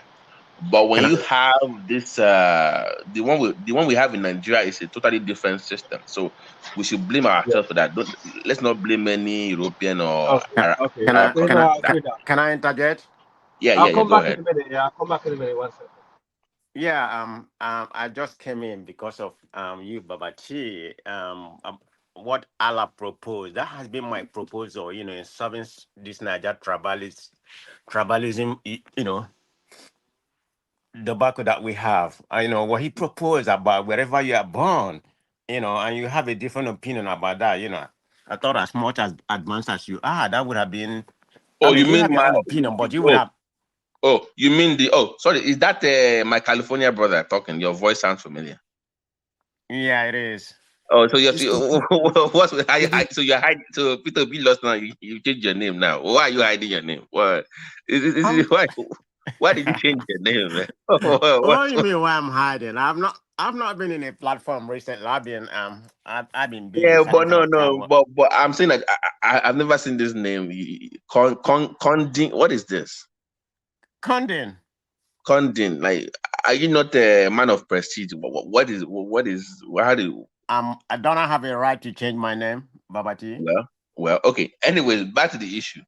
I was not opposed to state of war. Don't get me wrong. I was just saying in the context of where we are right now. We've not evolved to that place yet. So maybe you said something about overpopulation of Lagos. Yeah, that's true. I mean, the other state need to be developed so people can migrate to different areas. Everybody can be coming to Lagos. But but that was a different topic about the spread. I was not discussing that in the context of indigenship. Me discussing Lagos in terms of overpopulation was in terms of we should have development across the country. I was not. That was it's two different. Sorry. Okay. Yeah. I thought maybe I misunderstood because I was just saying that it shows that the failure of other governors is the reason why people are trooping to Lagos. Right. To have but in terms of the indigenship, that was a different topic about. Okay. I mean, I misunderstood it because I just logged in. I thought, that's the only thing I had. I just had that soundbite. I thought you opposed to that. I said, let me see where you're coming from, But I'm still, I always did my proposal to solve this problem. I'm happy being the same platform with man of prestige, I know Mr. Manifest. Do you know that he's always trying to expose his arm, like in the gym, like that he's lifting weight, always brag like it's I know. It's so like shows that who is he it's a bit too much. trying to get girls or something, trying to get women on the platform or something, always showing his muscles. Baba T, I'm gonna send you some apple. Like I told Kulata, I'm gonna send you some apple that will give you some energy to work out. No, forget about it. And I'm like, doesn't help.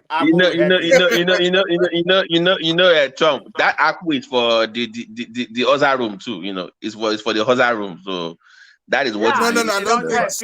don't think so. I don't think so, really. Why? I don't think so. I don't think so. One thing is that is good is according to the during time of COVID, I heard that many people that ate cassava, this Gary, they all impregnated their wives. You understand? They make children. So let me, it's good for reproductive. According to the last study, honestly, I'm just Kulata be messing with me. I'm just kidding. I don't even eat that apple, even when I was in Nigeria. To be honest. Really? It's not. It's not good for my system. What do you eat then? What do you eat? Cereal? What do you mean? What I eat? Cereal? Huh? Burger. Is this cereal? No.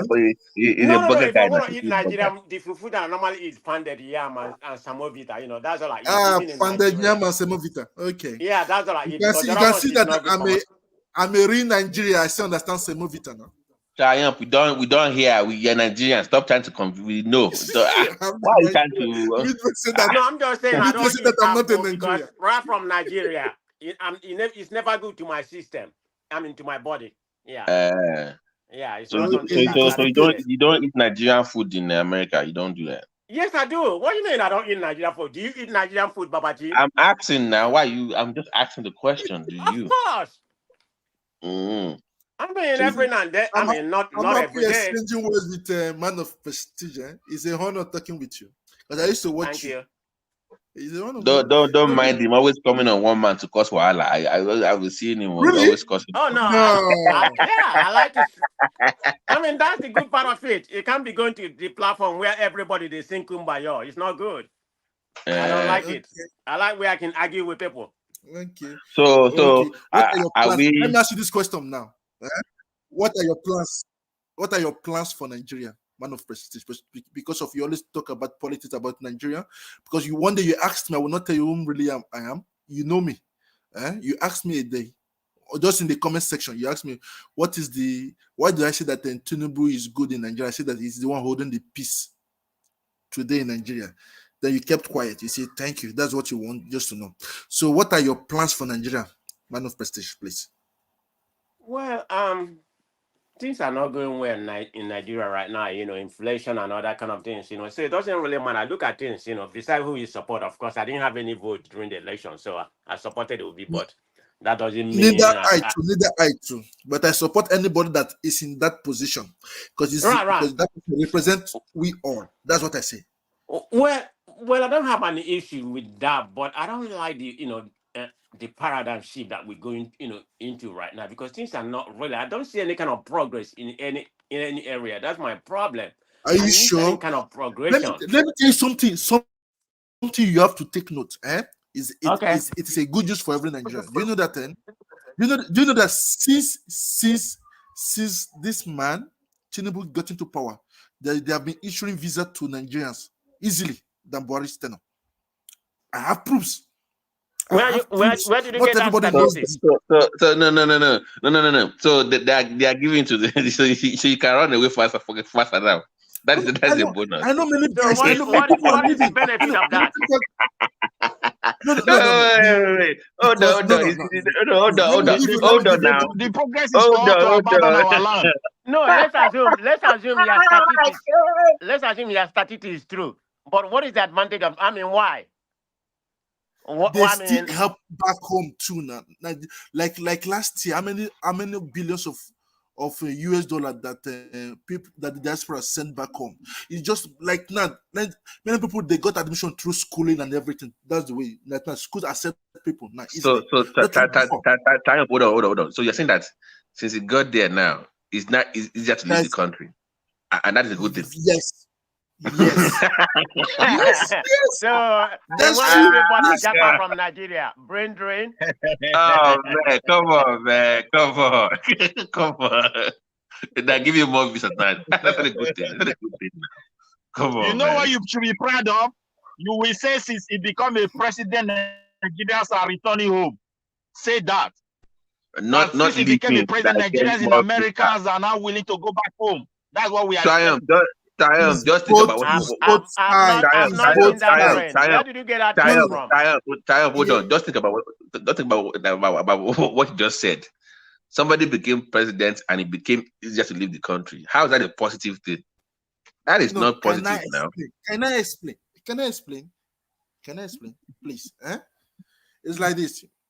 People that wants to go for business, external, they want to travel out of the country. Formally, they don't give. They say, stay back. They refuse. Even for school, they refuse. Now, even before paying your school fees, they will issue you visa. When you get to that country you're going to, then they give it to you. Then you start paying. Formally, look you pay at what everything. you said. What you said is not even possible. I mean, before they issue, before you pay school, they issue visa. I mean, I don't see the The moment you got admission, they give it to you. Prestige. You have to give the Interior Ministry credit. That guy, the Interior Minister is. By December now, you can actually do all your passport stuff online and just go and do biometrics. And I know about that. That one is doing its job now. That one is very effective. So you can't say everybody is not. So there are some areas that are so far they are doing their job. There are progress in my country, Nigeria today. Many progress. Not even foreigners start. Forget about the certificate case. Many guys are complaining of. They are now Nigerians are having respect now. Wait. The progress excuse, make you list them. You list one, it's so funny. Say another one. Midwest, yeah, something else. Midwest. I don't know what is. Midwest is right. Which right?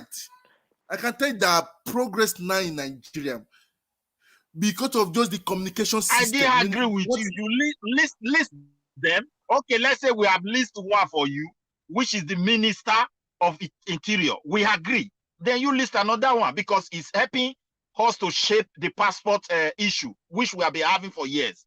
And he has done marvelously. We agree with you. But when you talk about people are leaving, that is not an achievement. Like now for the investment in Nigeria now. Investment now in Nigeria now is even more easier now for you to open a company and again for you to do things in Nigeria.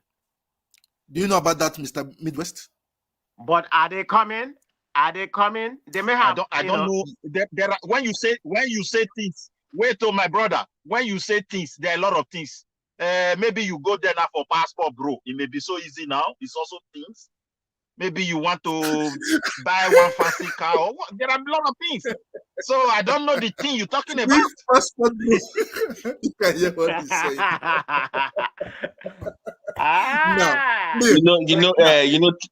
Triumph. The money is about the money for the dollar now is now over 1,100 right now. The exchange rate. No, according to this money, is 1,100. And now, yeah, 1,1 right now. It doesn't matter. The parallel market went down a little bit, but the normal exchange rate went up a little. Normal exchange rate from the bank. The dollar. Real dollar to dollar. Went up. Not the black market, but the black market went down just a little bit. But the real exchange rate went up. But that should be to your benefit if you are exporting. That is the problem we have. Like black market went down. I thought it went down a little bit. The black market is going up. I don't see anything. But I thought it went down a little bit compared to yesterday. That's what I'm saying. Went down. Yes, no way, my brother. Only this week. Wait, only this week. Wait, only this week. Euro euro was I think 1,035. Now it's 1,080 something. The dollar is even higher than the euro because it's so scarce. Yeah. No, you are right on. You are right on that. That's what I was just saying. We're talking about black market that fluctuated down a little bit. It doesn't mean anything, but just on the conversation we're having. No, one thing is that I know that Nigeria is progressing. It is the black Even market though that is Mr. keeping the Midwest, economy. you don't see Mr. Midwest. Wait. When you say Nigeria is, that does Do not you mean know if I that doesn't Rome agree is not with built in you a day, to Mr. just Midwest? praise my country, that does not mean I'm saying Nigeria is not progressing. I'm not saying Nigeria is not progressing. I didn't say so. If I don't agree with your point, are you hearing me? If my Nigerians country are is progressing, but we have progressing. problems. It's just that we have to work on the mindset of people back home. That is it. Their mindset are different. The people are very fantastic people. They are very fantastic people. We have great people. We don't have up to now. It is the government that is problem to the people. So there's no two ways about it. If the government wake up today, we just use the passport. The governor, yes. You understand? It is the people back home. It's their mindset. It covers everybody. Wait. It's their mindset. My brother, let us not argue over everything. Every mindset is always with human being. Positive and negative goes with everybody. It depends on the privilege that you have to carry out the mindset you have and the moment how you control it. If what is going on in your society is not controlled, the mindset will go out of control. And that is a problem we have. So the Nigerians are very great people. You go to America, they respect law. Can you hold on, please?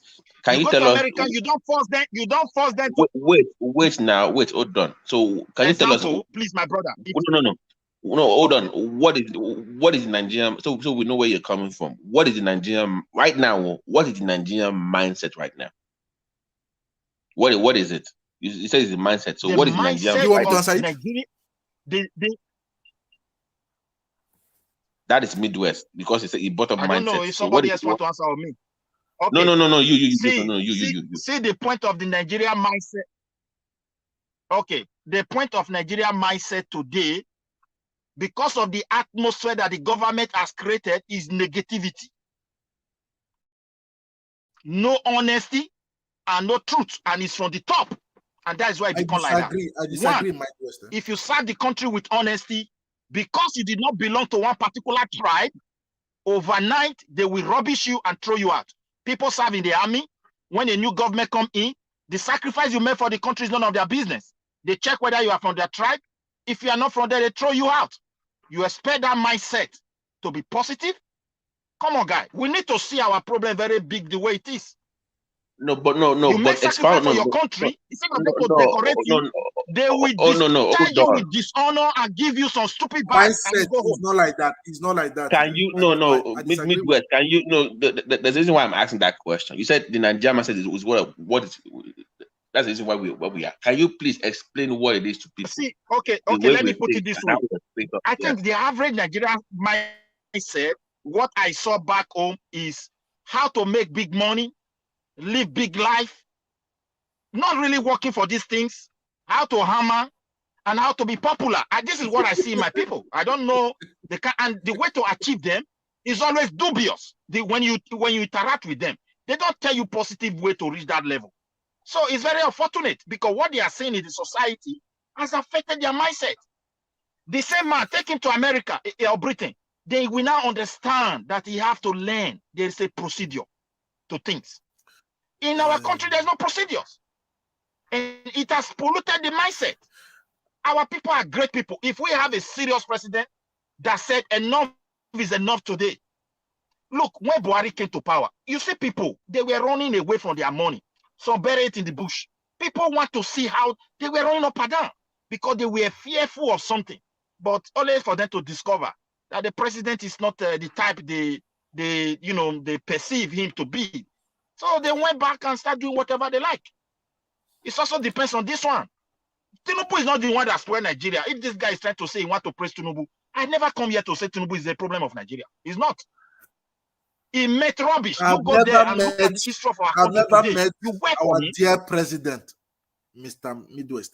I'm not here to promote anybody. You go and go there. If you have conscience, if you are a man with conscience, anybody they Yes. saw in as the president of Nigeria, you will work for that person. No, to be frankly speaking, with what is going with the reality on ground. I think this is the only way I feel I can explain a little bit. No, that person Can, can.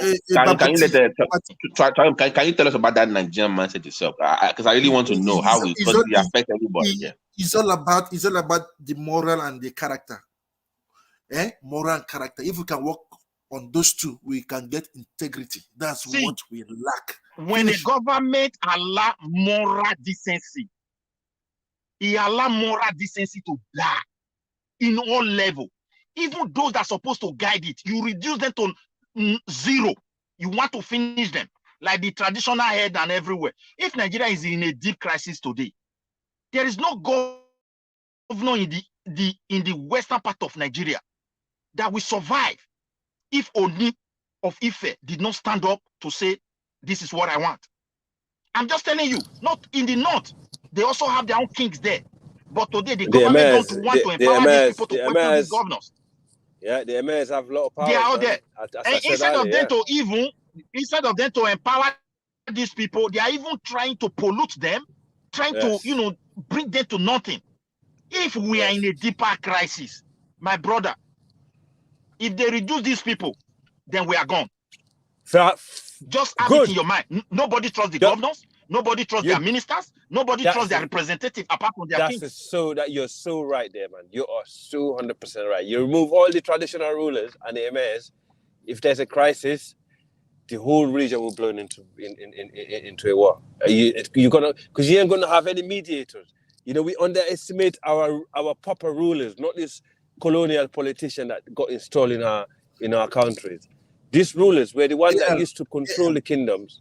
Yeah. AL, you know that I'm listening. Rural tradition, they're all privileged.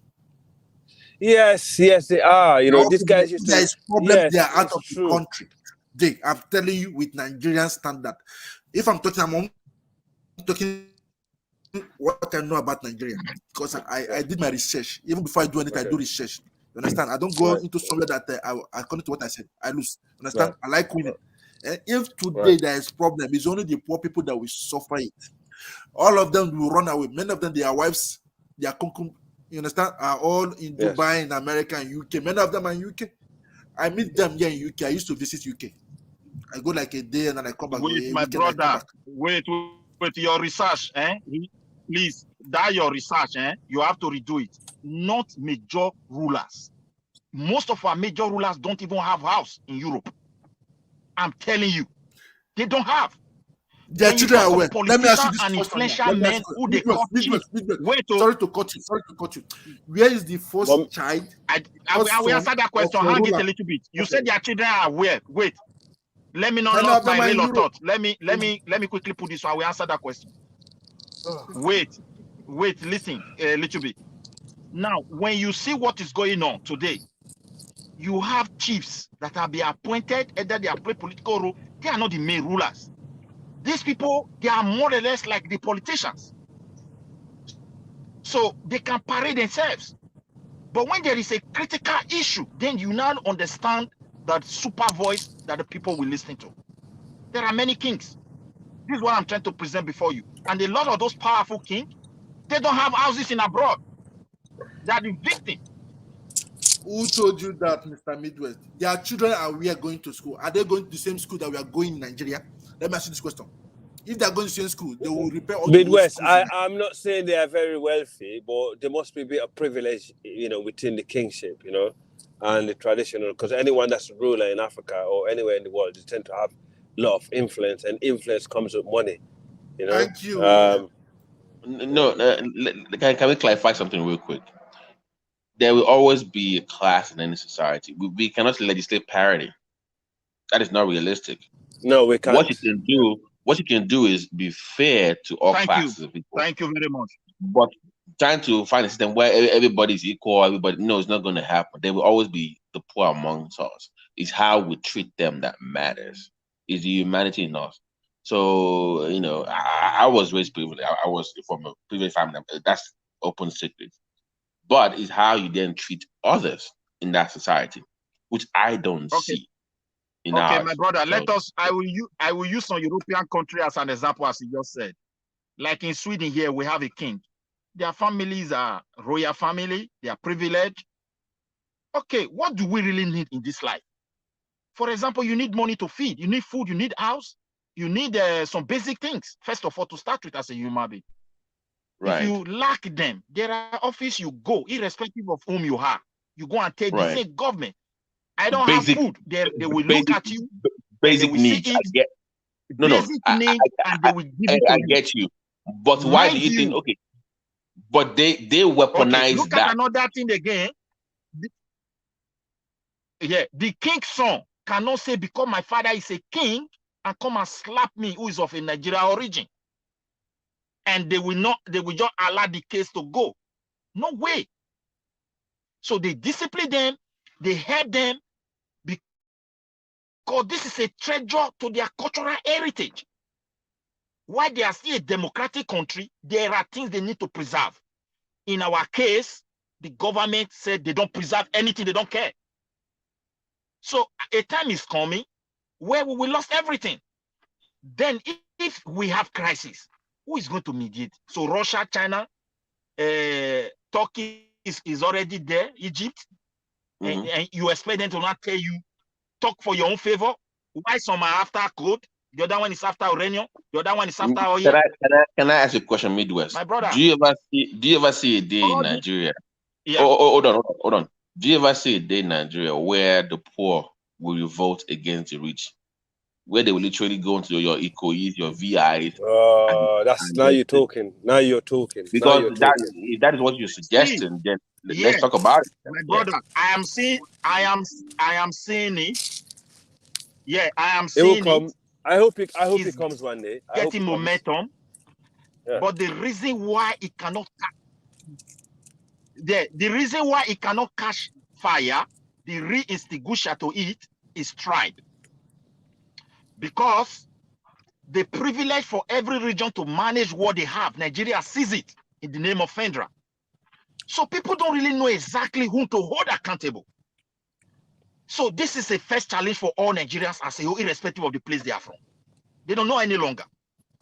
So because of the way the country is being structured. And two, let me take for example, when you say the poor want to rise against the wealthy people, I use my Benin for example. The few rich men that we have, and you are rising against them, I am going to protect my own. Have it in your mind. I will revolt against such a thing because these are my tribal people. I can't see them be held accountable for what is wrong in the state because of the way Nigeria is being structured. He also boiled down to the Yoruba. For example, now, if Tinubu, let's go to the previous president. When he was in power, everybody had to praise him from the north. Now, if there are limitations, there are things you want to do against him, the entire northern people will say, this is our own. We can't let it be like this.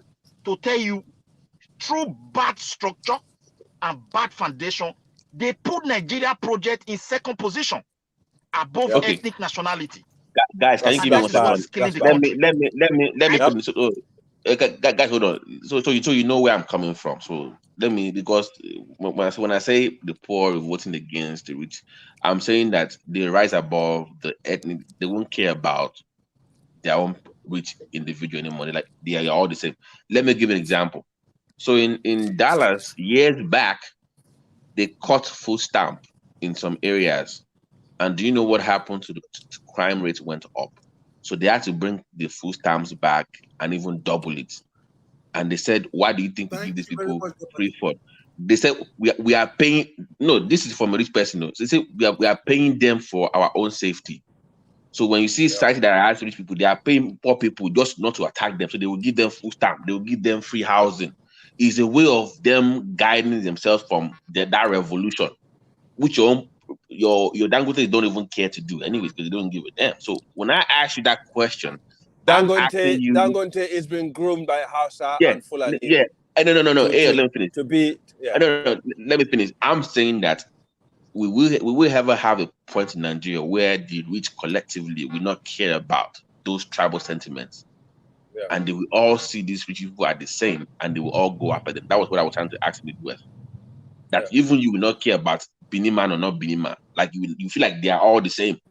Will we ever get to that point, Midwest? It's what I'm asking. See, we will never get to it. Let me tell you the danger. You just use one man as an example, like Dangote. No, it I will can't. allow Southwest. I will allow him to It's also good to give be his point. positive sometimes because you Let never me know. land. Let me land. I will allow you to also say your. Let me land my point. Yeah. I will tell you why we will not get there. Yes. Now, No problem. Nigeria, first of all, the way the country is structured, our mindset is not the same. We have a Yoruba president today, but I do understand that the Yoruba people want him to succeed. But with the kind of civilization in the western part of Nigeria, if this man did not perform to their expectation, his people will rise. They will talk.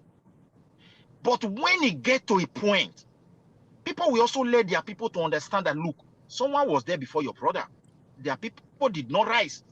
That is when that thing will go down. We have a weaker point that they have attacked. If Nigerians have agreed that our leaders are one, but where will it start from? And how far will it go? Is the question. There are ways they will bring it down. And those Yoruba children will now start realizing this is our brother.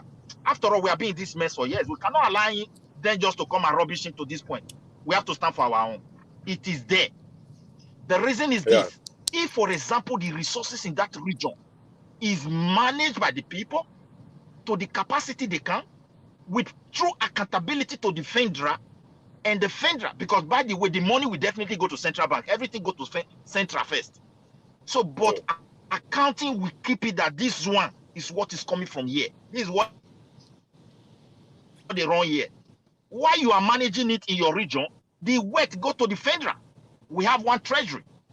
It is good accountability that will not give the total percentage of what is coming there. Then, if it is 50%, they agree that will be going to that region. The government, because those people have it in their book already, and the federal have it on their own, the government will not return it to them, 50%. So you see accountability, if that is happening, then by the time they understand that the work that's supposed to help them is in their place, and someone from their place stole it, when they rise up, they will not mess with that person. But as far as is federal, we don't even know. If not for Tinubu, they try to investigate Central Bank, we not discover even the reserve is a low money set, which is, I don't understand how someone will be able to govern that kind of country. It's so heartbroken. Even people talking about certificate, they should support him to say, we need more revelation about this country where we are. This is not one man issue. After all, you were not the previous president. So this is a very big factor. If you want to do it, even if the Northerners, for example, they are the one that have been so privileged when the military were ruling. So, but today that region is still poor. But the tribal affiliation make us to feel, after all, let's forgive this, my brother.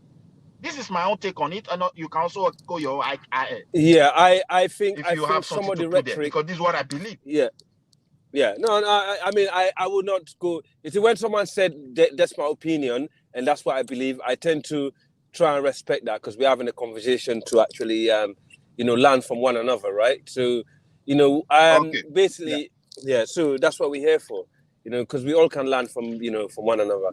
And, this is really important because it's not every day, you get someone from different region, different tribes, come together and try So, AL, do you believe that there might be a rise, that the poor might rise against the rich? You have to. You have no choice. You have to come together. No. I'm saying, do you see that happening anytime soon? And how soon do you think that might happen? I think it's in the next probably 10, 20 years. If it carries on like this, it will happen. You come back to me again because the thing is, people who have enough, they will like, see, my brother, it. see, we will not. Yeah. See, what I believe is this. I don't know if I understand that question very well. For it to rise in the name of Nigeria should remain will be very, very difficult. We pray for it not to start. It will degenerate into tribal, regional crisis. Easily. No. That one is there. And the government have to understand it. No, hold on. No, it's not about It's all Hold on. about us Nigerians divided. Let me clarify the question because I think he's not getting it. Yes. Midwest, I'm saying that even within that, even within your own kingdom, the poor will go after your own rich people. Is what I'm trying to. Yes. I hope you get what I'm saying. It will get to that point. It's not about, oh, my own guy is okay, your own is bad. Did he had what I said about my cousin in northern Nigeria? Sorry, Southwest. What I said about my cousin in northern Nigeria. Going again, do you mean in a revolutionary form or in a crime form? Southwest. Do you mean Southwest? 1 second. I have to answer him because then you can come in. Yeah. So basically, do you remember what I said about my cousin in northern Nigeria? He's very liberal, very educated, travel around the world, right? It only take to have so many of him in northern Nigeria, so many of him that's Fulani, Hausa, and Kanuri of that age to come up and say, right, we don't want it anymore. That's it. They will rise and up. They will just face their own. No, they will not deal with the South. Yeah, just be their own person. They deal with their own problems up there, and then hopefully their brothers in the South will be like, you know what, we had enough also. So you need to build an alliance because you don't have a choice but to build this alliance. That's what your ancestors did in the Southeast, in the Southwest, in the South. They build alliance with the Northerners. That's how they manage to control the country as it is. But they build the alliance for the wrong reason. So if you're going to be doing it, you're doing it for the right reason, it will work. Let me do a little dent here. Just you see answer the question. So what usually happens is, no, I wanted to quickly put this one before you, my brother. Yeah, let Southwest come in. Yeah, I wanted to put this one. Are you talking about revolution time increment, or you talking about coming as a revolution? Revolution will not happen. I don't agree. Let me finish. No, let me finish the question. Revolution will not happen. What usually happens in Nigeria is anytime you have this uprising of the poor against the rich, they always throw in tribal sentiments and religious sentiments just to calm the tension down. Where everybody he was saying that, oh, my own person is okay, so that's what they've always been using to quash that tension. But I'm asking that, will we ever get to the point where when there's this uprising from the poor, that when the rich people throw in the usual fault lines of religion and culture, nobody will give a damn anymore? Like, it will not matter if you're Christian, Muslim, North or South. You are poor, you're tired of the rich people, and you want to go after them. Will we ever get to that point? Is what I'm asking, so you know where I'm coming from. Nobody will care about some Benin rich guy. We will never. We will never get to that. We will never. Unfortunately, Northern Nigeria seem to be challenge our leader in the name of Nigeria. It will never happen. It will not. This is where the lack of patriotism in Nigeria is a big concern for me.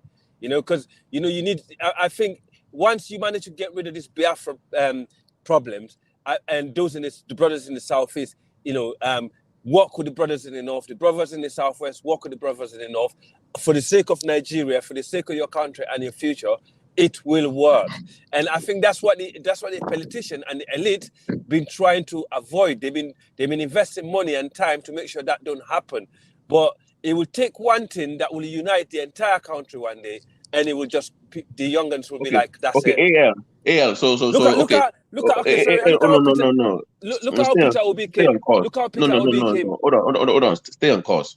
Stay with me here. If they have a revolution, what is the end game? In your opinion, what would the end game be if that ever happens? Okay, they revolt. What is the end game to that revolution? The end game will be uniting the younger generation and actually work on their country. That shows they're actually standing up for their country for once, instead of trying to divide their country. Under which umbrella will you unite them? Under one Nigeria. That's the only way you can do it. As long as you got fringes in the country that want to divide it, the politicians will always be laughing at you guys, because there's no way one politician will actually divide that country. They'll be done in prison. I think you're missing the point. You use the word youth. I'm not discussing youth revolution. No. I'm discussing the poor's revolution. That means everybody, not just the youth only. Everybody, young, old, just tired of the system, and they want to revolt. So I think yeah. You see, this insecurity that's happening in the north. If this carry on, I think they will do it. No, they will I do don't it. think. I think it's not going to happen. Hello, everybody. Good evening. This is Remy. I don't know Okay. that this. You asked a very good, interesting question. Mr. Remy, you are welcome. Yeah, I don't. I just came back from work and I just I turned on my computer. That is Abiodi's cousin, no, by the way. No, Go ahead. no, no. Come on, I'm not. Go ahead, Remy. Go ahead. Actually, the first thing you must know about this country is that we are diverse people. And as more as you blame the leaders or the political leaders, it's not only the political leaders that are rich in Nigeria. Just look around. A lot of people are extremely rich from the West and they are not politicians all over the country. We have a lot of merchants or traders that are extremely rich. Are you going to also fight against them? So the way I see is this: when you look at the Nigerian, No, I think you're missing the point. Let me finish first. Okay. I'll be quick. I understand the question very well. Would there be a revolution majorly by the youth? But the first question you ask yourself. No, but he said by the masses. He exclude the youth only because I've got that twisted. But yeah. By the masses, everybody, the downtrodden against the system. Yeah. By the masses, the problem we have here is this. Yes. You guys asked a very good. What will be the end game? Just like when they have the NSAS and some people hijack it, what is the end game? So you have to look at the end game, because if at the end of the day, the person that's going to be the leader, is it going to come from the north or from the south? Is it from the east or from the west? So when you look at the Nigerian constitution, you have to look at what is the power of the president. The president this is not an autocratic government. The president does not have a power to tell a state governor what he or she should use the allocation of the state for. What I see here is that Nigeria is not going to go to that extent of going to revolution, but I see a people coming together forcing referendum on some of these things that are germane in that, like resource control, like devolution of power, like reducing the number of people who make laws. That is what Nigeria should try to do. If we can reduce our recurrent expenditure and make legislature part-time at state and also at federal, you will see a lot of people deal with interest will be dwindling and things will be fine for the country. We just need 8 years of good governance. I'm not saying perfect, I just say good. 8 years of good governance, and from there on, everything continues to fall in shape. The advantage Nigerians have now, which is good for our country, is that people are politically aware. People are talking. People, before anything, people are agitating. And I'm not praising Tinubu. But I think it's a listening president. If we can get out of this doldrum we have, the economic problem we have now, if we can come out of it, fine, and then we push a lot of our people into work. I will expect Nigerians to push a lot of people to farming, and some of us that are good about IT, maybe we should have an IT hub, a very big IT hub all over the country at each state capital, so that people can go, they can have a shared office for them. Maybe the state government can provide this. This will also be good. We can see that some of our youth are very good in creating content. The world is moving very fast. An average Nigerian does not believe in violence. An average Nigerian, instead of troubling himself, why don't you find a way and get out of the country and make his money? And just like Midwest said, that some of their mindset is about making money in a bad way. That is what we should work against. Reorientation is very important. We should reorientate our people from the basic primary school now, because the orientation is totally bad. And one of the disadvantages of this online platform, I mean, I'm not talking about this platform, I mean, people going online, seeing whatever is happening, displaying well. That is the reason. But if we can have a good orientation and then everybody work in synergy and we reduce a lot of our recurrent expenditure, I think the country will be on the right path. And if we can have a good government for the next 16 years, Nigeria will be fine. But so we don't need we don't need a revolution then to get it right. For me, I don't think if we are talking about revolution, I would like a revolution that will push for constitutional amendment where we can reduce our recurrent expenditure and also make most of our lawmaker part-time. I'm glad, Remy, hold on. I'm glad you brought that up because the champions of this so-called revolution within the system, because you don't want anarchy, was supposed to be the Labour Party members in the House. They were supposed to be the one championing what you're talking about, right? But no. Unfortunately, their own way of politics is what happened to them? So what party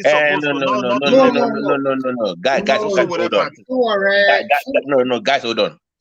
I'm discussing those that actually won elections, that actually have the power to make those changes.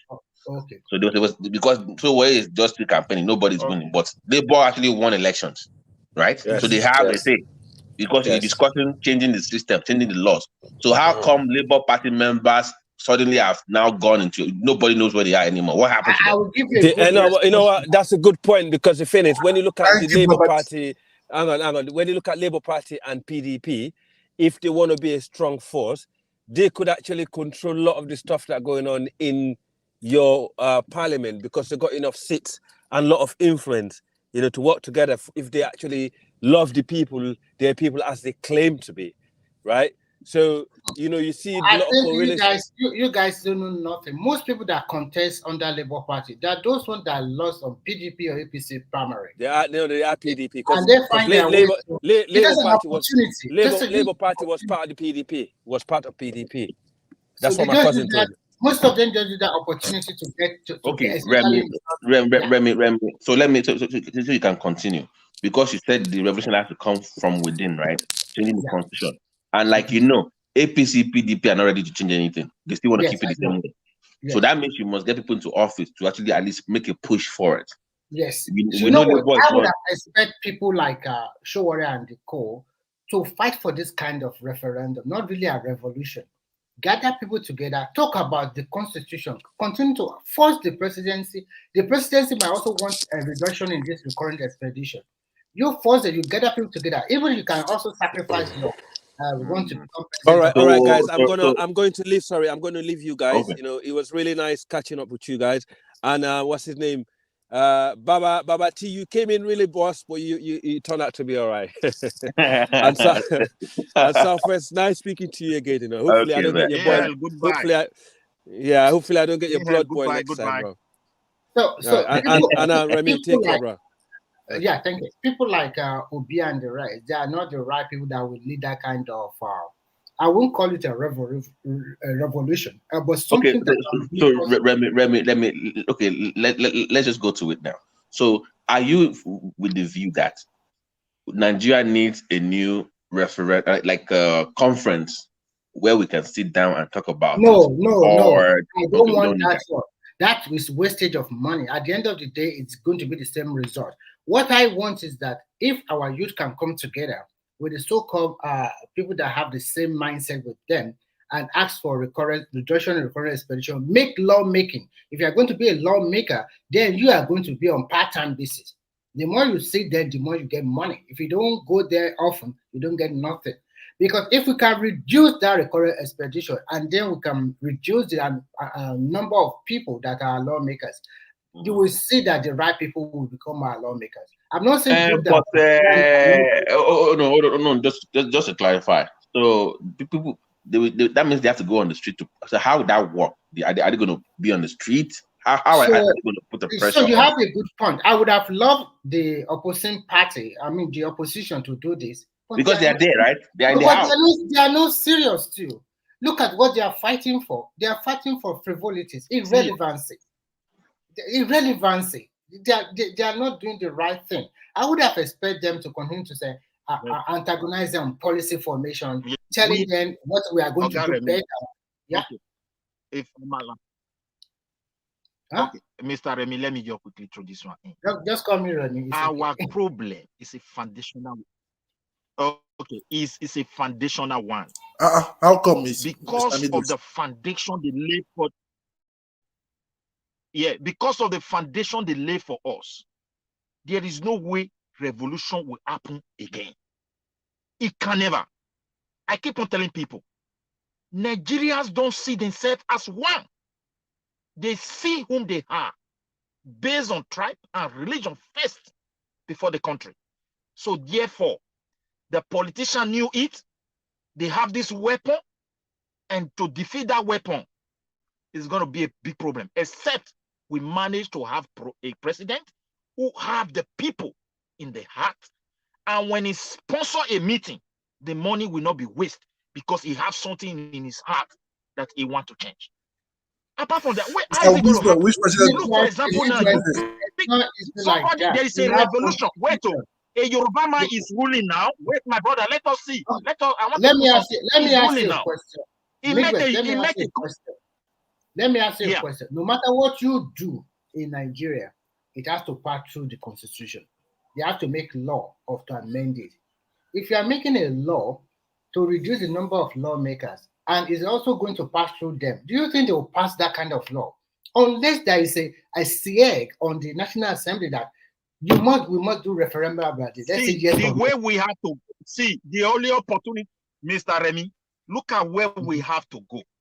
You know, we have a president that have an absolute power. Let us not be pretending about it.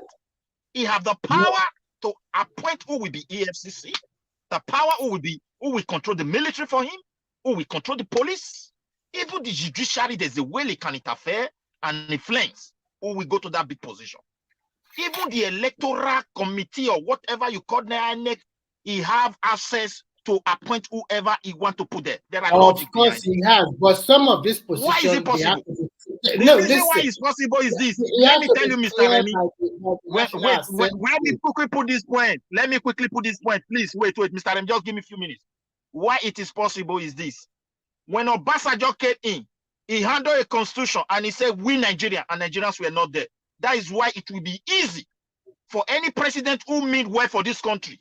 The day he assumed office, after he has stable and tell Nigerians you don't have constitution because you were not there when this was written. People will say, yes, we need constitution now. It will be possible because that constitution is not ours. Nigerians were not there. We don't even know who wrote them. Midwest, I disagree with you. First, you have to understand the Nigerian constitution. Some positions have to go through the National Assembly. The National Who wrote Assembly the constitution? Did Nigeria sat down to write the constitution? Well, forget that one. What we have in hand. You know why I go to that, Mr. Remy. Get my point. Mr. Remy, get my point. You said if they want to raise something, people will vote against it. Then you go and check constitution. Who created those numbers first? Was it made by Nigerians? The answer is no. People sat down and amended it for their own interest, for their own interest. Hold on. Now we are calling it our constitution.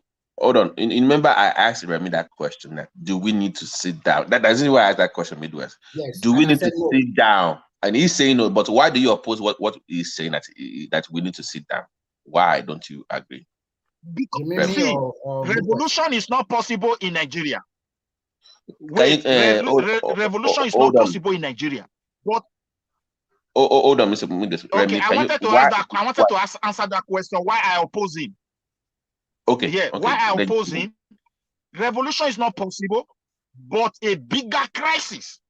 If the government don't want to handle this situation carefully, will definitely happen. Something more than revolution. What situation? What situation? Because people are hungry, irrespective of. No. I will not mention it here because people are becoming so hungry. Economically, they are so frustrated.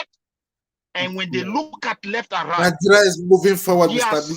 Midwest. No. Midwest, I think you totally get it wrong.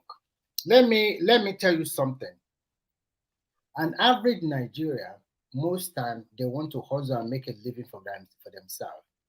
Everything that is happening in Nigeria today, it has happened in the past before. We have been in economic downturn in the 1980s. And when the economy picked up, our leader, they did not use the money very well. So the situation we find ourselves today is not new to Nigeria alone. A lot of people have people all over the world. They know what is going on.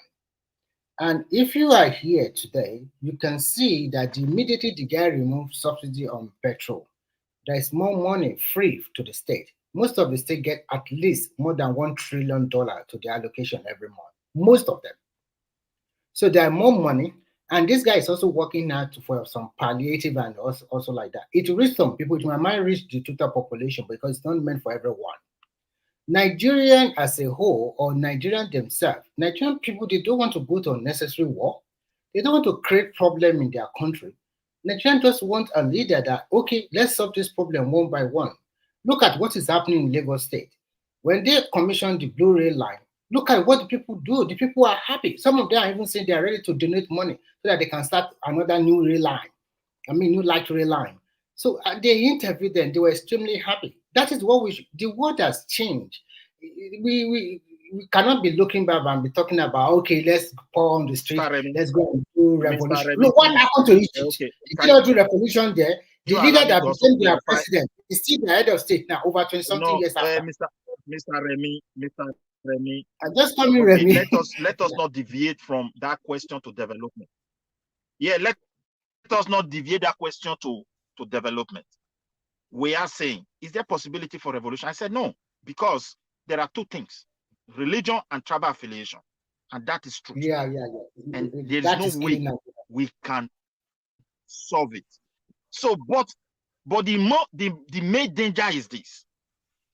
Now, the common man in Nigeria today, as you mentioned the form, that is why, like where I am in Sweden, historians is as valuable as nuclear physicians.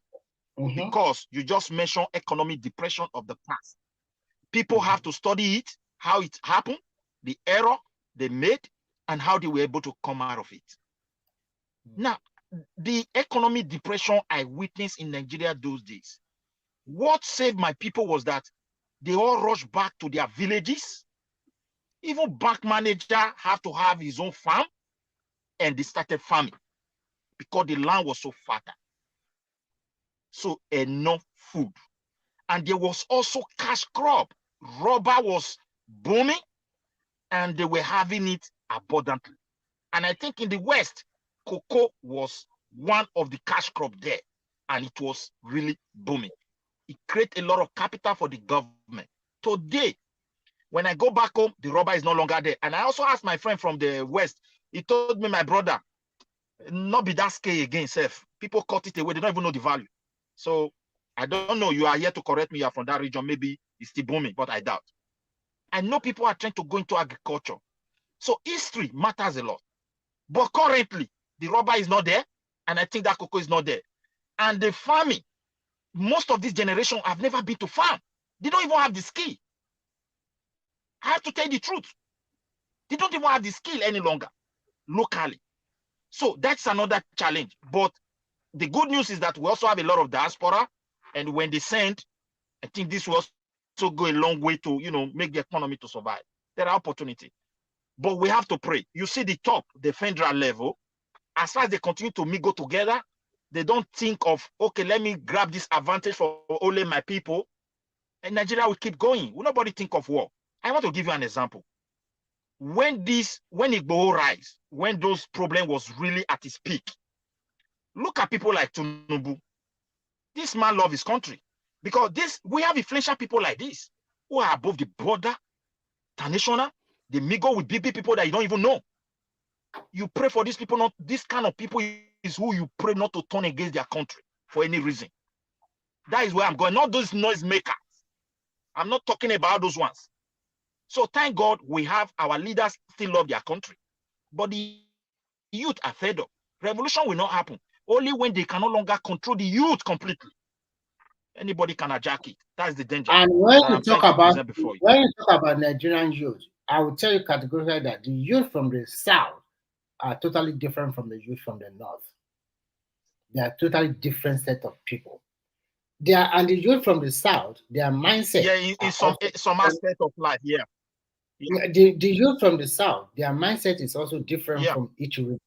They are different. But the reason why I tell you that, do you know why people will not fight in Nigeria? It has been proven in Nigeria that there are some young people that are now multimillionaire in Nigeria before the age of 30. And those ones, not that they find themselves in legal thing, but they do the right thing, maybe forest trading, or they are content creator, or they are specialists in IT. All these guys are millionaires. All these guys are so why would they join a rift raft in the street and go and protest? Do you think they're stupid? They're not stupid. Remy, can you hold on? Try up. Did you want to comment? I saw you flashing your mic because you've been One quiet. thing that I've been, no, I've been listening. You understand? So I just they are both of them. They're making their own points, which is okay. You understand? So one thing is that as for me, am still listening to Mr. Remy. You understand? I like his contribution also. I also Mr. Midwest, even though we don't agree. Understand? I still follow You his love own. him now. It's your No, no, best no, friend. no, Stop I pretending. like him a lot. Let me see. I cannot call him my brother. If I say my very good to It's okay. Okay. Just hold on a minute. Remy, go ahead. Sorry.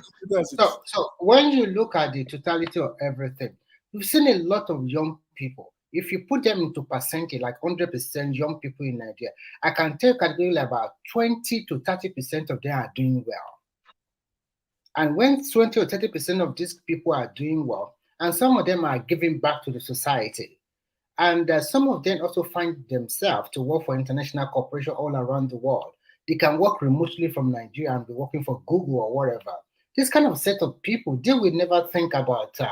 And this president have done something wonderful that the presidents or those one before him have not done. He has continued to unpick young people, both female and male, all over the country, putting them in good position. The other day at One Man Show, people were talking about 25 years old guy who was made the chairman of FEMA. So you can see. So at the end of the day, if you even see that most of our Nigerians, they don't want, everybody's just thinking of how can they live a better life. I'm saying if the program of this government come about, if you don't have school fees in the university, then you can borrow money and people have access to this loan. And you are going to be seeing some turnaround little by little. But one thing I found out that most Nigerians, Mr. Remy, sorry. let me quickly finish, just 1 minute, and then you come in. Most Mr. Nigerians Remy, are, let me quickly finish. Most Nigerians are not patriotic. I find because I live in different continents before even coming to, at least I've been to 3 continents. I've lived in 3 continents now. I have seen in Asia when they suffer, the people still love their country. They still think, even their leaders are, do you think it's only Nigerian their leaders are not doing right? All over the world, some leaders are not doing the right thing, but they still believe this is our country. We have to salvage this together, no matter what happens, until we have that kind of mindset. Okay, we have leader. We don't want to remove it, but all of us, we want our country to be better. How can we do it? Let's have a meeting with our president, or let's have a meeting with our governor.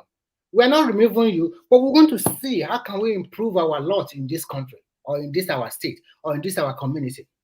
I look at Lagos State. I will now give you a very good example. My brother lives in Surulere, in not very far from Baja Market. And when I used to play football in Love Garden, it was all dusty ground, so many things. And I asked my brother, how about that place now? How is it? Then he said, okay, hold on. He recorded the video and sent it to me. I was shocked. I will tell you what happened. First, that dusty field, they now have a synthetic field with a very good goalpost. Everything is so clean. And that houses around the place, they turn into X center. Then all their draining that we always see, they have already covered everything. Their roads have been tarred. That is democracy. And I asked, how do you do it? They said, we went to our local government chairman and we talked to him. And we even went as far as go to Ikeja to meet some of these commissioners. And they did what we want. If most Nigerians are doing like that, most of your state governor will not do something stupid.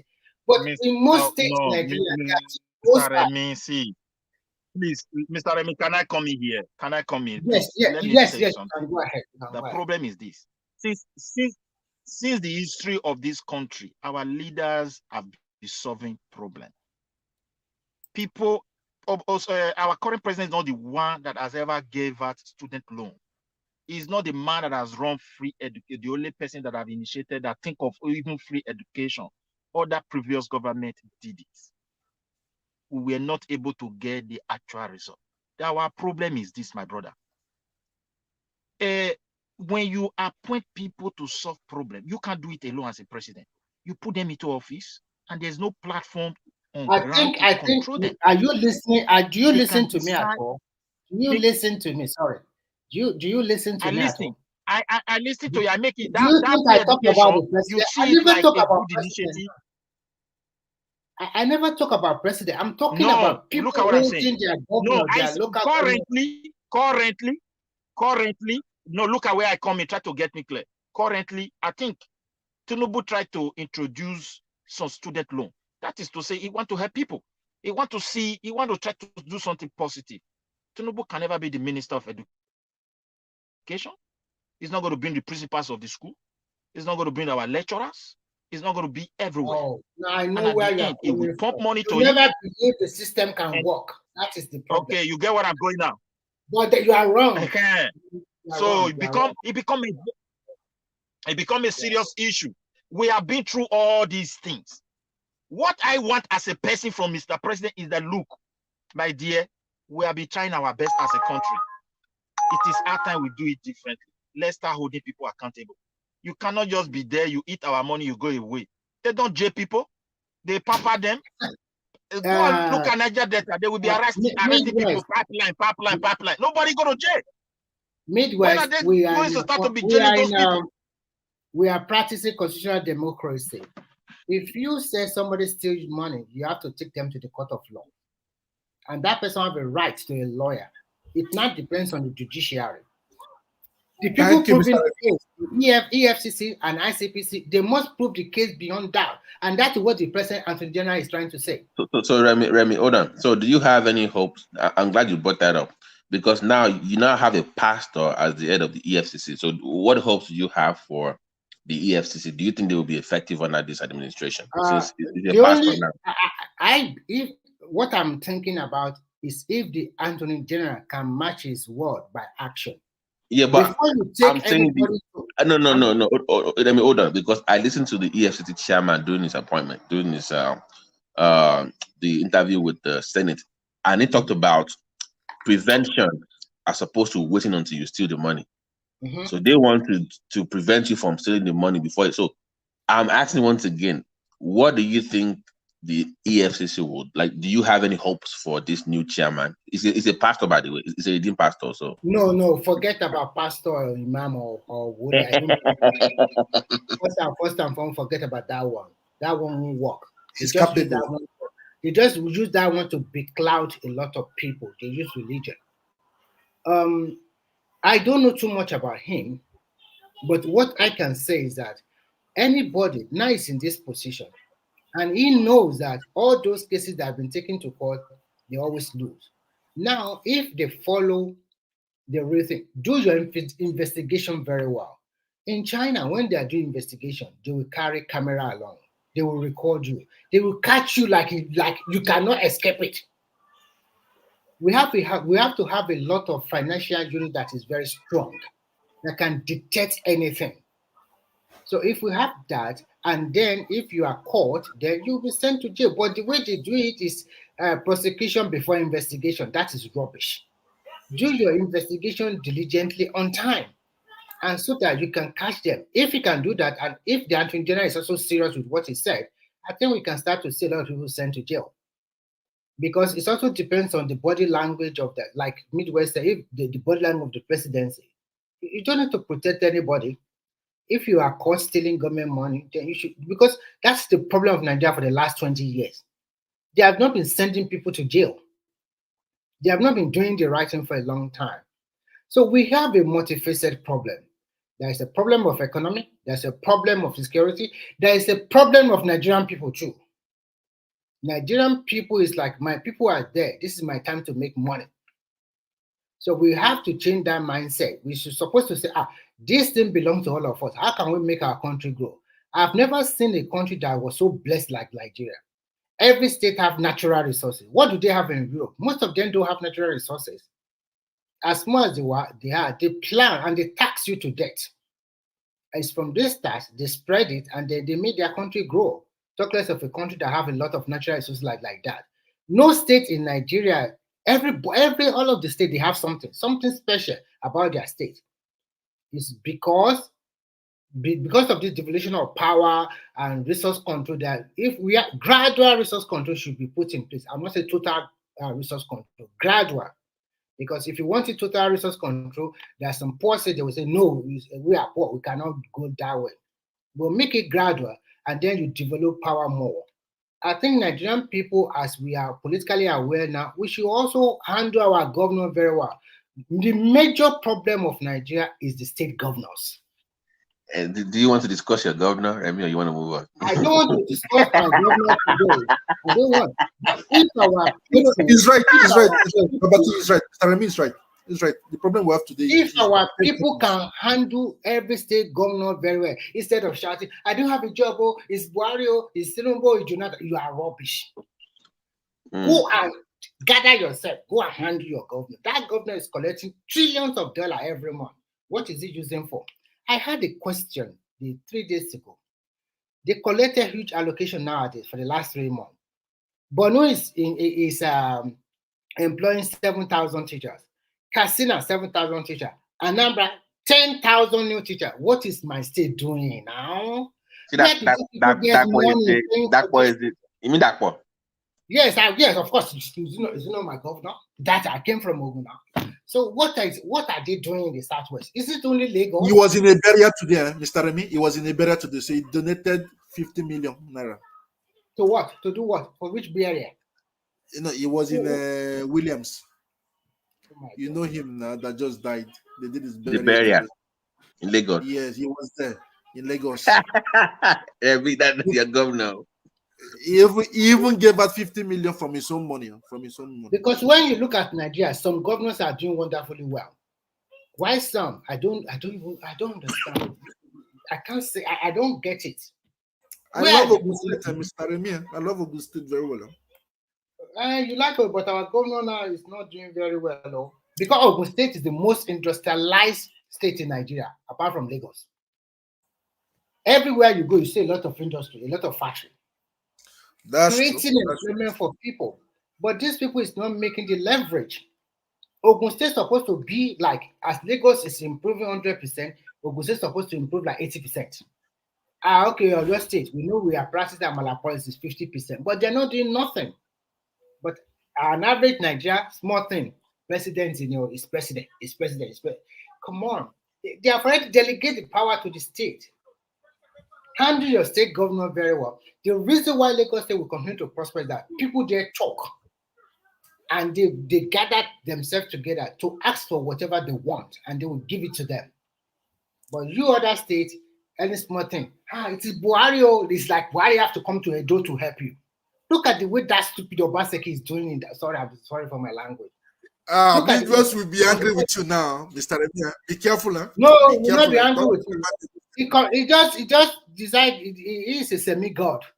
The deputy governor should apologize. He said, oh my God, who are you? You only have 2 more years to get yourself out of this place, and another person will come in. And Sorry. What state is that?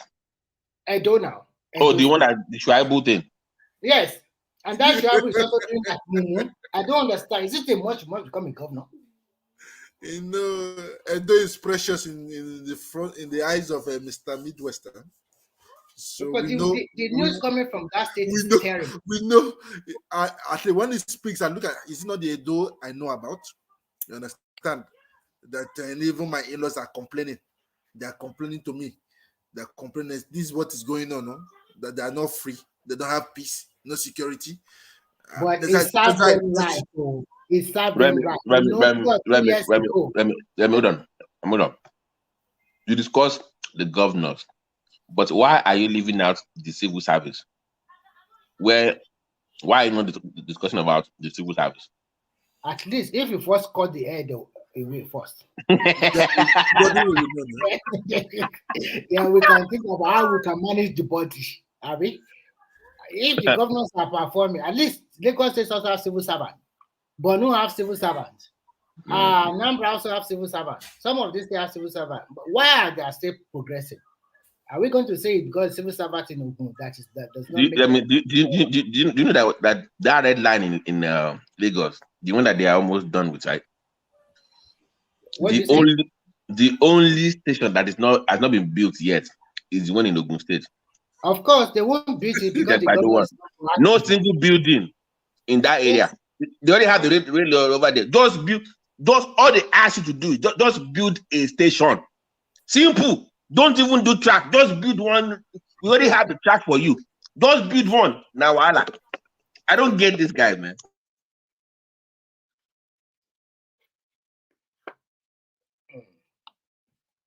It's no one thing I believe that Nigeria is going to be great. It will only take, let me say, within 5 to 10 years from now, Nigeria will be great. This one I know, not 50 years. No, I believe that within 5 to 10 years from now, Nigeria will be great. It's just like I like. You know why Remy, why can't you at least be proud of your guy from Ogun State, your Ojo, Minister of Interior? Yeah, I'm proud of that one. At least that's what called action. Can you believe in this so-called Nigeria, backward of almost 250,000 passports? They can fix it under 2 weeks. Just last week in England, the Nigerian immigration, they were moving from Manchester to another something. If you have problem about passport, they have an open field. Come and meet them. The guy said, by the way, you know they want to reactivate Nine Post now. And yes. Did you see? Did you read the story of the Nine Post chairman? I read. Now they don't want the new CEO. The woman just because they know that woman will be tough. That girl, no, what woman? She's 43 years old now. Now young girl now, 43 years old, but she's very good with logistics. But so they want to make sure where NIPO should be delivering your passport to your house. That is how it's supposed to be. Don't do your come in and do your biometrics. Within 2 weeks you get the passport. Babati, here in Finland, they have post office just like NIPOS. They are the one and the most logistic in Finland. They also have UPS, they have DHL, but most logistic is handled by posting. They help you carry a lot of food, grocery from one supermarket to another supermarket around the city. They even help you take your luggage or whatever from one country to another European country. Nigeria is so big. NIPO is supposed to be super rich. If they handle logistic alone, if you like all those haulage, they can do it also. NIPO's haulage, instead of you going to one about a truck driver to help you, NIPO's can do the same thing and they'll be more effective. That's what they are doing here. They don't need government money. With Nigeria as big as that and a lot of truck moving from north to south, they can do that. And that's a hell of a money. But they have to have good leaders. The problem with Nigeria is that when they put them into position, their mind will say, what am I going to give? But you remember I said the civil service and you said there is something head of the snake. How can you be locking out head of ministries? Who are you as a civil servant? Who God gave you the balls, the confidence? I think you should just fire anybody that give report, just fire them. Give them query and from query, fire them. Because they did not make it doesn't work like that in Nigeria, man. You're not in the Western world, man. Finland is not like Nigeria. America is not like Nigeria, you understand? But one thing there we know that if they just repair their roads and everything will be great because of we don't have good roads. We are aware of it, but with time we believe, because I had somebody told me that even though they build roads, they want to build roads, some people will tell them, those contractors, they say that they said don't do it very well so that they can still collect another money. That is what they always do now. They will do a mediocre job. After 1 year, it will perfect again. But like this example, I'm aware of it. This new minister of now said we are going to be doing concrete road. Once you do concrete road, it cannot go back in 5 or 10 years. You just have to manage it. But most of the contractors, people eating from it, the directors at the federal minister, they don't. It's a bad news for them. It's a totally bad news. But with a concrete road, you are guaranteed to last longer. It's more effective and more efficient to use. So, but you don't want it. So this one that we are going to be doing is just equally good. That is a good market for those people that are producing cement in Nigeria. It will create more employment for people. I asked myself, second Niger bridge was built by Buhari, and within the state of 6 months, people have started removing the rings. They started, what kind of people are Nigerians? That's what I said earlier. I don't to cut. That's why I said that the problem we have in Nigeria is just their moral character. We don't have integrity in the country. That's it. Moment you can repair these two this moral state and their character will be great. Then it will start getting integrity. Because of the system I used today in Europe, I learned it from Nigeria. Honestly speaking, because there was a guy speaking in the telly, that you can make money without money. I asked how come.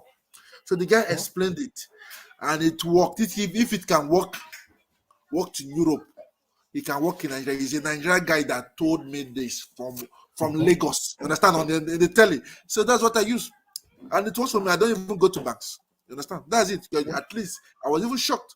I never knew it exists. So you see, so that's it. Yeah. And you can see that some Nigeria that really want to excel, they often excel. The most people that are non-smoker, that those ones that they will not move away from their bench and they will sit tight like that, their life will never change.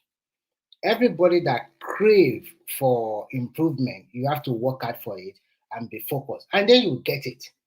Rome was not built in a day. So thank you very much, Mr. Remy. That's why when I see some people complain on the platform that that is like now the Europeans too when the same. Everybody passed the same stage, but as for we Africans, we complain a lot. I believe, but like now, before I can start complaining of other African countries, I said a day that let us one day decide to make Nigeria great. When Nigeria is great, everybody will follow. The other people will follow. Even the so-called Nigerians that you guys are complaining about, do you know how other African countries they envy Nigerians? They will be telling you what kind of brain does Nigerians have? How do they excel? How do they make it? Why are all other African countries are not making it? They ask themselves so many questions. What kind of brain did God give them? They are always we don't carry last. We don't carry last. That's what I used to explain. That's it. That, like if Nigeria is doing a business for 2 to 3 years, later they will want to open their own company. That's what I understand. Except the lazy ones that want to just based on salary. Finish. They want to just based on salary. But that's what I explained to many of us. But one thing that I was so I was even surprised when you were talking earlier that they did the Love Garden. I know Love Garden. I even played ball in Love Garden. Yeah, I played football there now. It's nice aesthetic feed, though. It's no more dusty feed. It's very beautiful there. I played ball then and next to those the local stadium because they have let's not very far to National Stadium. So at least I'm a Nigerian. If people don't believe that I'm a Nigerian, I'm a real Nigerian. So that is it. But because I love Garden, you get it in Sulere. I know that very well. Sulere is cut into two. Those Bode Thomas and the other that bridge that separates the rich and the poor in Sulere. You understand? That other side, the more you start going down, you start going down. The other side start going up. So that's it. I'm a Lagosian now. I'm a Konimoje. So what I'm just trying to say is that if you really want to excel, you will. By your hard work and with prayer, you'll be fine. But if you are going to be lazy or you are looking for quick money, then look at America now. Can you believe that America, the so-called America, will start giving Nigeria 5-year tourist visa?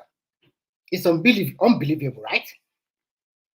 So if you get a tourist visa from Nigeria now, it's 5-year tourist visa they will give you.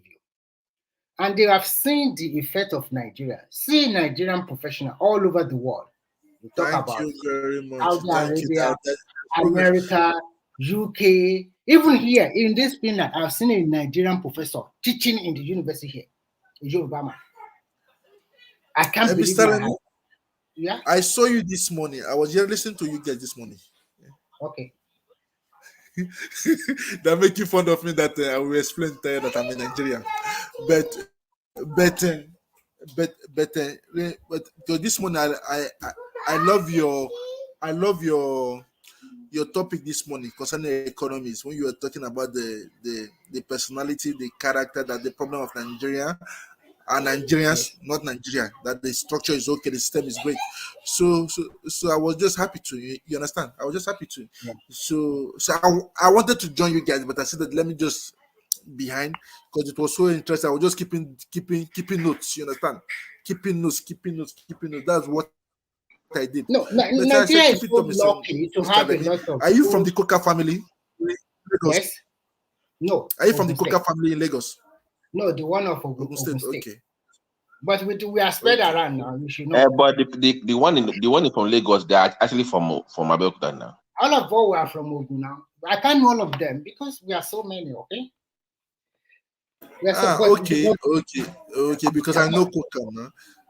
But the beauty of Nigeria is that we have more than enough human resource. Nigerian professionals all over the world. You know what I felt when I see people like Simba and Babati that are medical doctors? I also have a friend who is a very good engineer and he's a multi-millionaire now. He makes his money in Nigeria.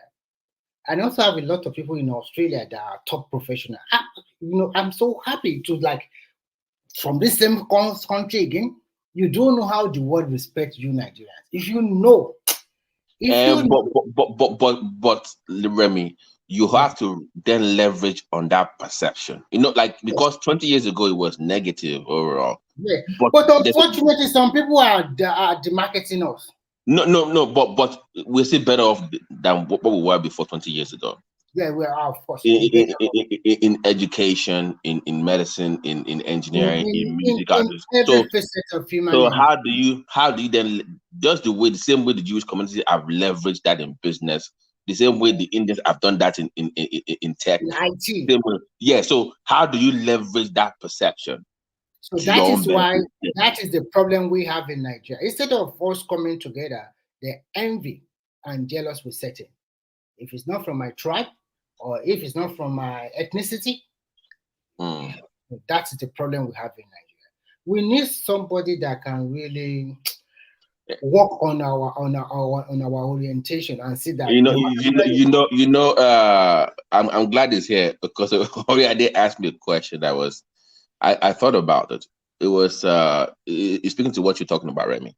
Yeah. Because he asked me about investment. We were talking about Gary cassava, and he talked about people were talking about, we're scared that the Chinese, they are making cassava, they are making adire, they will take over the market. And he asked me that question. So why, if it's our own, why have we not been able to then mass produce it? Why are we still doing manual labor, then complaining that somebody else is coming in and using machine tech to mass produce it? Why can't we then mass produce what we claim to own? And I thought about it, and I'm like, but I'm like, that's a very good question. And it speaks to what you're talking about. That once again, we lack that collective intelligence. Yes, we do. And you know what? I remember a city in China. They call it Shaoxing City. And I also went to a place they call it Zibo in Shandong province. This Zibo is in Shandong. They have huge deposit of limestone for cement because they also produce in large quantity. And this Zibo, what they have in that city is just a glass. And they use glass as their natural resources to make different kind of glasses, like windows, like furnace for lights, so many chandelier or whatever. Do you know that if these people get a big order from America, most of these people that live in this city, they only have small factory. Some of them, their factory is not as big as 2-bedroom flat. They all come together. They will come together and then they have a meeting, everybody sit down and they share the work among themselves and they will meet the deadline. And Remy, let me ask you, because I talked to some of the guys on the other show earlier, the day before. What I've noticed when I join investors conference calls for Nigerian diasporans is that they want to invest in Nigeria, like agriculture now. But what they are producing in Nigeria is, according to them, is not for Nigerian consumption. It's to export back to get the dollars. So it's not like they care so much about the Nigerian market for Gary, because just care about their own money. Yeah, if I do 2 tons of Gary abroad, I will make more money than doing 10 tons in Nigeria. So what should I care about the Nigerian market? But So it's you not have to also look at it this way. It's a kind of win-win situation. One way or the other, they'll create employment for the local people. And then, but how? not exporting everything down there, that is not also good. That will, at the end, in the long run, it will make the price of Gary to increase in Nigeria if everything is outside. But okay, actually, the discussion was it let me give you an example so you know where I'm coming from. So pre-COVID, I have a friend. This year is going to make about $3.4 million. Okay. Wow. So, and all it does is avocados. So before COVID, one avocado was about 50 cents, right? Avocado. So it does Australia and all those countries. Do you know how much that avocado is right now? After COVID? I don't have an idea, but I know that people in Europe and they are in China, they are crazy for this. It's expensive now. Close to $4. It's not cheap most times. It's always expensive. Close to $4. So it's gone up 8 times. $4 for one piece, for one. The large one. They have outside. So, but what it does is they will buy it from him for about $1.25. Where is he getting it? Are they producing in Nigeria? It does across board, not just Malaysia, Thailand, and the rest. Yeah. But what he now wants to do is so because they're getting it from him for $1.25, but when they package it into those stores, they can do like 4 or 5. They're making money. But it learned a lesson. It's like, you know what? I want to now go to because it's not maximizing the entire value chain of avocado oil, right? It's just giving them the avocado. So he wants to now do avocado oil, package it, then sell them the actual oil, as opposed to just sending them the seed, the plant itself. Okay. But do you know how much we will charge them then for packaging? About $3. Wow. So if he does the oil and he packages in a bottle and he brands it, it's $3. And he can also continue to sell his avocado again. But you know what happened? If you just forget that one, Jerry, I'll just do the oil. They can make more money. Wow, that is it. So it will make 3.8 this year, and it's still transitioning. So I know next year it's going to go like almost $7 to $8 million doing that. That is his own projection. Yeah. And that's just avocado only. It's not even like, so I didn't even know there was a massive demand for avocado in Australia. No, are you kidding yourself? I don't know do you know that if I can, you know that Chinese are crazy for this avocado? I hate avocados. I don't get it. All Africa hate it, but here in Europe and in America and in Asia, they love it because it has a lot of benefits and they can use it to eat a lot of things. They really love it. Even here in Finland, it's so expensive. But they have different seedlings, different brands of it. There's different version of avocado. There's like one that is very expensive. I mean, I don't have to explain it, but it does this. But my point is to you to make the point. We have to look at the entire value chain of what we're exporting.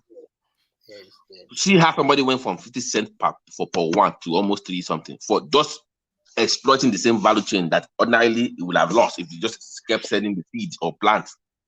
So why can't we explore the value chain of cassava? That is why I always say that most of our governors are docile. They are lazy. You don't even need more, like states like Benue that produce large quantity of yam year in, year out. Do you know if they exploit the value chain very well, that state will be one of the richest states in Nigeria. Yam is needed all over the world. So many of this in cocoa, whatever. You just sit down in your state, look at what you can do, put your people to work. Everybody's smart. The state's smart. You don't need federal. At the end of the day, nobody will care who's your president. If your state but how do you then okay, so should we wait on government to come in? No, I'm not saying totally wait on government. But I think the people in diaspora should also get their hearts together. Okay. Can you hold on? Oriade, are you there? Yes, I am. Okay, so do you want to speak to the is that the same person or the different complete person, different person, different Oriade? No, it's the same me. The same me. Okay, so because this is your thing, right? This is your thing, pretty much. Yeah, actually, I'm enjoying the discussion. Okay, I'm so also trying. I'm also okay, trying to learn some new things from what Remy is saying, and you okay, just opened my eye to something just now. But okay. what I want to say is like I think he made a statement just now, and which was what I wanted to say. It's I think the diasporans have a they have a great deal of work to do to open up the space, open up the market for Nigeria. Because, for instance, the major problem is not that these things aren't available. For instance, if you need cassava today in tons, somebody living here in Nigeria can source that for you in tons. But now the problem for a Nigerian, somebody that is residing here, is how to do. There's a lot of background noise where you are. Oh, oh, okay. I'm moving out of where I am now. So, the major work now is how to get the link, the connection to do all the sales out there, to do the export itself. You understand? So, and I think that's where those people in the diasporas have all the access, they have all the link, they have the view of everything over there. So if there is a link between those at home and the diasporans, and there's this sincerity of purpose and faithfulness to the cause and the goal, I don't see anything stopping us from achieving all these things that Remy is actually pointing out. Because for me, avocado, if you need avocado in tons, people here will source for it and they will get it for you. That's just it. That's a huge market, by the way. So just the avocado market, Australia. I don't know they are crazy about avocado nuts. I don't know why. I don't know why it is. So the demand for it is very high. There's this other fruit too that is really making a wave. This soursop. Yes, it's something that people are really selling to in Nigeria. So there are a lot of opportunities, but the point is, how do you tap into that opportunity? And if you want to I go into think, sorry to cut you short. I was listening to the NAFDA chief executive officer the other time. It seemed that the way they package Nigerian product, some Nigerians is not good enough, not meeting the international standards sometimes. So because some Nigerians they don't want to follow the rules and regulation.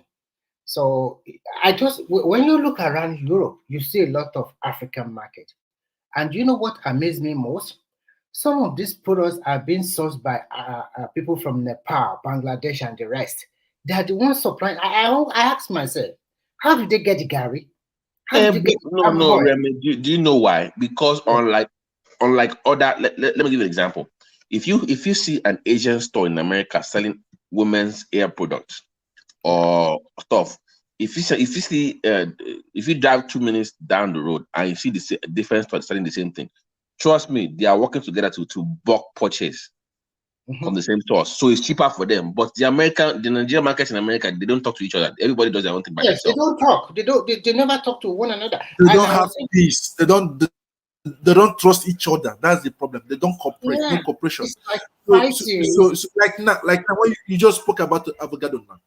I understand it. Let me see. It does so many things on your skin. You understand? It is medicine also because of there are many things too. I learned here that even a lime a day can save your life from many things. You understand?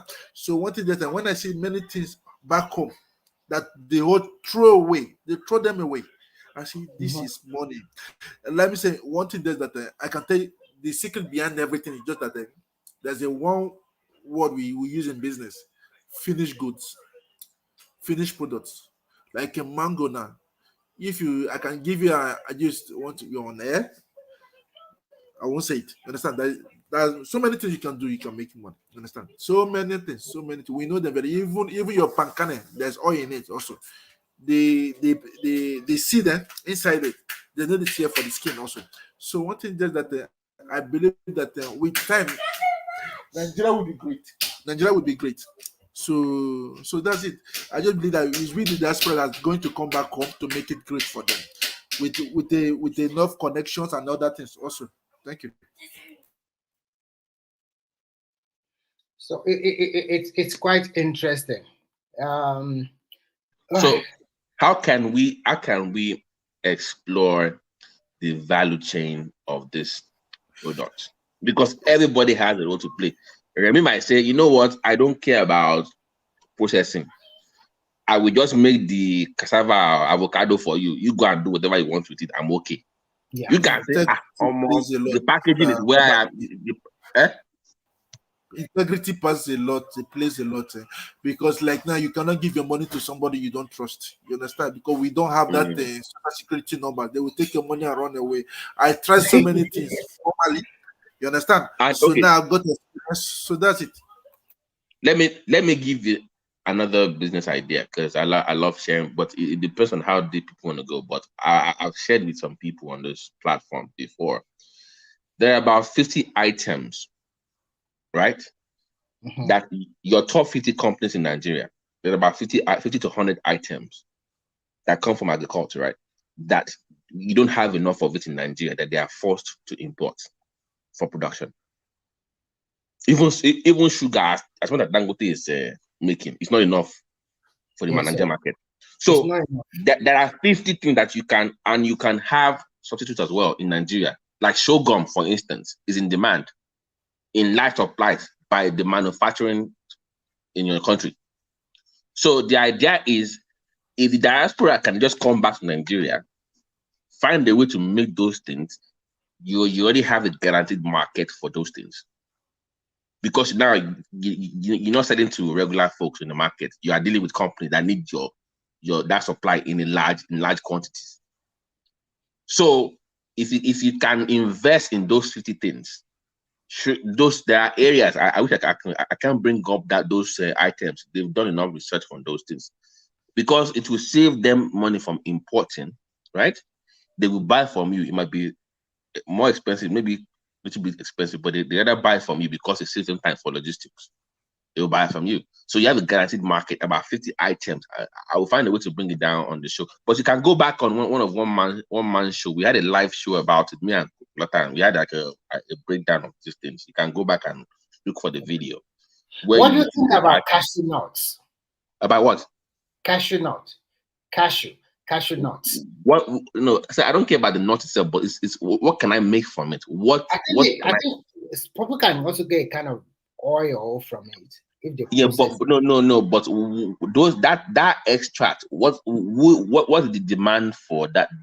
Those things you can get from it. So you need to I don't know, but I just know that people are so it's about about that nut, and it's quite expensive. Let me give you an example of what I mean, Remy.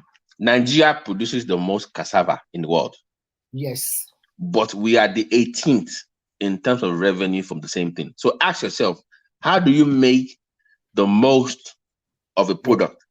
And when it comes to revenue from it, Thailand last year did $1.3 billion in revenue, and they are the 8th in the world in cassava. But they are doing $1.3 billion. We are barely doing something. Mr. Remy can help us. Mr. Remy can help us with lands.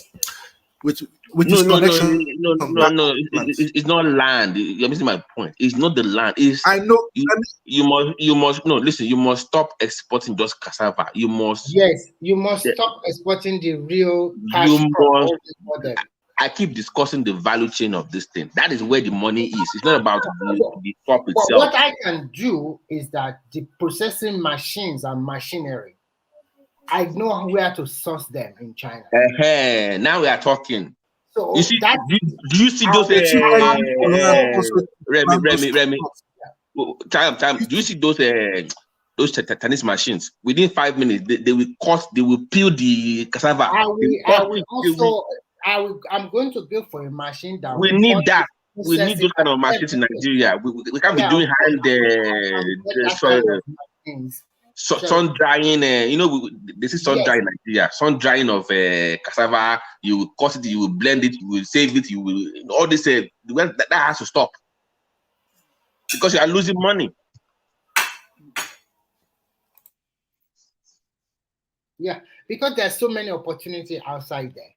If Nigerian can really come together as one, not this, how to say, backbiting, unnecessary fighting, demarketing your country all over the world, it's not done that way. You see, Chinese, they are smart people. They penetrated Africa, and before you know it, they see what you guys are doing in your country, and they go and mass produce it and bring it back to you again. Remy, don't mean to put you on the spot. Yeah. How much is a cassava pillar? Do you have any idea? No, I don't have an idea of it now. But what it's not expensive. You go to Alibaba. You go to the go to factory Alibaba. that produce this machine and machinery, and yes, you tell them, okay, you can go ahead, Mr. Chan, go ahead, you can say. No, because of I've already done the research you are talking. The problem we have in Nigeria today is going to give us the lands. Because even the machine is not the problem. The land. That's why I said that the land is easy to get. You have land now. Come to we have land now. But the only thing is that you don't expect the land to be in Ibadan. It can be in another small city or small town. Like now to make sugar cane in France here, learn something they call it sugar beet. BEET. In French, they call it betterave. You understand?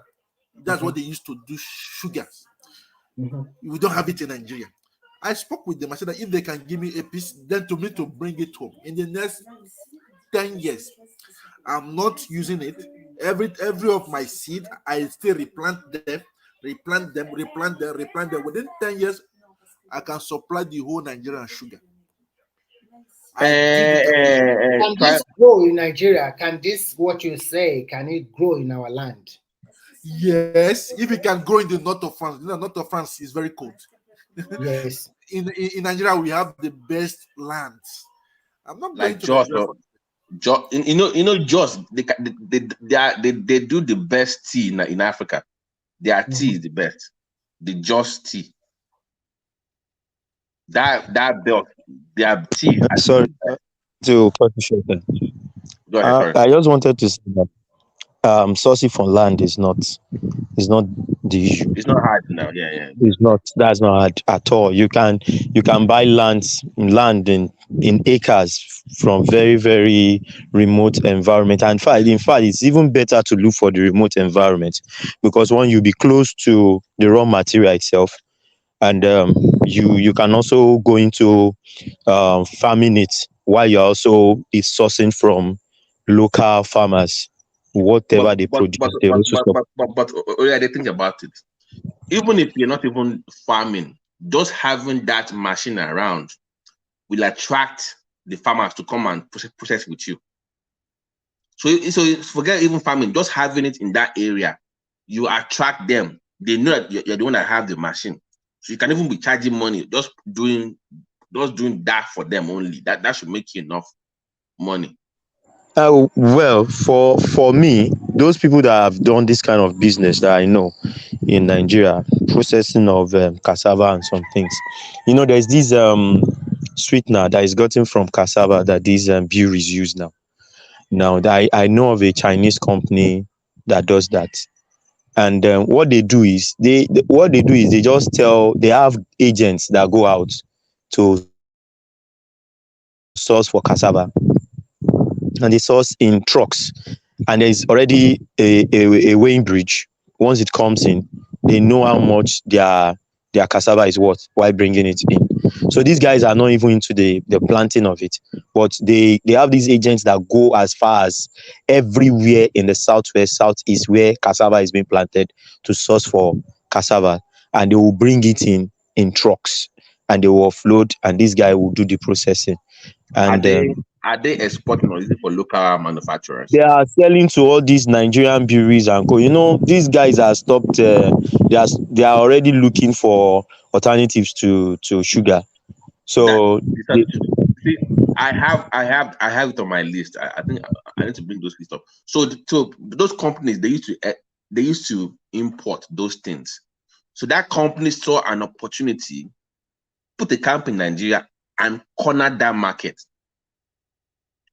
You see what I'm saying? So when I'm discussing with Nigerian diasporans, look at what is in demand from these big companies that they are importing from abroad. Find a way to make it in Nigeria, then sell it to them. It's a guaranteed market. It's guaranteed sale. They need it. Yeah, you're right. You're right. Have you ever been to the Nigerian breweries in Ibadan plant? Oh my God, it's extremely big. They have, you can see their assembly plant is very big. So all these things you guys are talking about, it just continues to come to my, oh my God, that country is a land of opportunity. So that if you are talking about revolution, it's not going to happen because people that are smart, they're doing the right thing and making that money. You are right, Babati. It's alternative for sugar. Oh my God. Yeah, but Remy, unfortunately, I have to be honest with you, even myself, because I break it down to three set of people. There are those that want to invest in Nigeria and for local consumption. Good for them. There are those like me that want to target manufacturers because their demand is very large. So their order to me would be very large. That even I'll be forced to expand and to keep growing based on their increased need for that product. Yeah. And there's also the third group. I agree with you, Mr. Babati. Is one thing that is good what we are saying. I agree with you. There's one principal something we need more. I've checked everything, understand, but we need security because people that they are jealous, they can come and obstruct your plans and all that thing. You understand? That's one thing. I'm discussing your goods and even your goods or services. Let me you have be. protect. Let me You have be. to have Hold protection. on. That is Mr. Babati. Yeah. No, that's why when I spoke with my friends, you understand? They told me that just come and play around. Don't tell nobody knows that I'm coming, really, except my wife and children. Hold on. Ogun is very safe, relatively safe. As a matter of fact, this particular farm in the Aito area, the king of that place now used to live in America. He used to live in Houston, and he went back to Nigeria. So that he understands that the diaspora market, he understands us. He will get you land. He knows because he's from here. He went to school here. He has family here, and he's back home. He's a king in Nigeria now. So he's open. He's open his area to security. Security. He's the KBC now. Babati, sorry to cut you short. I'm also, like I said, I think I said it was it last time I was on One Man Show that I built my house in Ogun State. So I'm very very conversant with the environment there. For farmers, Ogun State is very, very secure. I can say that anytime because I'm also, I've said it before, I'm also into plantation of plantains. And there's this farm settlement, Awowo side. That's where I did my own. I'm doing my own now. In Awowo. But I actually want to relocate from where I am now. I'm still sourcing for relocation because of my job. Lekki to this place is not making it easy for me. So, but for me, what I want to say is this: any diaspora that wants to do this kind of a thing, Ogun State is the best place to come to. Once you see the leader of the town itself, and they give you that land, you are secured. There's no Fulani, wherever in Ogun State. All these things are not here in Ogun State. There are people. I told you have a seal of approval of the KBC of the land, and you're discussing security. I don't understand what Arab is talking about. That's what I'm saying too. Once the KBC gives you his approval, no, there's no problem with this thing here. In Ogun State, at least I know of that because I've also done a few things in that regards.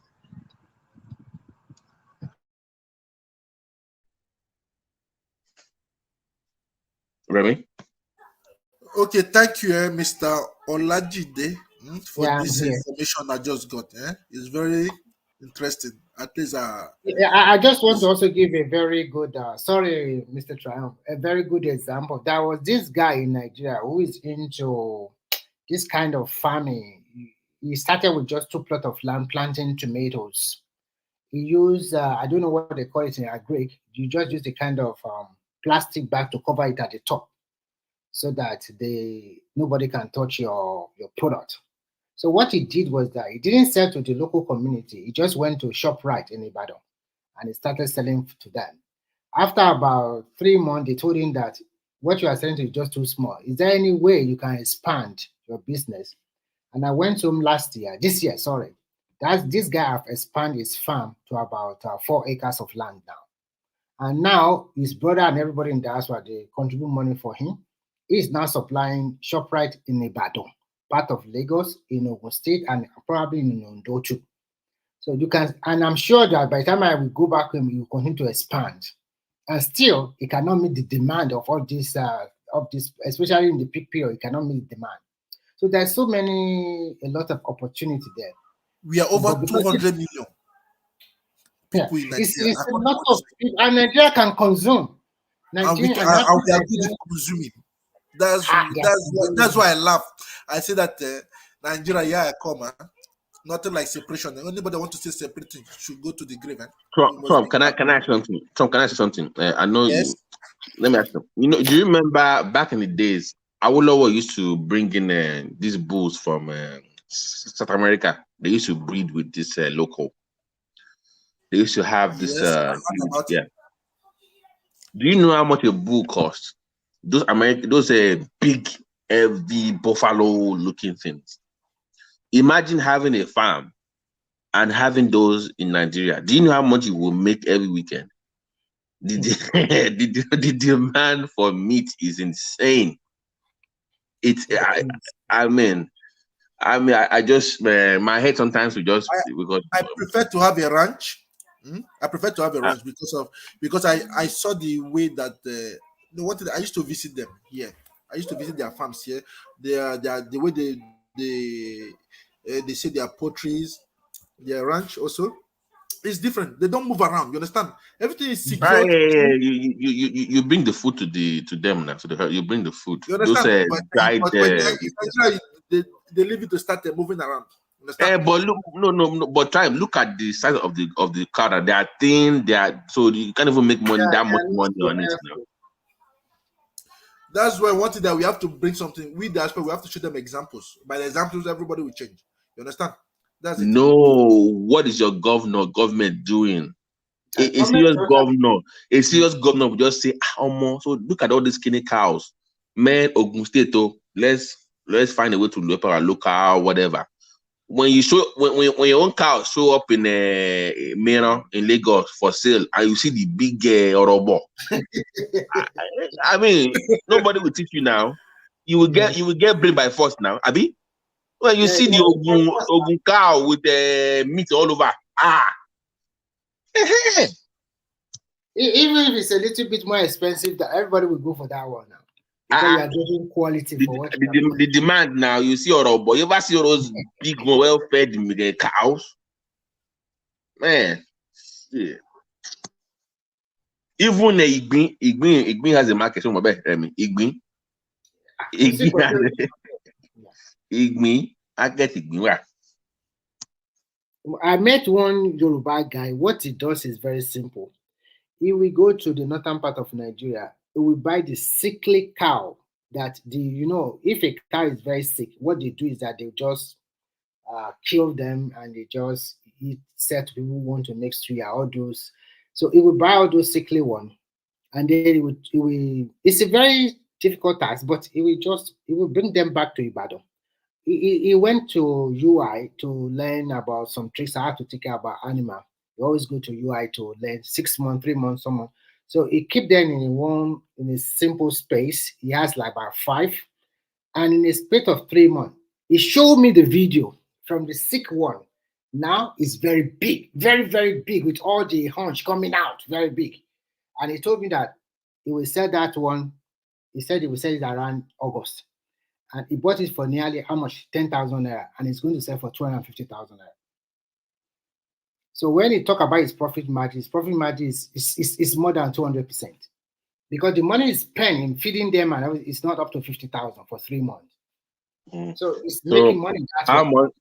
So what time period are we looking at here? 3 to 6 months?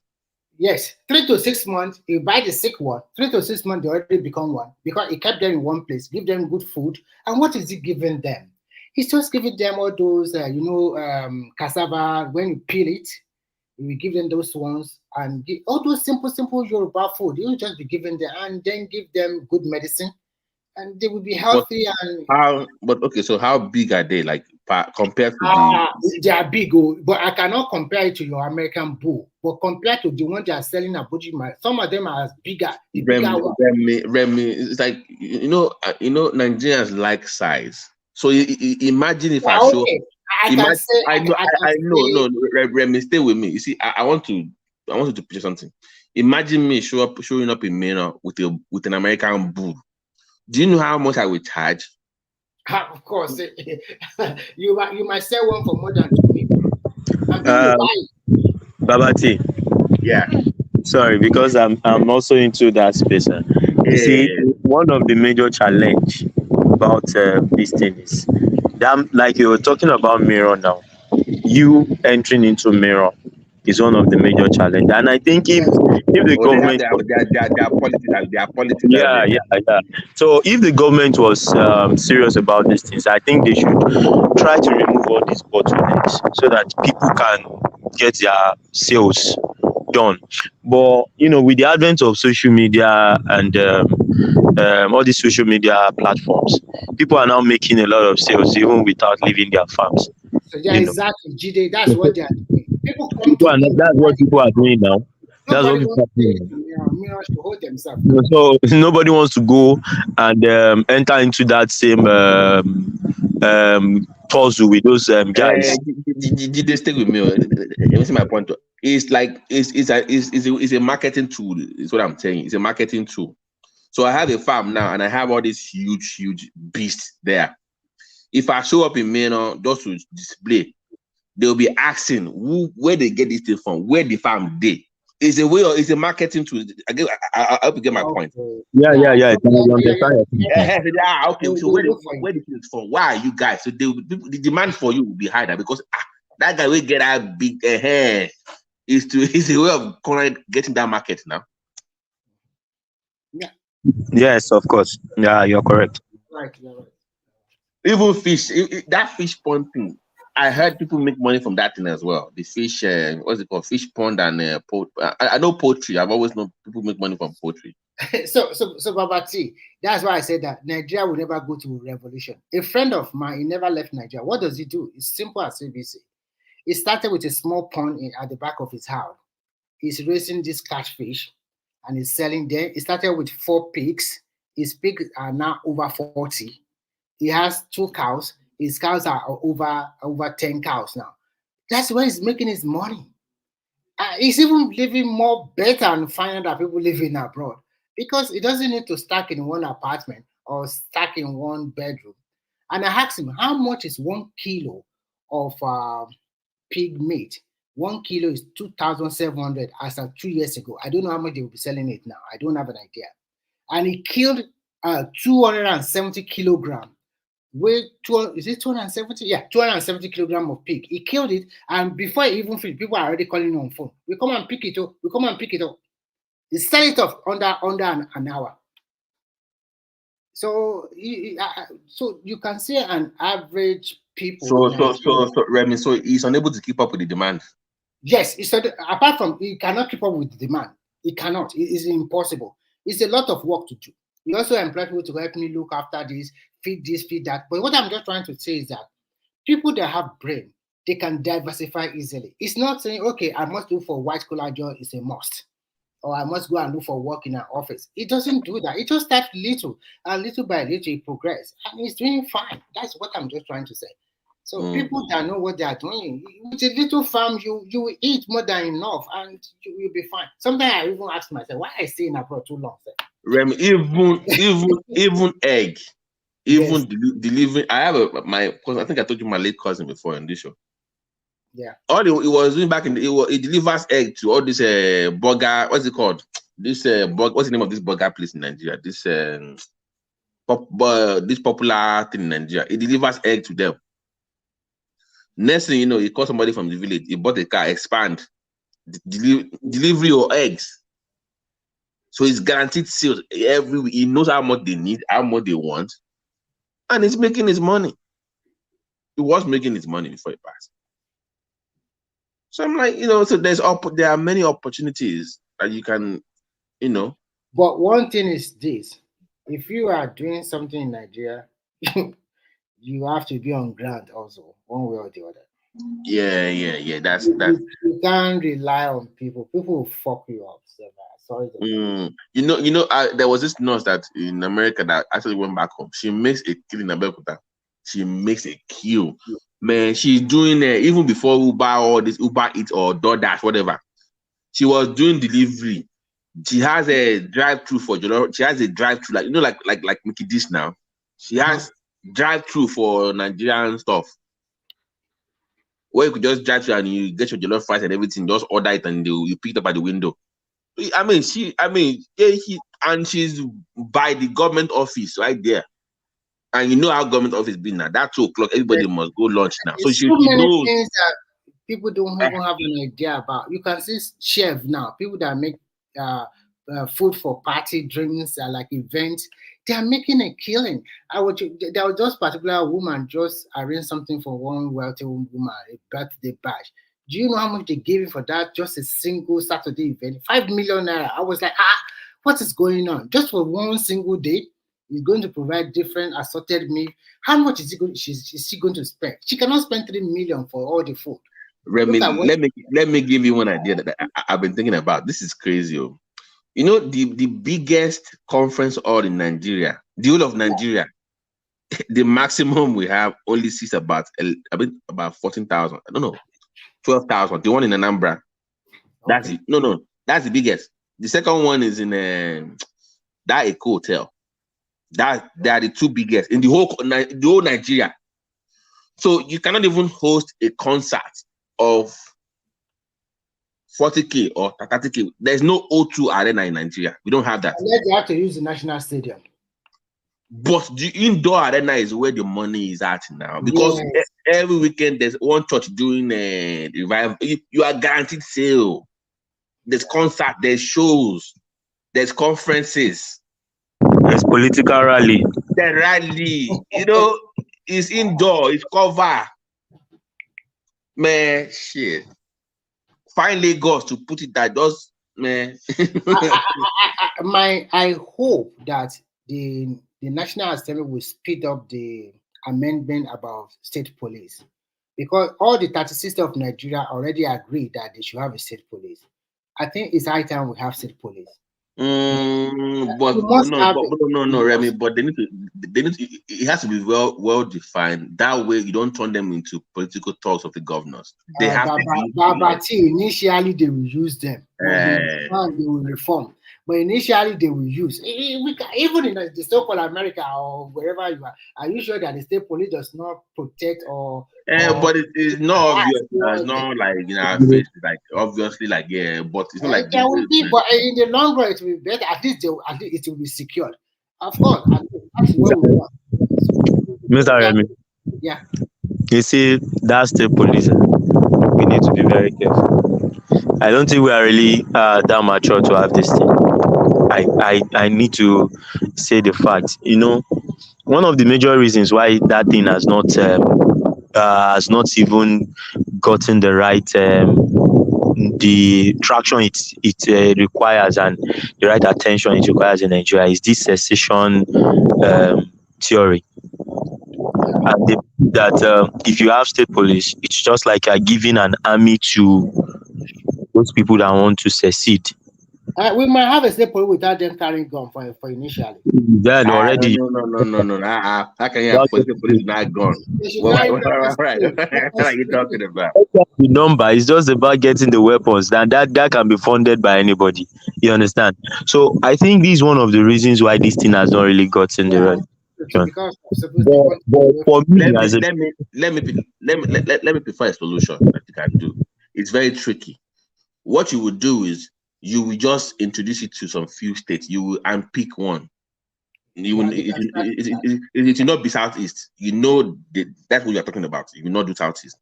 You just say, let's just try this thing out. You just maybe let's do Kaduna, let's do Lagos. Let's see how you will test for 4 run it. years first. For 4 years. So you will learn your lessons because those things they have the funds to bear because you can't say a kid should go and have say police. They can barely pay the salaries. You don't want to put that. If Adewale catch what you are saying,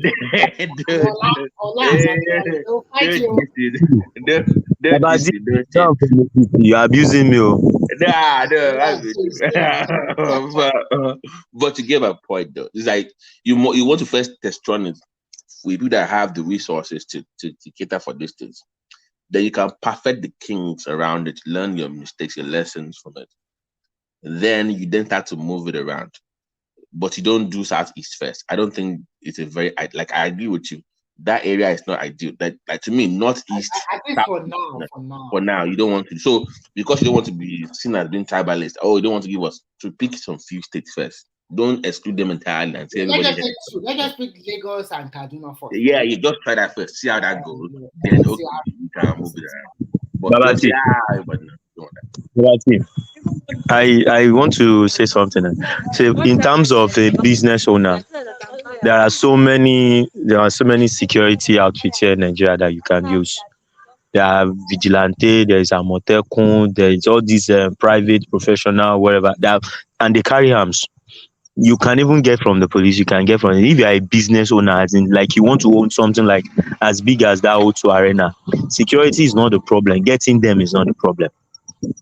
But I want to say that one of the major thing I think if anybody from diaspora wants to invest in should be looking at for Nigeria is recycling, because the raw material is already there, free of charge for anybody that wants to use it.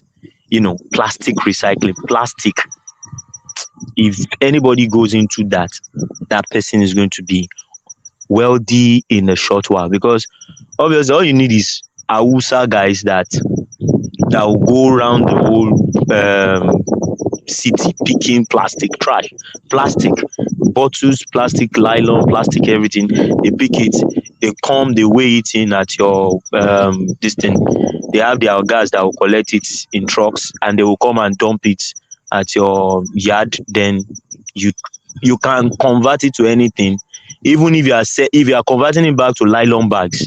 These customized bags for all these supermarkets and things like that. You would make, because it's the raw material is just like somebody just come and dash you. It's very, very cheap. So that's one area again that I feel if anybody wants to really go into business in Nigeria, because there's no how you cannot work on the streets of Nigeria and not meet all this stuff. Mr. Olajide, sorry to cut you. Do you know that now in Europe, they've started bounding rubber plastic? They have something more better, sophisticated than rubber plastic that melts easily. Are you aware of it? Yeah, do you think that Lagos there is something they are doing Remy, do you think Lagos should ban the use of nylon bags and opt out for those plastic bags? It's impossible to ban. No, you can ban it when you have an alternative. Unless in the former supermarket. If you have an alternative, you can do it. That's it. Even there's so many things you can do with it. Even with your grasses, you can create many things with it. So I just looked at it. Mr. Kayam, do you know about this cable? I bought one charging my. I use it to charge my phone in my car. It's not made of cable. I don't know the material they use to use it. It's a new technology. I don't know whether they use the kind of fiber. It's not like normal cable, but it lasts longer and it is seldom caught or whatever. It's really I've good. seen it. Very flexible. So that is where the technology is going now. Nobody is carrying any local wire all around again. It just looks like you are carrying like a piece of cloth, and it can charge your phone, charge everything. It's amazing how technology is moving quick and things are changing all over the world.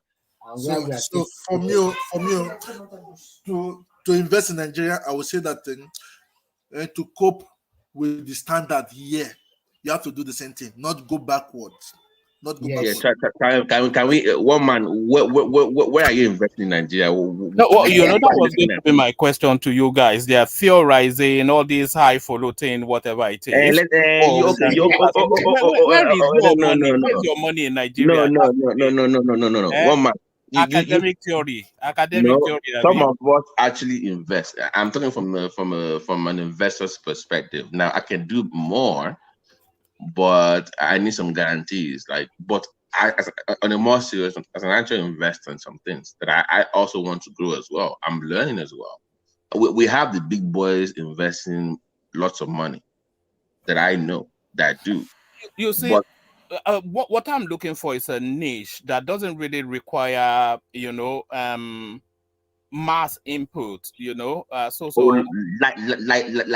more like a shareholder where you don't care about the operation side. You just put your money in and you make your money work for Well, you. that or investing in some sort of where I would invest, for instance, is if we can identify a group of a very clever IT graduates, and then we have a particular project that we want to run to introduce some sort of system within that space. We've identified that there's a problem here, which Okay, needs can you tell us what problems that you'll be solving? Just if like for instance, there was a time I was looking into some sort of digital walleting, so that people don't have to carry cash. But I think that may well have been solved already. It's But already along been those, solved.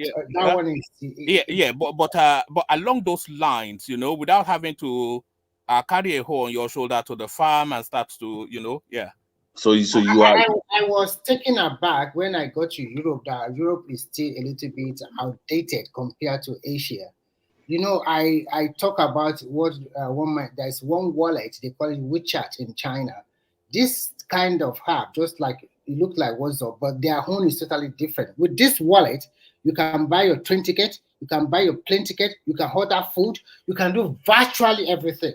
And you No, can but also nobody carries cash in China. They use no, WeChat. we use phone to pay for everything. And the irony part of it is the thing that is good about it is that you can password it. Nobody can just use your money anyhow. And before you can register on But this, they have a similar system in Kenya too. I wish Kaizo was here. They call it M-Peso or something. and maybe they copy the Chinese model. I wish that Nigeria copied that model. It will reduce corruption to the main, and it's easily traceable. We have it And already. you have daily limit that you can transfer money to one another. Yeah, we have the same system in Nigeria. Like now, it's already there in Nigeria. But what is the name of the app or the platform? Do you know the name? Like your e-Nigeria, your e-Naira, it's the same thing. No. This one is different. The same thing. This one I'm talking about is looks like WhatsApp, but this one, like you want to order food, you want to pay for your good in the market, you just can't. It's over. In China, no. They have that in Nigeria. They have they have one in Lagos. Like your phone, like a scanner, you would scan. They have it. They call it to pay, but that one is just for payment solution. I'm talking about a single wallet that can do virtually everything for you. You want to buy international flight? You want to go buy train ticket? You want to go by bus? You want to go to the hospital? They can also monitor the COVID, the spread of COVID. Everything is in that app. I think there's one because they have a lot of payment system, but don't quote me, but I know something like that in Lagos. I'm not sure about that. But they don't have all exclusive like that. Maybe it's just only one, maybe just for settlement of payment. That is one I know they have in Nigeria. For example, I think the new Minister of Interior was saying something in that line, that they would want it to be the national identity card doing everything. It should be linked to your bank, linked to everything. So with that, that was what the guy was saying. Because that, African to Nigeria. that even makes more sense, because if I know who you are with your passport, all this fingerprinting and go to the office, there'll be no need for it. Now, if I have a BVN and I know who you are, that should also help with the passport acquisition as well at the same time. That should save you time. Yeah, it's quite good. And nobody can just cheat you anyhow like that, because before you register, they make sure you register with your passport or with your ID number. They take your phone, they take everything. And your number is different from any other. I mean, your number. One man, did you watch the Interior Minister's interview on Arise this morning? No, I haven't. Should I go watch it? My God, it talks about even the border towns in Nigeria, that they are even that they are more of the neighboring countries. They go to school in the neighboring countries because they've been abandoned. They don't even feel anything about Nigeria. It's like, of course, if terrorists comes in, they will allow them to come in because they're not even part of your country, even though they're supposed to be in your own border, but you don't even remember them. So they say the kids in the border towns, they speak French, not even English. They go to school in Benin, in Niger, in Chad, and they are supposed to be Nigerians. It was very detailed. It talked about that. It discussed the prison system.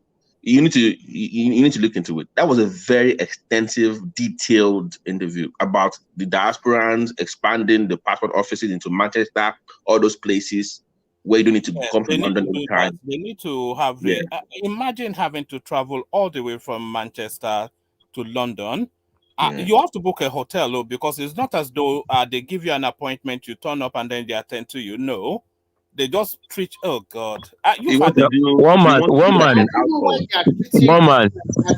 Sorry.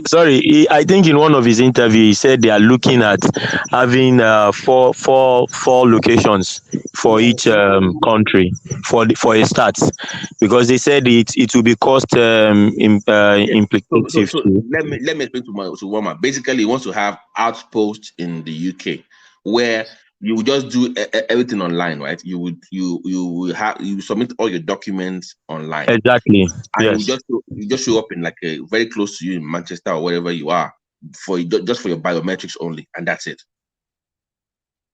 As opposed to coming to London but really that's how it should be, really. Right. It's not breaking new grounds. It's just that for the Nigerian market is new. And by the way, he also wants to make sure that you get it in the mail, by the way. So that will be February next year. So from February next year, they will be using mail delivery for Nigerian passports across the world. Yeah, they will be delivering it to your doorstep if you want to. That was he said. He said you have the option to pick if it should be delivered to you, or you want to pick it yourself. I think that one should not be a big deal. And the guy, Remy, the guy said one thing that I was happy about, because they asked him about the human factor. He said, like, what if the people try to sabotage it? He said, we know, we are ready for them. Anybody, because so he already knows that some people in that system we want to sabotage that technology for their own benefit. Mm-hmm. So he's already prepared that. He's already factored that in. So I'm glad he's very proactive. He knows the game. So I think that one should not be. My daughter got a passport with visa, with DHL to her, and they bring it down from Lagos to Ibadan for her. That's nice. When? Remy, when? From DHL, from UK embassy. They bring the passport with the visa. They brought it to her. We paid the money. She doesn't need to go to Lagos again. If DHL can do that, why Nigerian government cannot do that effectively? But one man, you need to watch that interview, and he discussed the prison system, the prison reforms, people being locked up for abusing police officers, and they be there for months. It was very detailed about the ministry. I was in trial for 20 years. And one man even discussed that there was no need to still have prison systems within cities that are already developed. Like Ikoyi prisons to him should be gone. He wants to move it somewhere else, because they were discussing jail breaks. It's like because of the encroachment of development. Yeah, so, because the value of the land is greater than the purpose of the... Right. So just sell it and move it. Because in most American countries, they have prisons outside where for you to even escape, you must walk hundreds of miles to even get to anywhere. You have to be in a remote area where it's very difficult to even jailbreak anything. But in Nigeria, you have your... Agbodi prison in Ibadan, where that they talked about, the Ikoyi prison, that they are pretty much within the city, so doesn't have the purpose of being so I mean it was very detailed, woman. It was very detailed, and I was very impressed. I was very impressed. Who is he? Is he what's his name? It's Ojo. Oh yeah, Ojo. Ojo. All right. Yeah, he was on a rise today, and even your guys on a rising, you can tell that it was good. Even they were praising him. I'm like, you must be. If the guys can praise you, that means you are. And in this government though, that means you are. If you are doing something well, so they had nothing to say bad about what he was doing. So from this that guy is exceptionally great. That guy is exceptionally from this angle, like can we say that Tinubu have a high for talented people and putting them in the right? But Remy, if you notice, the performing ones are in their 40s now. They're the one performing. Those 40 that they're the one performing right now. They're the one doing the most. All these older ones, I don't know what happened. But the younger ones, there are some just for political patriotism. Babaji. Yeah, I believe like what Remy just said now. That's just it. There are some that are just for political whatever, and the man has picked those areas that are important to him, and he gave it to these guys that he knows can do the job. Because I'm sorry, this is not a sexy statement, though, but all the pancake women in this government, I don't even know what their job is. The humanitarian one always running up and down. I don't know what she's doing. The pancake robbing, so the pancake. Abba. No, it's not. No. Woman, let me clarify. No. Let me finish. There was time we had Ngozi Ojuwela. We had Kemi Adeosun. They're still women, but I respect the quality. But these pancake robbing ones, I'm not impressed. I'm sorry. It's just no, I'm not. Yes, if you are talking about Uju Kennedy, then that one is just there to baby top. I don't know what her job is. I don't even know what she does. I just like women affairs minister. Give her a break. Give her 6 months, and then you can see whether she can perform. Do you think she will last 6 months? Is more the thing. She will. She's a politician. She knows what she's doing. Okay. I think that woman's problem is actually that she needs to be guided a little more. Yeah, that's just it. It's not that she's not going to perform. I think she needs to be guided. She does not know the process, the procedure.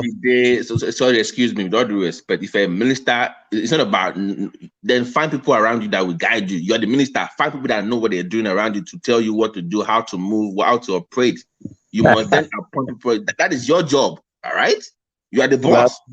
Babaji, you are hard on this woman. No. Because Babaji is a doctor now, so because that woman is hammering. Like I've told you, like to me, it was unfair that they fired Kemi Adeosun because she's from our state, and I know what she did. I know what she did. Go and look at her record in Ogun State. We went up by almost 350% in IGR when she was Minister of Commissioner of Finance in Ogun State. I know how good she is. I like that. Kemi Adeosun because of Opijin and his caucus. They were the ones that actually worked against that woman. You know she was by Amosun. It was Amosun's recommendation to. Yeah, so those kind of women, I am for them. I am. If you are very, smart, but all this just pancake every 5 minutes. Is it not possible to bring her back for any position again? Is it not possible? Maybe she's done because the NYSC thing kind of no, but the NYSC have been settled now, so why they can still give her a position? I don't. No. She's in Amosun. Now, so I don't think Tinubu is gonna wanna. Yeah, she's in Amosun appointee. So, but I like the interior. I like the works and house. I like works. I like that governor with the red hat. I like Wiki, of course. That's my guy. I like Wiki. Those three so far, I have seen some moves, but for some reason, I've not had for many minutes. What about the communication? The tech guy. What about the tech guy? Oh, yeah, that one. He needs to show me something. I don't want to hear. The talking is too much. Start doing something. Yeah, he starts showing me something, bro. So the talking, I'm getting tired of the talking. Show me something. Yeah, I would like a situation whereby he can talk to all this network provider to reduce the price for the data. I think he has to work on that. It's still expensive, and the traffic is huge. I think they are still making us on that one. They need to reduce the price of data. I would love a situation where I say, okay, pay 20,000 and it's good for 1 month. Not that they use 5G and it's over. I mean, whether they use what do you call it? They just pay 2,000 and 1 day or 2 days or 3 days over. Maybe 20,000 naira, and then you can go online for 1 month. They should work towards that one. That's So what that unlimited bundle. yes, unlimited bundle. That is what you should work on, because if you work on that one, it will be good for Nigerian people, especially people that create content. Everybody will be able to be on the go. Not all those. They are still making us asking us to pay this 5,000 for this kind of G or what do they call it? I think. All right, Remy, can you just wrap it up with can everybody just give their own brief summation a minute before, because one man wants us to wrap it up. So Okay, I think I'm done. I'm okay. Another person can wrap up. Yeah. All right, Lajide, do you have anything to add to what we've talked about today? No, I don't have anything to add. I just joined because the topic was. What one man is a player hater, and we are discussing investment. He just came here to hit on us and just he wants us to leave. So No, I enjoyed the topic better. Yeah, don't mind one man. That's what one man does. Sorry, I was away. What are you flagging me off, Babati? Because I saw your 5 minutes more message now. You were having fun here, but you had to come in and just Oh, sorry. Let me come out of the way. It's all right. Back to our topic, I don't mind one man before he showed up to mess up. I'm kidding. I'm kidding.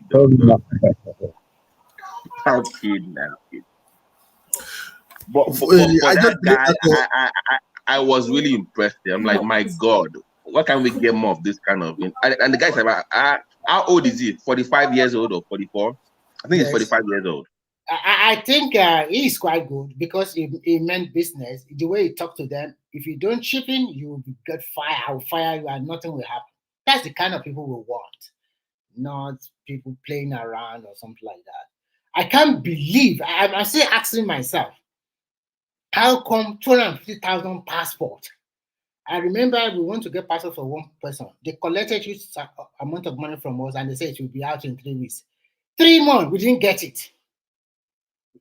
So, 250,000 passport within 2 weeks. And that means that you are not VIP, Mr. Remy Coker. You are not VIP. I remember that in Paris, I took 3 months appointment. They called me the following week. I said, why? They told me I should come. I went. They did it for me the same day. I went home with my passport. Why some people they don't? Some people are privileged. You understand, Babati? I'm Mr. Remy. Yeah. Are privileged. If you're not privileged, I'm sorry, they will put you behind. You understand? I did not pay anybody bribe. I did not pay anybody bribe. In 2017, I went to Nigeria. I got my Nigerian passport. I got it the next day, but I paid like that bad day. I paid like 48,000. I went there, I did my stuff, and then 2 days. They even brought it to my hotel itself. The guy, we had a guy, Nigeria. You must always have a guy inside now. In Nigerian reality, you must always know one guy in the office. So this one in Paris was questioning me, and then I gave him few advice because he was complaining that their money is not enough. That sometimes the Nigerian government did not even pay them for months. I said, what? So it's that no. Yeah. It's really during the time of the old administration, they don't pay them for months. Remy is not lying. Do you know why? When I went there, my experience was even at 9 o'clock at night, they are still working. Now you would think you should have closed since 4 or 5 now, but the kind of money they were making at the back end, they didn't even care about their salary because they were making so much money from this. Because if you notice in that Okemon area, that passport office, the most people that come there for passports, you will see different people. But the most that you will see are foreigners, people living abroad or living in African. Yeah, they are mostly the one that will come for those things, and they know that you only have 2 or 3 weeks to spend in Nigeria, so they know how to fleece you very well. Or God does, let's help you rush this thing. Don't waste your time. We know you they travel back to your country, so they know the game. They know how to. But see, that does not translate to the fact that the government is owing them. These guys always come with these narratives. They are just exceptionally good at what they are doing. I'm talking about Paris, Embassy Paris, in Paris. I I understand what you said. They told You me know, that I spoke with them now. I spoke with them. They were complaining, but one thing then I just smile. But I just told them what to do for them just to have a side job. I told many of them what to do there, and really they got The reason why I said they are lying is because they always Can have I side also. can I They can don't I can I always. can I ask Trump a question? Do you think that that embassy in France is not making enough money to sustain itself? not all that because of the way you know that when you don't have papers here, they will ask you so many questions and things like that. And again, that many Nigerians don't want to declare themselves as Nigerian in case they got picked by the police and want to send them home. You understand? So that's it. So when they are a bit stable, then many of them comes out. Some people comes from Netherlands, from sometimes from from UK also they come. Understand? That's just it. But I understand. I understand. Nobody wants to go there, not to get picked there. The moment they identify you as a Nigerian, they take you home. You understand? So that's it. Wow. I think the reason is because most people that go to like France and Italy, majority is through asylum. But if you go to come to this Scandinavia, majority of people that come here that are Nigerian, they come here through educational route or through family route. Like maybe you are here and bring your wife, so everybody have a record. And most people with Nigerian does not have an embassy or consulate in Finland, but they have in Sweden. And once you do everything, How do you do it? You travel to Sweden to? yeah, it's not very far. So they travel to Sweden and they get it when they do everything online. When they give an appointment, they all normally get it, no trouble at all. Because I have heard that the best embassy abroad is the Swedish embassy for Nigeria. Yeah, I've it's the heard best. no I totally agree with you. I've seen like 4 guys. They will go to Sweden today and they'll come back later in the afternoon. For example, you can take a flight in the morning, and when you go to Sweden, you just go directly to the Nigerian embassy. You get your passport because you already finished everything. You just take your biometric, and they will give them the passport that day, and then they'll come back with the same afternoon or evening flight. But if they don't want to go that route, they can go through the ferry, and that takes them about depends maybe 10 hours on the IC, and they'll be back to Finland the second day. So it's easy. No trouble about passport here at all. They get their passport immediately. No trouble at all. Finland is close to Russia. It's close to Estonia. It's close to Sweden. It's close to Norway. Close to Russia. And also not very far from Denmark. You people, the day Europe look for more trouble, Russia problem, that means you people will be affected. That is the major reason why the Finland joined NATO, so that American can protect them. Before they are not members. when Russia invade Georgia, immediately they join NATO. Remy, why do we have to protect you guys? Why can't you protect yourself? Why must America always? Excuse me, Remy. We know you guys. One man will come here and start bashing America. You Europeans, you always bash America. But you turn around and you start seeking for protection. Why do you guys always do that? I don't bash America. If you are looking for you know one man always does that. One man lifestyle, gentleman lifestyle. Go to my cottage in summer and in winter, go and get my sunshine in Portugal and Spain. And if I'm staying here in the cold region, stay in my warm house with a fireplace, it's a pure gentleman's life. Okay, we don't like all those American hustle, a lot of noise, so loud. America, they don't want them here. Okay, Remy, hold on. You just told me you don't bash America, then you turn around to bash America. You just did it right now. You see what I'm saying? Do you see guys? Why do you guys always do that? I'm just telling you about their lifestyle. I love American lifestyle. I like the law. I like the. They live on credit and they live on credit. Fake life. They're all fake lives. Fake life. They live on credit debts. I can't say that. Me, I like American vibe. Yeah, Remy. You see Trump again. You see Trump again. This European, and then you'll be asking us to come and protect you when Russia start giving you wahala. I don't understand. You guys, one man is from the UK anyway, so I don't even know if they're still part of your. One man is one man and the real family of England. They are together now. So. I call them the in it people. You know, that's why I call them. But the irony part of it is that you know that UK is no more part of EU, but the law they use against them It's too much for him. No. For them to go to Dublin, they have to seek for the visa. union.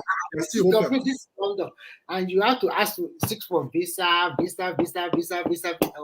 and they also make sure that they have the borderline. You can you blame them? Like even when I went to the UK, when I went to London, I went to this restaurant. It's a Nigerian fancy, like the Nigerian restaurant. All the people working there, like serving and stuff, they were Eastern Europeans. Yes. I'm like, I was expecting to see like Nigeria. No, it was Eastern. Apparently, they are even cheaper to hire than even Nigerians themselves. Yes, it's true. So you can't blame like why are we the ones shouldering the burden? Why is it like England, Germany, and France shouldering everybody else, and Portugal and Spain? Everybody just no. So they're like, man, this is not the pay us, man. So you can't blame them now. But they are blamed, but now it's not for them too. Now they are also suffering from it now. They are suffering heavily now. I have a lot of people in because they lack manpower over there. Yeah, they lack manpower. It's one man there. One man, can you come up for a second? Because you are the UK. No, I promise you, I will not bash you. Can you tell us? I thought you kicked me out. I thought you told me to get lost. No. Oh, wow. No, it's your show. No, it's your show. One man, but the more serious of that, but the impact of this, you guys breaking away from the European Union, has it really be that bad, like it's being portrayed like by people online? Or is this there's no difference for you? I mean, you live in the UK. It's not actually as bad as people anticipated. There's a lot more jobs, which is always a good thing. But then to trade with Europe, obviously then is to trade with a foreign space. So all of those tariffs come into play. But no, there was a time that there was a heavy influx of Eastern Europeans, and the more Europe expanded, the more there was that heavy influx, because of course everybody wants to leave their country and come to the UK. So you could just Polish everywhere, and then the Romanians are starting to come to pick your pockets in the underground system, and it was getting wild. You know, when they were doing that Brexit, I was against it, but now I don't mind so much, you know. But okay, it was hold on. So you said you were against it before. Why were you against it, and why did you change your mind? Like your initial opinion of why did you have that that opinion about? I mean, what changed you? Why were you for it before? And what changed your mind? No, I was against it before. Sorry, I mean, what were you against it before, and what changed your mind afterwards? I mean, because the narrative propelling it then was xenophobic. It was we were being overwhelmed by all these foreigners. You know, it was those similar to what you're getting with the Mexicans in the United States now. So that was the undertone of the campaign to get out of Europe. It was xenophobia. It was the hate of anything foreign and not exactly like you, which they make me feel comfortable. And I also thought that being part of a wider market is ultimately more beneficial to the United Kingdom than being a little islander. So all of that narrative made me against it. But I don't know if I'm quite settled into it, because of course we've reverted back to the British passport, which is the thick blue one. Mm-hmm. The pound remains strong. So you now, you now require visa to go into Europe now, right? Yes, you do. No. It depends.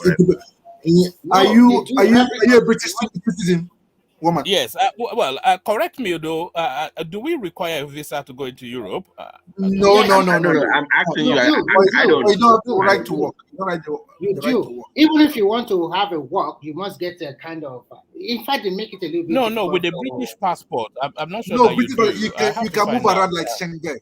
You can move around, but not more than 3 months. No. Try first. If one man wants to come to Finland, he must seek for visa.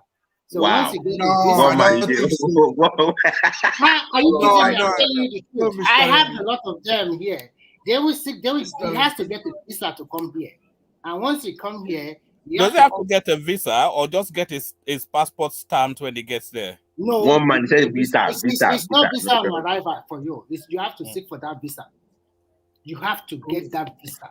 Once you That bad, get the huh? visa, That then I you mean have that to bad, come huh? to Finland first, and then from Finland you can move around Schengen area if you One want. man, one man, did you hear what he just said? You now require a British citizen now require passport to go to Yes, Finland. that is Yeah, but vice versa though. But vice versa. It's vice versa. Yeah, you are right. If I finish, But I know, but who cares about vice? I care about you, the But British one. That's the woman, question. just That's the woman, first But time. woman, woman, woman. please, I want to ask a question. I want to ask a question. Is it, would you say it is better leaving the European Union than when you were there? I think he Yes. has answered the question. Go ahead. Yeah, I don't think life has changed significantly. It's really is really the wider point. I think the country will be poorer for it because now you have to pay tariffs to every single country within the European Union if you want to trade. But then of course within that space you don't have to.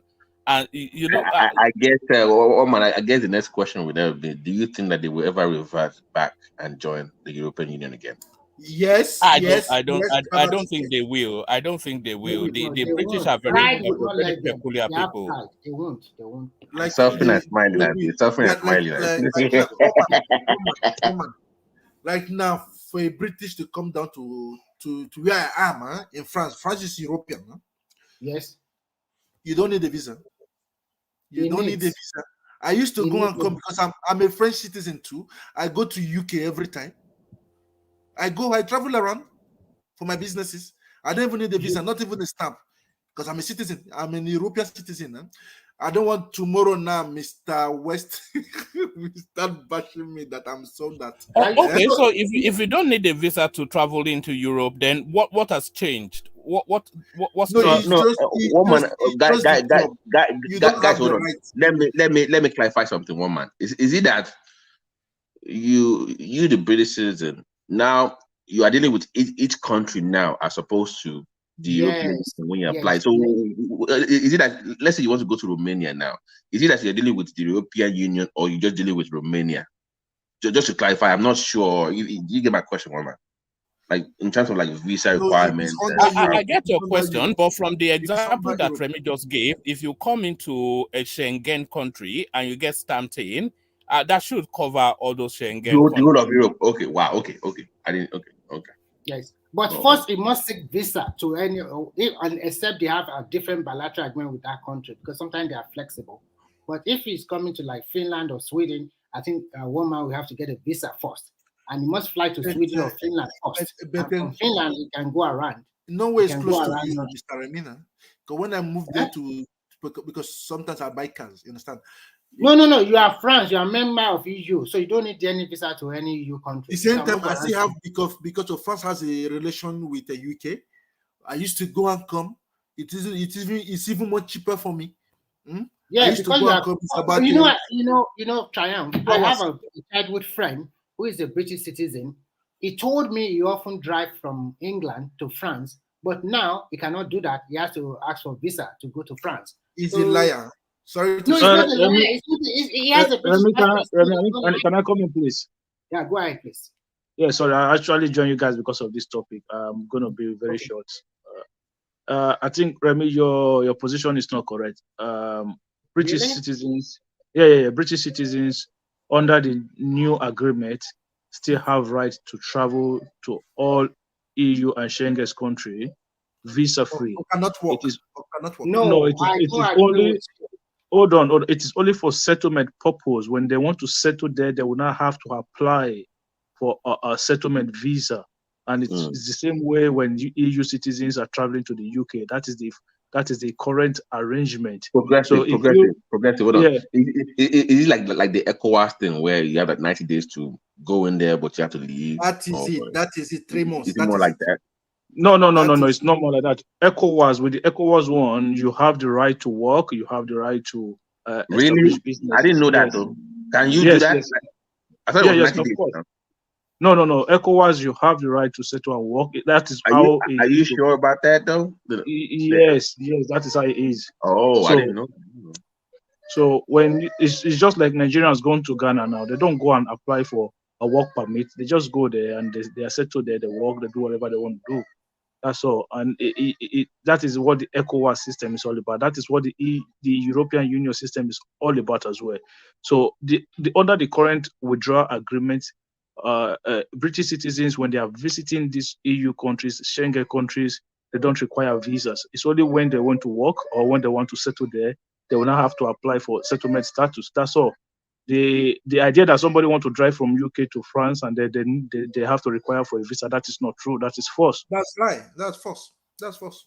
That means that Mr. Remy, sorry to use that sentence. You understand? Because so like when one man was saying what has changed, a lot has changed, because you have to look at the free movement of goods and services. That has changed. So it's not the way it used to be, whereby you can just make transport goods from the UK into the European Union easily. It's no longer like that. Progressive. Sorry to cut you short. I have my friend who is a British citizen in London. I'm going to ask him that question, and everybody can listen to his response. You don't need to ask him. I'm telling you. No. Let him talk. Let him talk, please. Because he said my position is wrong. Ayo, are you still there? Yes, I am. Yeah, the question is that you, as a British citizen, if you want to go to France, do you need a visa or you don't need a visa now? Now, at this moment, you need a visa. No, you don't need a visa. I travel a lot, Mr. Remy. I travel there. Not Remy, we are talking to. Okay, go ahead. But this, my friend, is a British citizen. You don't need. I travel. I do business. I have a transportation company. No. Forget about you. I'm talking about. He is a British, and he often drive down to France. The reason why things are like that now is because we're no more in the EU. It's changed. No. Check it on the internet. It doesn't. There's no need to check it on the internet. Just go and look. Go and buy a ticket and fly and see if they stop you. Nobody stops you. Can you sorry guys, can you tell them your experience when you used to drive down to France, and then recently that you want to go to any EU country and then you have to seek for visa? Can you tell them your experience? Yeah. Because before when we were in the EU, yes, you can just drive into France. No visa, nothing. But because the British government has left, as in UK as a whole has left the EU, is the reason why things have changed. So yeah, now, if you are going on a visit purpose, you still don't require a visa. This is what we're trying to explain. If you are going just to visit, you don't require a visa. It's the same thing. You're going to visa. You're just going there for business. You have to have a visa. No, you don't have to. You don't have please, to. Please, can you do us a favor and send your friend the data page of your visa that you got for your travel? Let's not go that far. I've not traveled with visa yet. I've not gone yet. I only traveled when we were in the EU. When we're not in the EU, I've not traveled to France. Calm down, Progressive. Let him finish, and then you also talk. No, don't worry. Don't worry about him finishing. Okay. He's already said he's not traveled since UK left the EU. But Triumph is telling you that he travels from France to England every single time, and he's never been asked for a visa. No, we are talking about British traveling to EU now. It's the other way. It's the same thing. It's the same thing. Okay. Thank you, AY. I will contact you later. Yeah, okay. By the way, don't send anybody their visa page. We don't need to. I don't think we need to. No, you can just remove the name and the DOB and that's not progressive. He won't do that. He won't send it. That is not necessary. I don't think. Let me explain something to you. Let me explain something to you. Make it easy for yourself. Go to a French embassy website now, right? Say you want to apply for a visa and then put that you are a British national. You will see they will tell you that you're not a visa required country. It will be stated. It will be stated clearly there for you. This is what my friend told me, because he's a British and he has been there for, I don't know, more than 30 years or something like that since childhood. That means he's not a citizen. Then. He's not a citizen. Sorry to say, Mr. Remian. He's a citizen. Who told you he's not a citizen? No, it could be a citizen, but he's not aware. He was born in London, and you're saying he's not a citizen. It could be a citizen and is not aware of how the system currently works. Maybe it's not aware. I'm telling you, under the new agreement, under the withdrawal agreement, I follow these things a lot. Right. The biggest challenges that the UK have now, especially as citizens, you cannot go and work in any of EU country the way it used to be, whereby you just travel with your passport and then you apply for a job, you settle down, you don't need to do it. You have the same right as home citizens. That one is gone. Before, whereby you make your goods, you can process meat in say somewhere in Birmingham today, and by the next morning that meat is in Paris. That is no longer the case. You have to go through process before you can cross border with your goods. Those are the changes. Those are the fundamental changes that have occurred from the UK leaving the European Union. Okay, that is okay. so when No, I find it. You are right. Progressive. They said you do not need a Progressive, visa hold on. for short Guys, wait. trip. For progressive, one man is saying that those changes are not significant enough. Of course, no, they are For him huge. They to are very. say They are. it's not. Look, ask one man when he goes to the supermarket in the UK today. Does he not find empty shelves in most of the supermarket? Does it used to be? Was it like that before? It One wasn't man, like that. can you come up to clarify? One man, can you come up please for a few I minutes? love you, Papa T. You say one man come up. No, because he's the one that lives in the UK, so he can better tell us. I don't live there. One man, can you answer the question? You said yeah. I can't come up for about 5 minutes or so, but Akim lives in the UK as well, so he is able to take it on. Who's Yes, that? no, I just say because I just told you because I know. Look, I live in the Republic of Ireland, but look, I know very much about back and front UK. So there's nothing about UK that I don't know.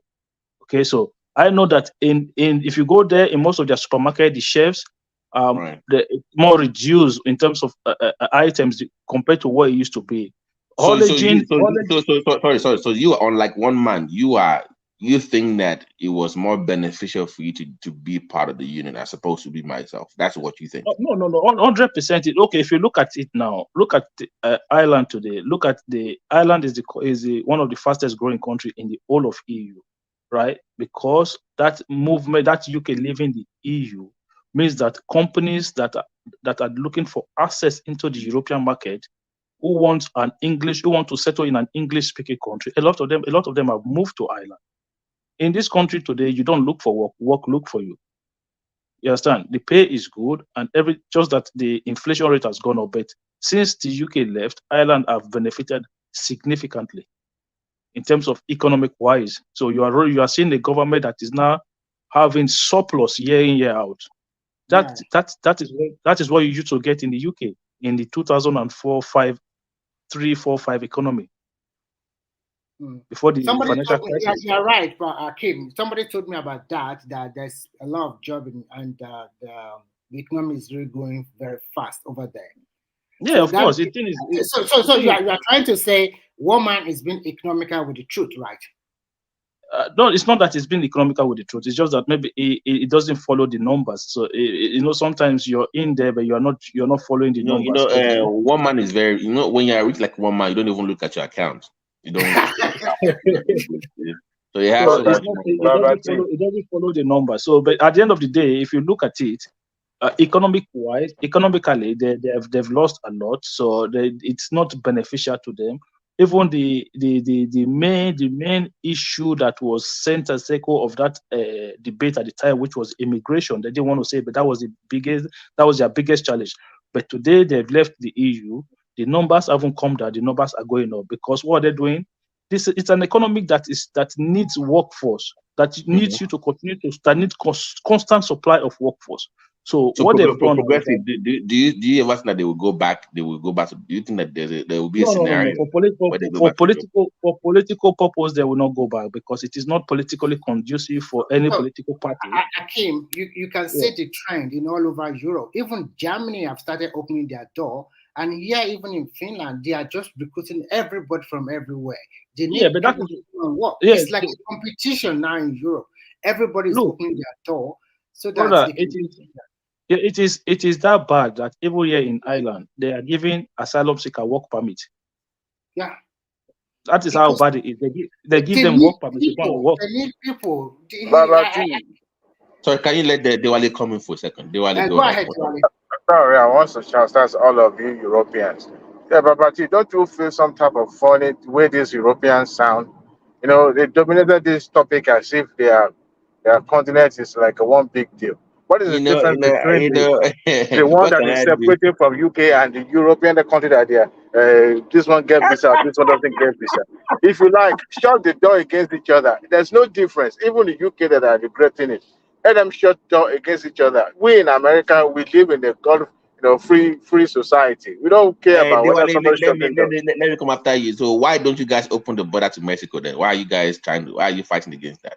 They will flood this country with the gangrene. Hypocrite. Hypocrite. Hypocrite. Diwali the hypocrite. Every picking useful for one purpose or the other. So if they are useful for supplying America with the produce and all that, that's fine with us. But we're not going to open that door.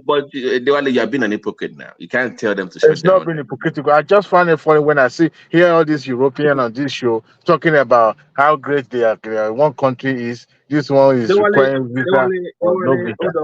Hold on 1 second. One thing we in Europe are guarantee of is that the chances that we will get killed by a mass shooter is very So, low. are you saying that there's no cases of stabbings or all those How many people can you stab with a knife? carjackings and all that? Hold on. Let's not turn this here. Let's not do this. Come on. We were having a productive conversation. Let's not turn this to the US. So I'm the disruptor now, isn't it? It's the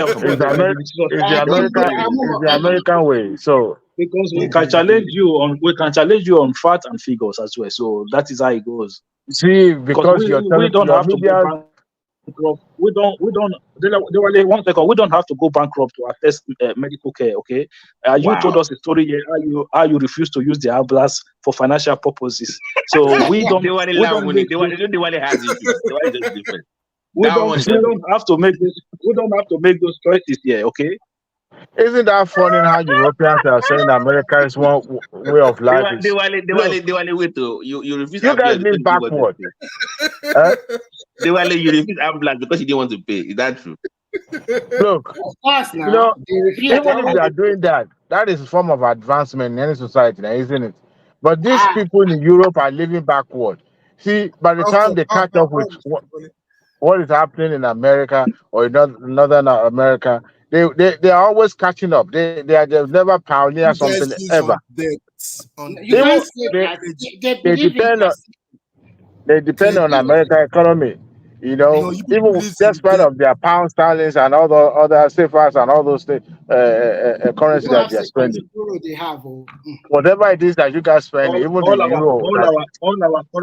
All our major currencies are stronger than the dollar. The euro is stronger than the dollar. But they are tied to the American dollar now. Some of these countries, some of these European countries needed to match together to become a country. Wow, really? Diwali, enough of this slander. Well, how big? What is the population of Germany? If you match Lagos and together, Remy, hold on. How many people live in Finland? Like 10 people. I don't want to tell you. Tell us how many people live in Finland? He's not proud of saying the number. He knows the number. He won't tell you that. I don't know. Can somebody Google it? Over 60 million. Don't Google just. Over 60 million. So what is the population of Nigerians in Lagos alone? I'll talk about Kano. It is not about numbers. It is about the quality of life you get in where you live. So what is the point of being 1 billion in poverty? They have free medical care. Free medical care because you guys are not that many. Okay, you guys are not that many, and you have free, more or less, almost free services rendered. You are bringing in people, and some of the money used to pay all these workers are from Africa. Guys,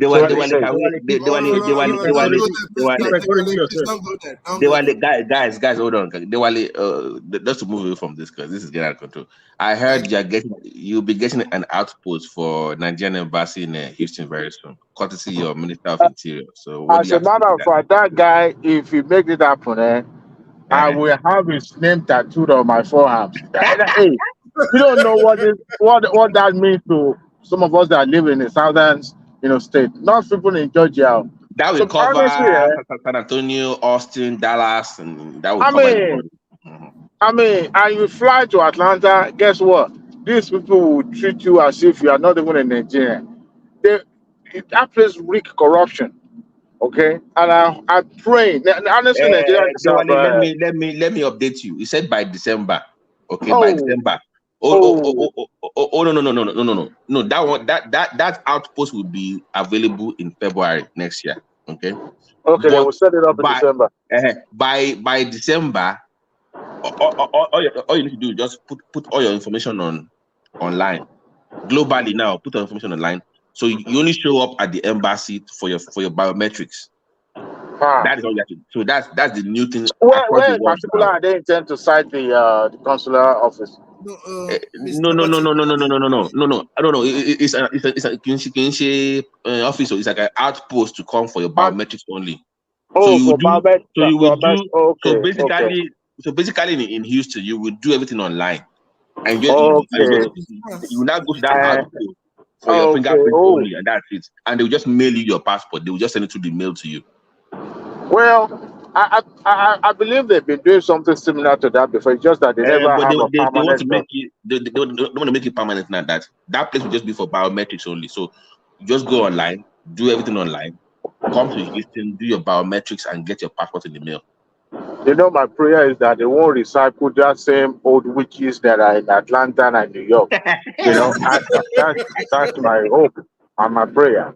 You let them bring new people from Nigeria, just to pioneer whatever that post is. Because these folks back there, they know they can be recalled anytime. So they want to grab whatever they can grab. Even common stamp. The moment you show up with your own stamp and how much is the they don't even sell the post office envelope here. You pick it up and you pay for the shipping. That's it. But these people will collect money for the envelope and the stamp. God help you if you show up with the stamp. Number one, you declare you are a number one public enemy. They will want to delay your passport. The processing itself. Can imagine you show up, just a little typo error or something that they could easily correct. They will tell you they can't do it unless you go behind the curtain to bribe So somebody. Dewale, can you tell us your experience? Like when you first went to the ATL, what were you looking? What was the I, experience like? I, that was 2018, I believe. That passport must have expired now. Everything is about GPT in Nigeria.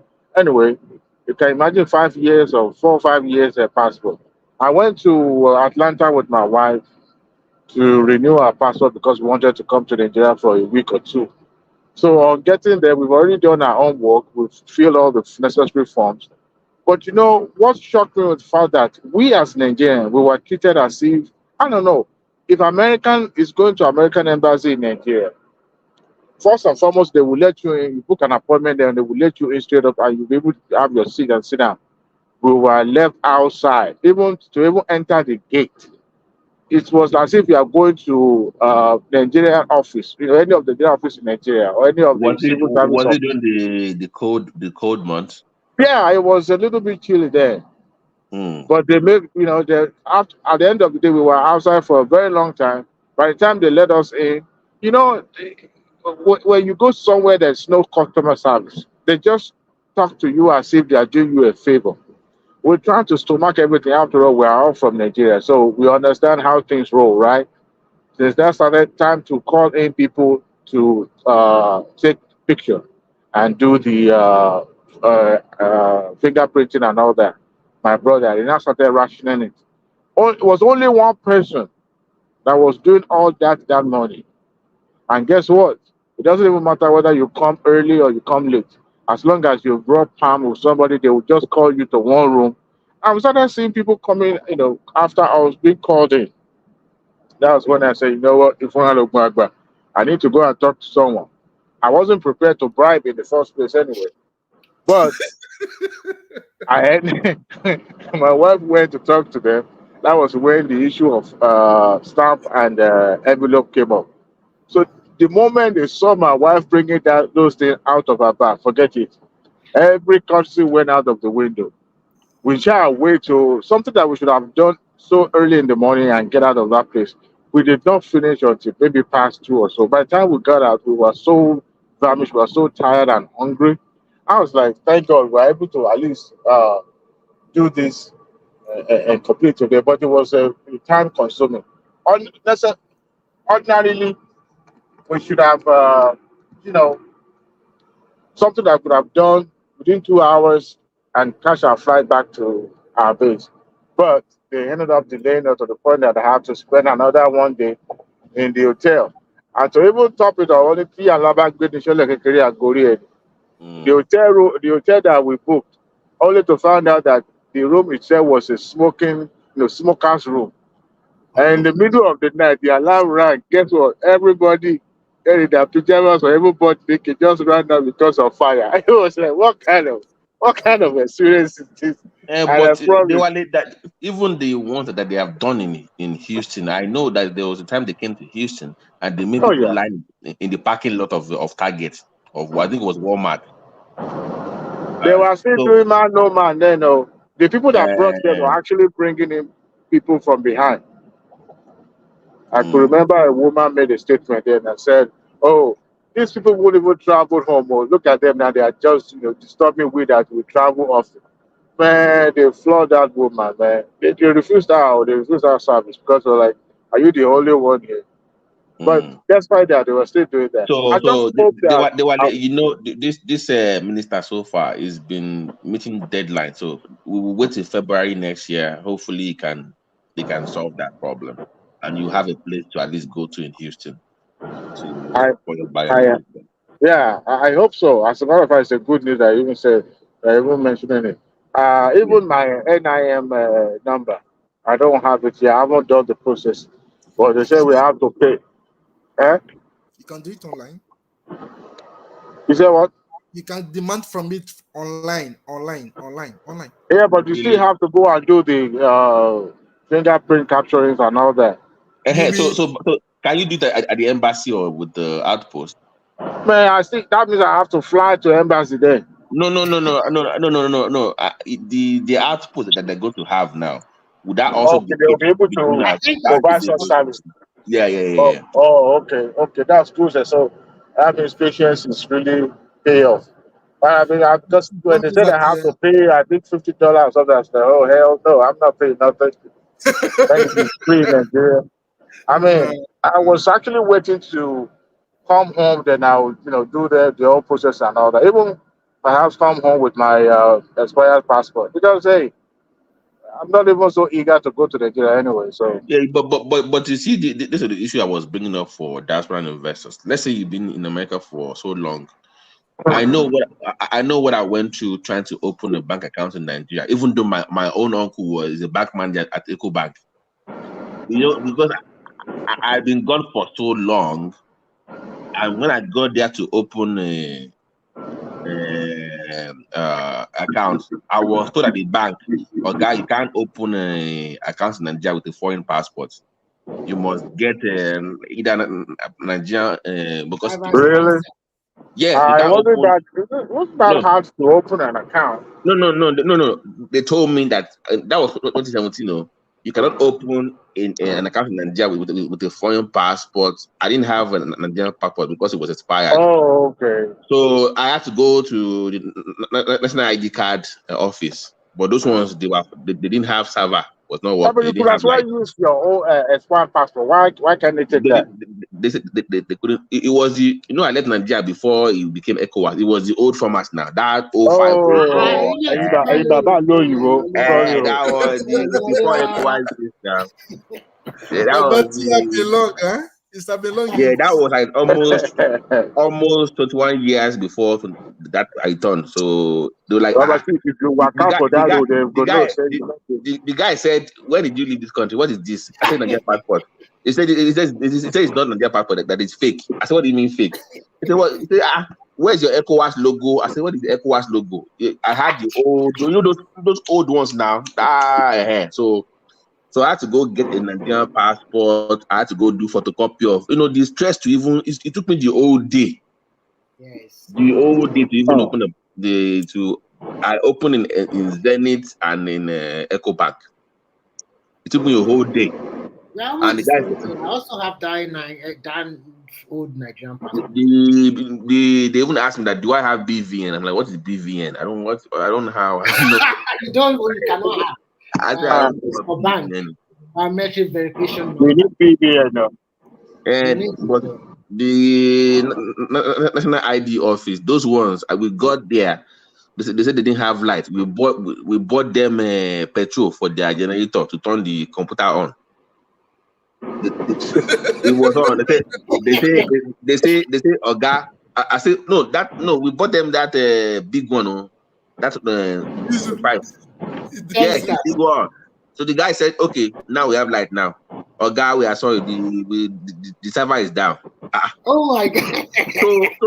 So my uncle was very pissed off. He said, so what do you mean? You have all these people, you come to work every day, no light, no server. So what do you guys do at work? You just sit down there discussing.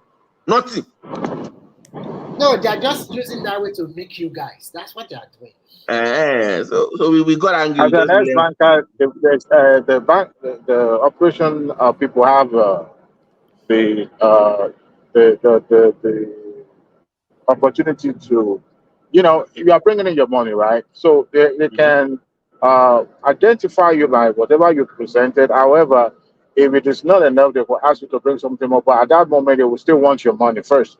So they will take whatever you provided. That one I just got the Nigerian passport. So I got the Nigerian passport, the fast track Nigerian passport. So 48,000 within 2 days they gave it to me. So But when you are there, you're also speaking your American accent English. No, it wasn't even that. We were wearing our ileke and agbada.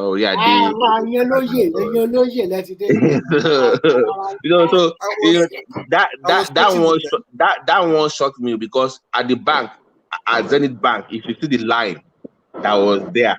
So me and my uncle showed up in an SUV with his driver. We came down with agbada and ileke. You will see the security guy just everybody, move left. We just keep the line. We just keep the line straight to the office. We say to the manager. So from the line to the manager's office, so we just keep everybody. That was it. So I know when you think they think you have something, you are privileged in that environment. You are a big boy. See, even before I left the country, I make sure that I close down all my accounts, knowing that I probably because at that time I was using Intercontinental. Even the bank that I left, I wasn't trying to even open an account. I should close down on my salary account. No, my salary account was still active. Do you have sorry, Diwali, how many of you have a domiciliary account in Nigeria? I do. I used to have. Why did you close it down? You know why? I didn't close my own. I still have it also. I didn't operate it because I have a terrible experience with GTB. I still have it. I just in fact, as a matter of fact, when the issue of this dollar thing started, it was a lot easier then. But it was. I not that I'll be frequenting Nigeria route, but it's just that for in case of anything in the future, or, because financial sector is kind of like I don't know. Somebody can wake up tomorrow, or any CBN governor can wake up tomorrow and say, you know what, enough of this, enough of that. So I just opened. Even the Naira account, I was trying to open it, but since I won't use, I still have mine. My brother, don't do Naira accounts because imagine people that open it when it was 400, 500. The money you are losing value every day. So just leave it in dollar or whatever form. I'm being honest now. Seriously, if you have another account in Nigeria, how much interest are you really getting to keep up with inflation? I think that was a time I wanted to buy a flight ticket for my in-law or something like that. So we were now thinking that was when it became more useful then. But we couldn't even do that now because it's more cheaper to buy it from here than in Nigeria. So not quite long ago, I think last month, one of my nephew that is going to school here, traveling home. So the mother wanted to buy a ticket.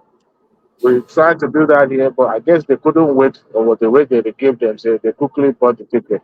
But it was almost close to $1 million. So for what do you call it? Is it to and fro or whatever they call it? Yeah, like the round trip. Yeah, round ticket. Yeah. I was like, my wife said, "Okay, let's go to Nigeria." I said, "Go waiting. Anything, and so quickly." Even that morning that we spent go to Nigeria. People back home will tell you, why are you here? Why did you show up? Why did you send me for like in the words of my uncle, he always tells me. He said you only have value in Nigeria for the first 2 weeks you first show up. I say why?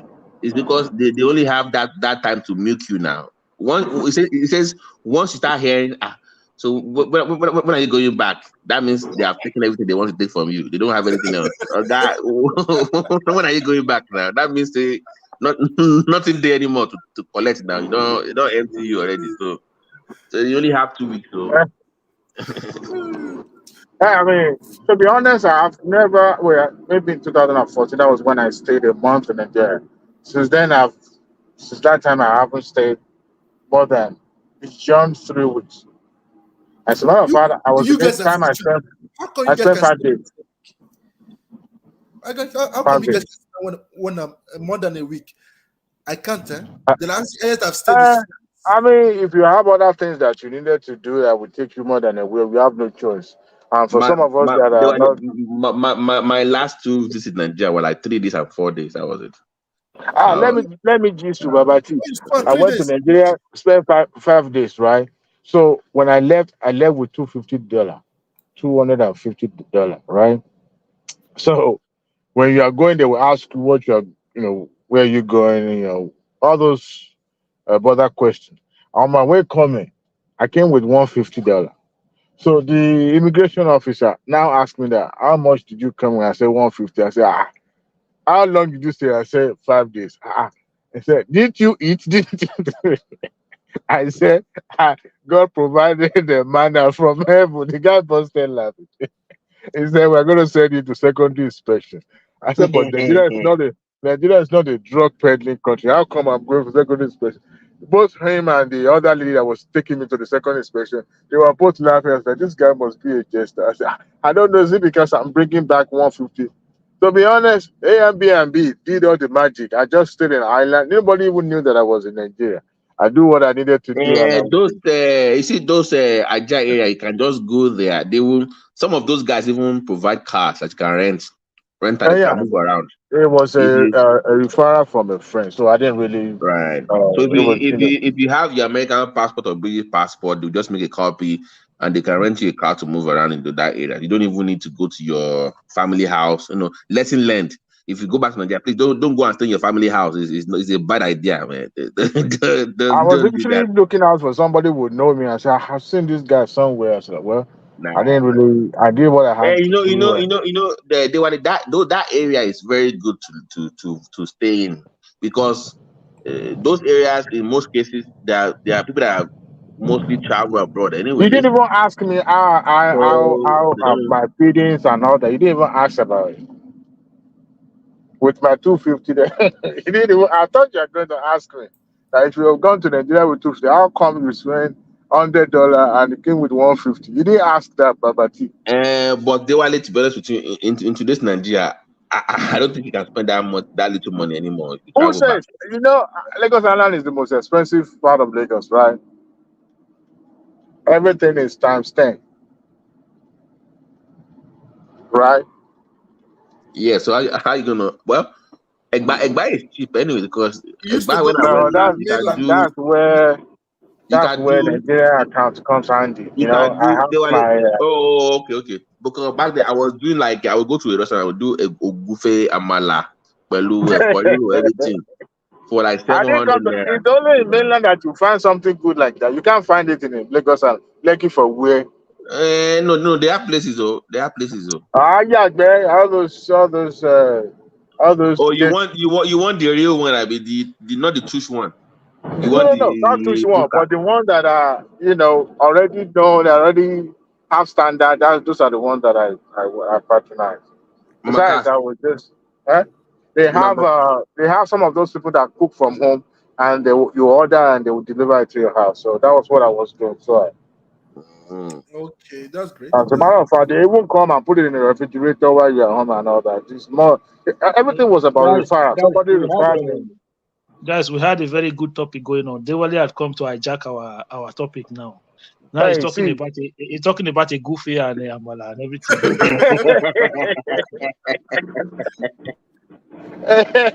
Is that Mr. Trial? Yes. You need to do a DNA. We still don't believe or admit that you're a Nigerian. You don't sound like a Nigerian. Somebody's No, questioning don't people tell like me that. You don't that. even I'm a believe. Nigerian. And I'm a Nigerian. because of you have this French twine to your when you pronounce words, so people are not even sure. Maybe you're from Togo or Benin Because Republic. he has lived there for a long time. What do you Uh, expect? If I start how many? speaking Chinese to you, will you How many understand? years? How many years have you been in France? How long have you been in France, Triumph? How long? Since 2006, calculated. What are we talking about? Wow, almost 17 years, right? Oh, that's almost wow. No. That is change. Almost no. 17 k. Almost 19 years or 18 years He's in now. going 20. Is Ah, that at that time he's about to go to get married now in Zamfara. no. Wow. You're a Frenchman, you're not Nigerian, no. You are French. Don't say that. Don't say that, please. Please. You're talking No. like my family. Do you know? Honestly, you sound like one of those African French countries, like Cameroonian. That's the way you. That was when Really? I was perfect, Yeah. when you were I'm speaking honest. French with Rational Man. Rational Man that does not he cannot speak French very well. Oh. Yeah, that Rational Man. Google nìyẹn ló jàre. Good translation. It does. No, My. one thing he's trying. Really. That's what I told Westmind. Is it Westmind? It was complaining that I Rational don't look like. Man. No, there's one that with Westminster. What is it called this afternoon? That we are dragging. That was debating with me. I told that I'm in Nigeria. He told me no. I claim to be in Nigeria. I was shocked. And then I said that I'm in Nigeria. That almost in Moja comment. But guys, I need to look into that ECOWAS. I honestly thought it was a 90-day rule that you could stay in the country. I didn't know you can actually live and work in all those West African countries without any work permit. I honestly did not know that. I thought ECOWAS passport. I know about the 90-day rule, but I never knew about. I didn't know about living there. Of Beninese, Senegalese, Malians, they are trooping into Nigeria also. So you can actually walk and you can legally walk with a ECOWAS passport. Walk and stay there now, no problem. I did not know this. I am. Oh. How many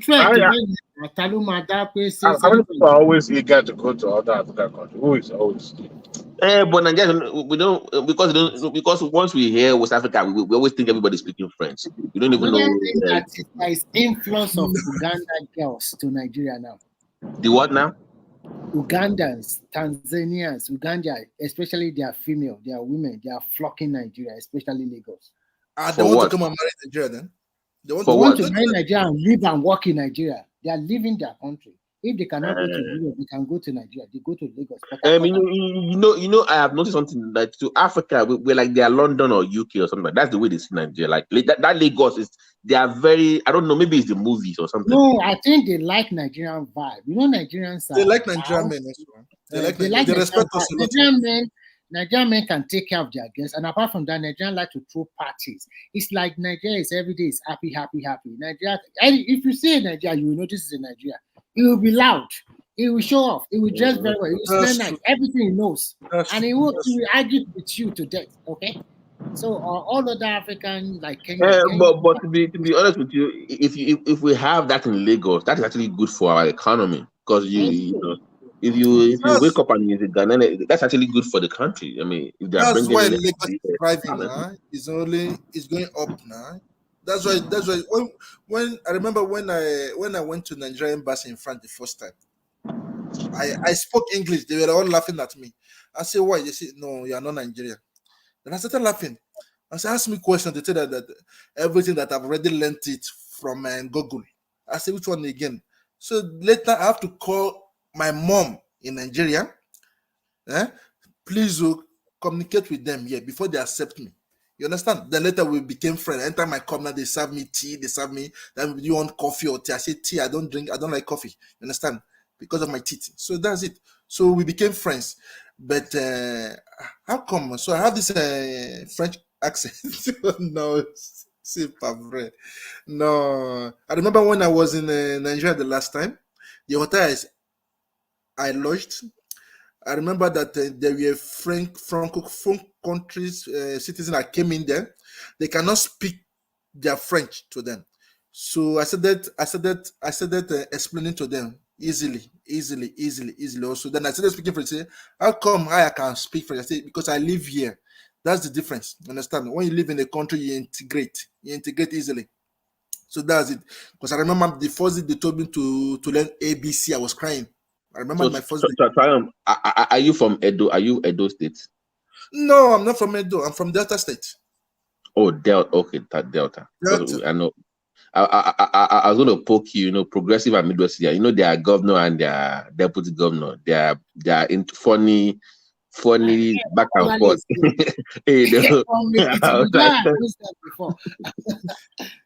No.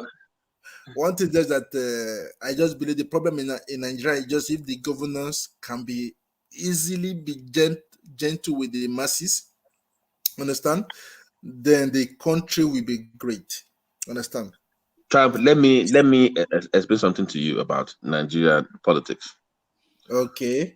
You see, like I've said this on a different platform before. We had this extensive discussion, and I've said that only a reformed thug, a street smart individual, can find you the best talent because it's the conduit, is the stepping stone for the kind of leadership you're looking for.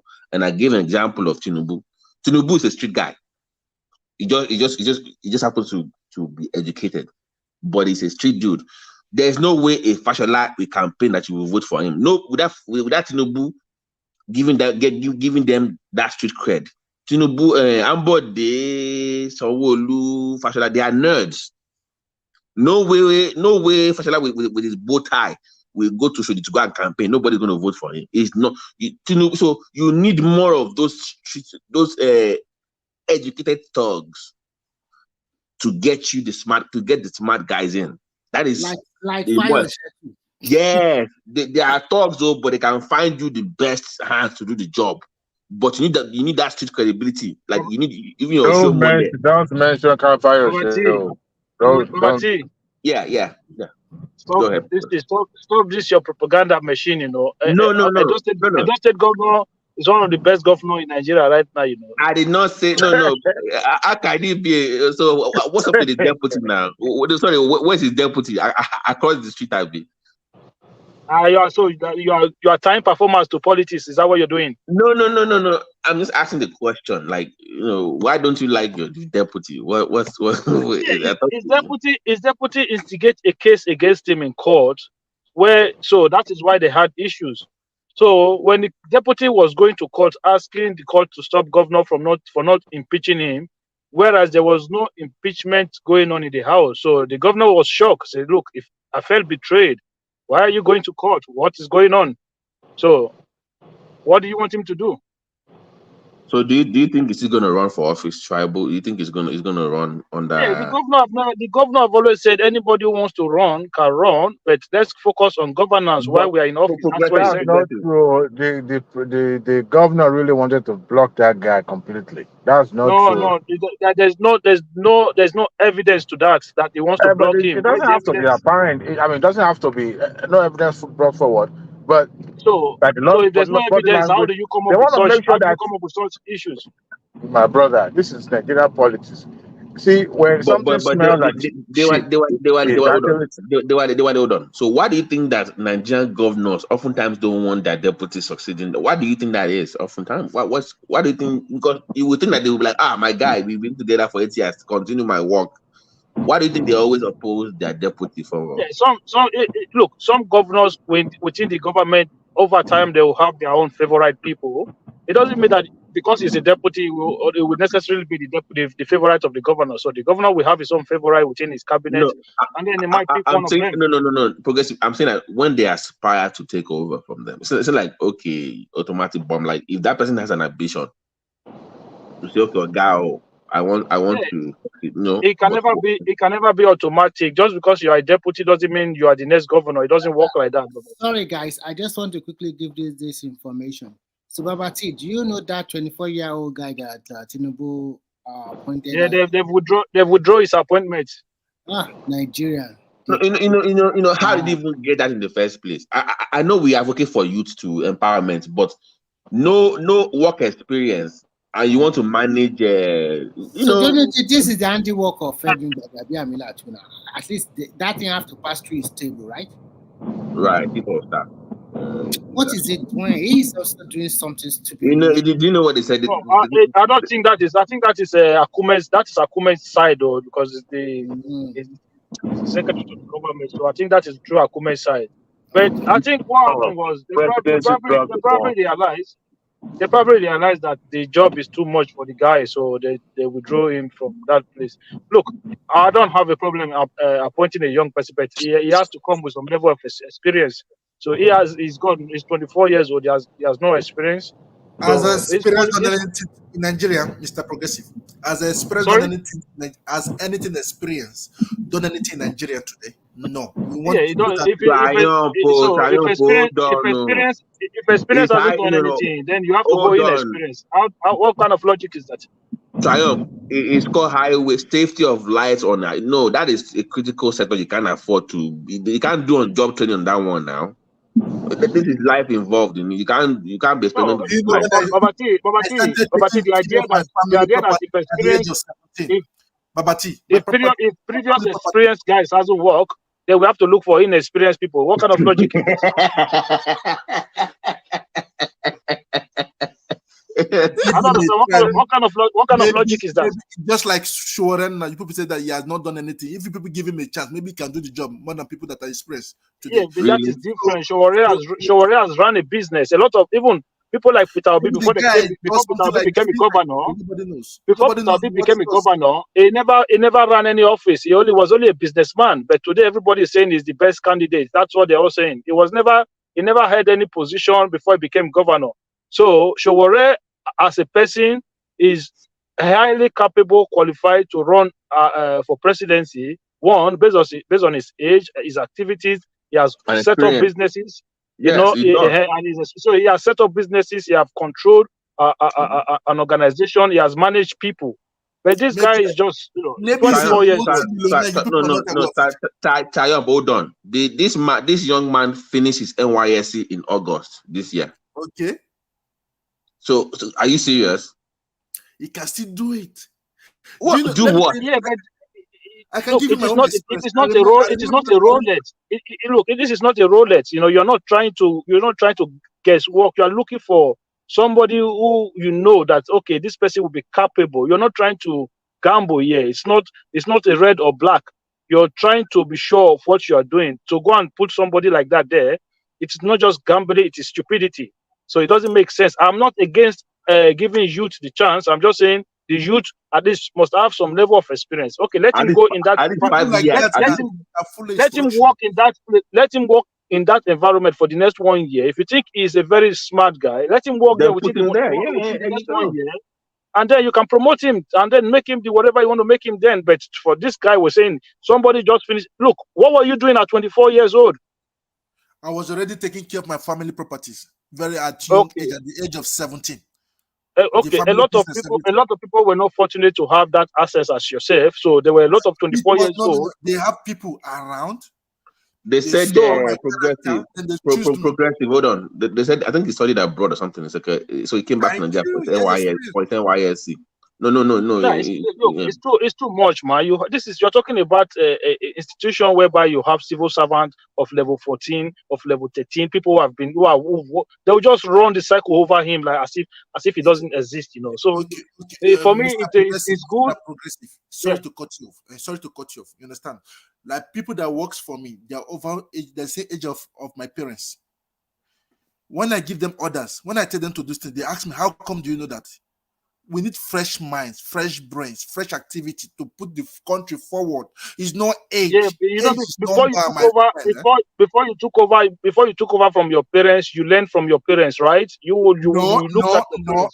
It was from my uncle I took over because my uncle. So you didn't learn from your uncle. So you didn't learn from your uncle. You didn't watch your uncle. You didn't follow your uncle. This particular guy also understudied Umahi for about 6 months also, and he just finished his master's degree or something like that. So although maybe you can be talking about the age or something like that, but I think what in Nigerian Can do the context, job. It can do the job. you can Like at when least people just say when like they go to it's the just the business. chairman of the board. It's not even, it does not have any power to influence anything because the board have to take decision. Because Trump is only focusing on the work itself, but there's also workplace politics that you have to listen. It's not about beyond, beyond education. Everybody knows if you run anything in any organization, there's more to it than just your educational qualifications. You must be skilled with people. And we are dealing with Nigerian civil service here. You must be very skillful. So it's not about just you went to school and you got married. That's not the point. I'm not arguing that. I'm talking about you must know how the game is played to fit in. Look at what happened in NIPOS. She's 43 years old. She got in there. What did she do? No seat for me. No. She knows how to play the game. She will still fire some of them eventually, but she knows how to navigate her way around that space, right? Can you believe that those workers are saying that they prefer the previous one because that one has been there? But the president already got rid of him. Do you know what he did? The workers have no right. The workers have no right to say who they prefer. It's the government that will decide who is going to help. Progressive. You know, like I said, aside of the Nigerian governors, our civil service is also Nigeria's problem. You come late to work, somebody questions you, you now lock the gate against the minister. You are the F-1 of these people. Yeah. Babati, I don't know how you grew up, But I remember when I was in primary school, my teacher used to bring Melo to the classroom for us to be breaking for her then, So this practices. Are you from Edo? God bless you, my brother. These practices that you are seeing today, it didn't start today, These people I always say to people who say, "Oh, government." I say, you are worse than the government. All of you are worse than the government. If they put you there today, you will do 20 times. It was like when I was in secondary school, JS1, JS2. This senior God will punish you. The day I become senior, come and see what I was doing, brother. I was worse than those ones that was punishing me. That is what we do. That is what we do. The very day I became senior, look at me. I'm looking for junior wearing slippers in school to seize their slippers. Stupidness, man. Our mentality as a people, I don't know if it's something that the National Orientation Agency will ever be able to work on. But I'm telling you, we have. Whether people want to believe it or not, whether people want to believe it or not, Babati, we already have wasted generation in that country. Like if I was the president, I'll just write some off and then go back to primary school, and then we'll put a lot of resources. And then we'll put a lot of resources into the primary school and make sure those ones comes out with different mindset, with patriotic mindset. Because the ones that we have now, right, bro, they are recruiting police officers from people who are completely jobless, who are smoking igbo on the street, who are drinking alcohol on the street. Then you go and recruit them just for the sake of any salary. There is no affiliation or emotion attachment to the job. They don't have any love for the job. They just see it as a way of earning money. When you do that, progressive, hold on. So when you are recruiting the Amugbo to police, didn't you do some background checks to make sure that they're mentally they don't have any criminal background? Babati, how long have you left? How long have you left Nigeria? How long have you left? You are talking about background check in Nigeria. From which database?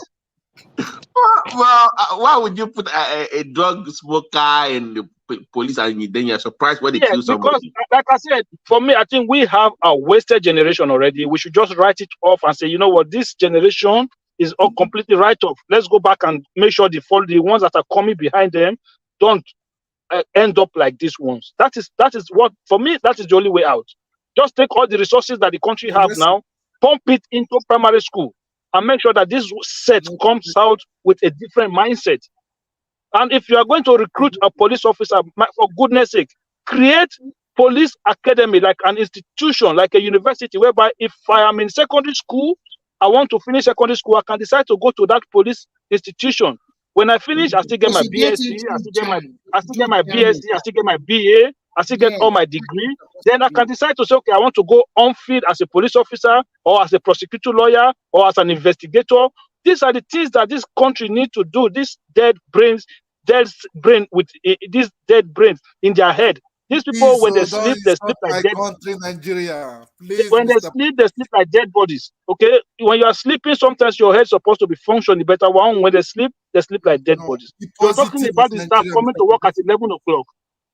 Please, They Mr. learn from their bosses. Their bosses come Please. at 11 and they will go by 1 o'clock. They spend 2 hours in the office, and then you want a productive nation. We are jokers. That is what we are. No, don't worry, Mr. Progressive. Do you know that you can change people's mindset by their location? By their location. Yeah, let me tell you how it works. Okay. You understand? It can be done anywhere. You understand? Because I worked for the government also in France here for 9 to 10 years. I can remember. I work for the government, so I know the way you can program people as from 3 months, 90 days. Then the last 1 month that you start putting them the area you want them to be. So everything can be done. It's very easy. It's very easy. I can bet it with you, my brother. Has he gone? Progressive are gone. Oh, sorry. Yeah, Progressive. Oh, yes. All right, guys. Everything can be done. Diwali, Remy, and Trump. I have to run. I gotta go to work. I have to go also. All right. One man, thank you for having us and the opportunity to host your show by All right, default. Baba T. All right, Diwali. Thank you very much. All right. Everyone come back for the later session if you can. As you know, the main show at 10:45 p.m. UK time. All right, no problem. That's Thank you. 11:45 my time. Okay, take care. Bye-bye. It's a very nice day. All right. Bye. No problem. All right. Diwali, man. Later, man. All right, Baba T.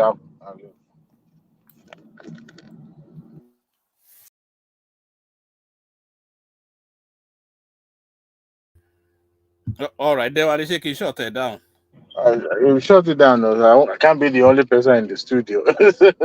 Why not now? We sing us a song. Go ahead, sing us a song. Eh? Sing us a song. Only on Winnie. All those only on there. Those that I've been singing. Those are the ones that I know. But it won't be so fun. As a matter of fact, I didn't know you are broadcasting this afternoon. I was just stumbling on it like, wait a minute. Yeah, What's going on? It's Kaizo's broadcast, so okay. It streams into my space often when it streams, so. Oh wow. Yeah. Okay, cool. Yeah, no problem. Let me leave you. I will come back in the evening to join the evening broadcast. All right, brilliant. See you later. All right. All right. Thank you, everyone. So join us 10:45 p.m. UK time, whatever time that is your time. We'll be discussing articles appeal, which is now the Supreme Court has set a date for that. We'll be discussing the young 24-year-old guy that was appointed into a senior position that has now been sacked.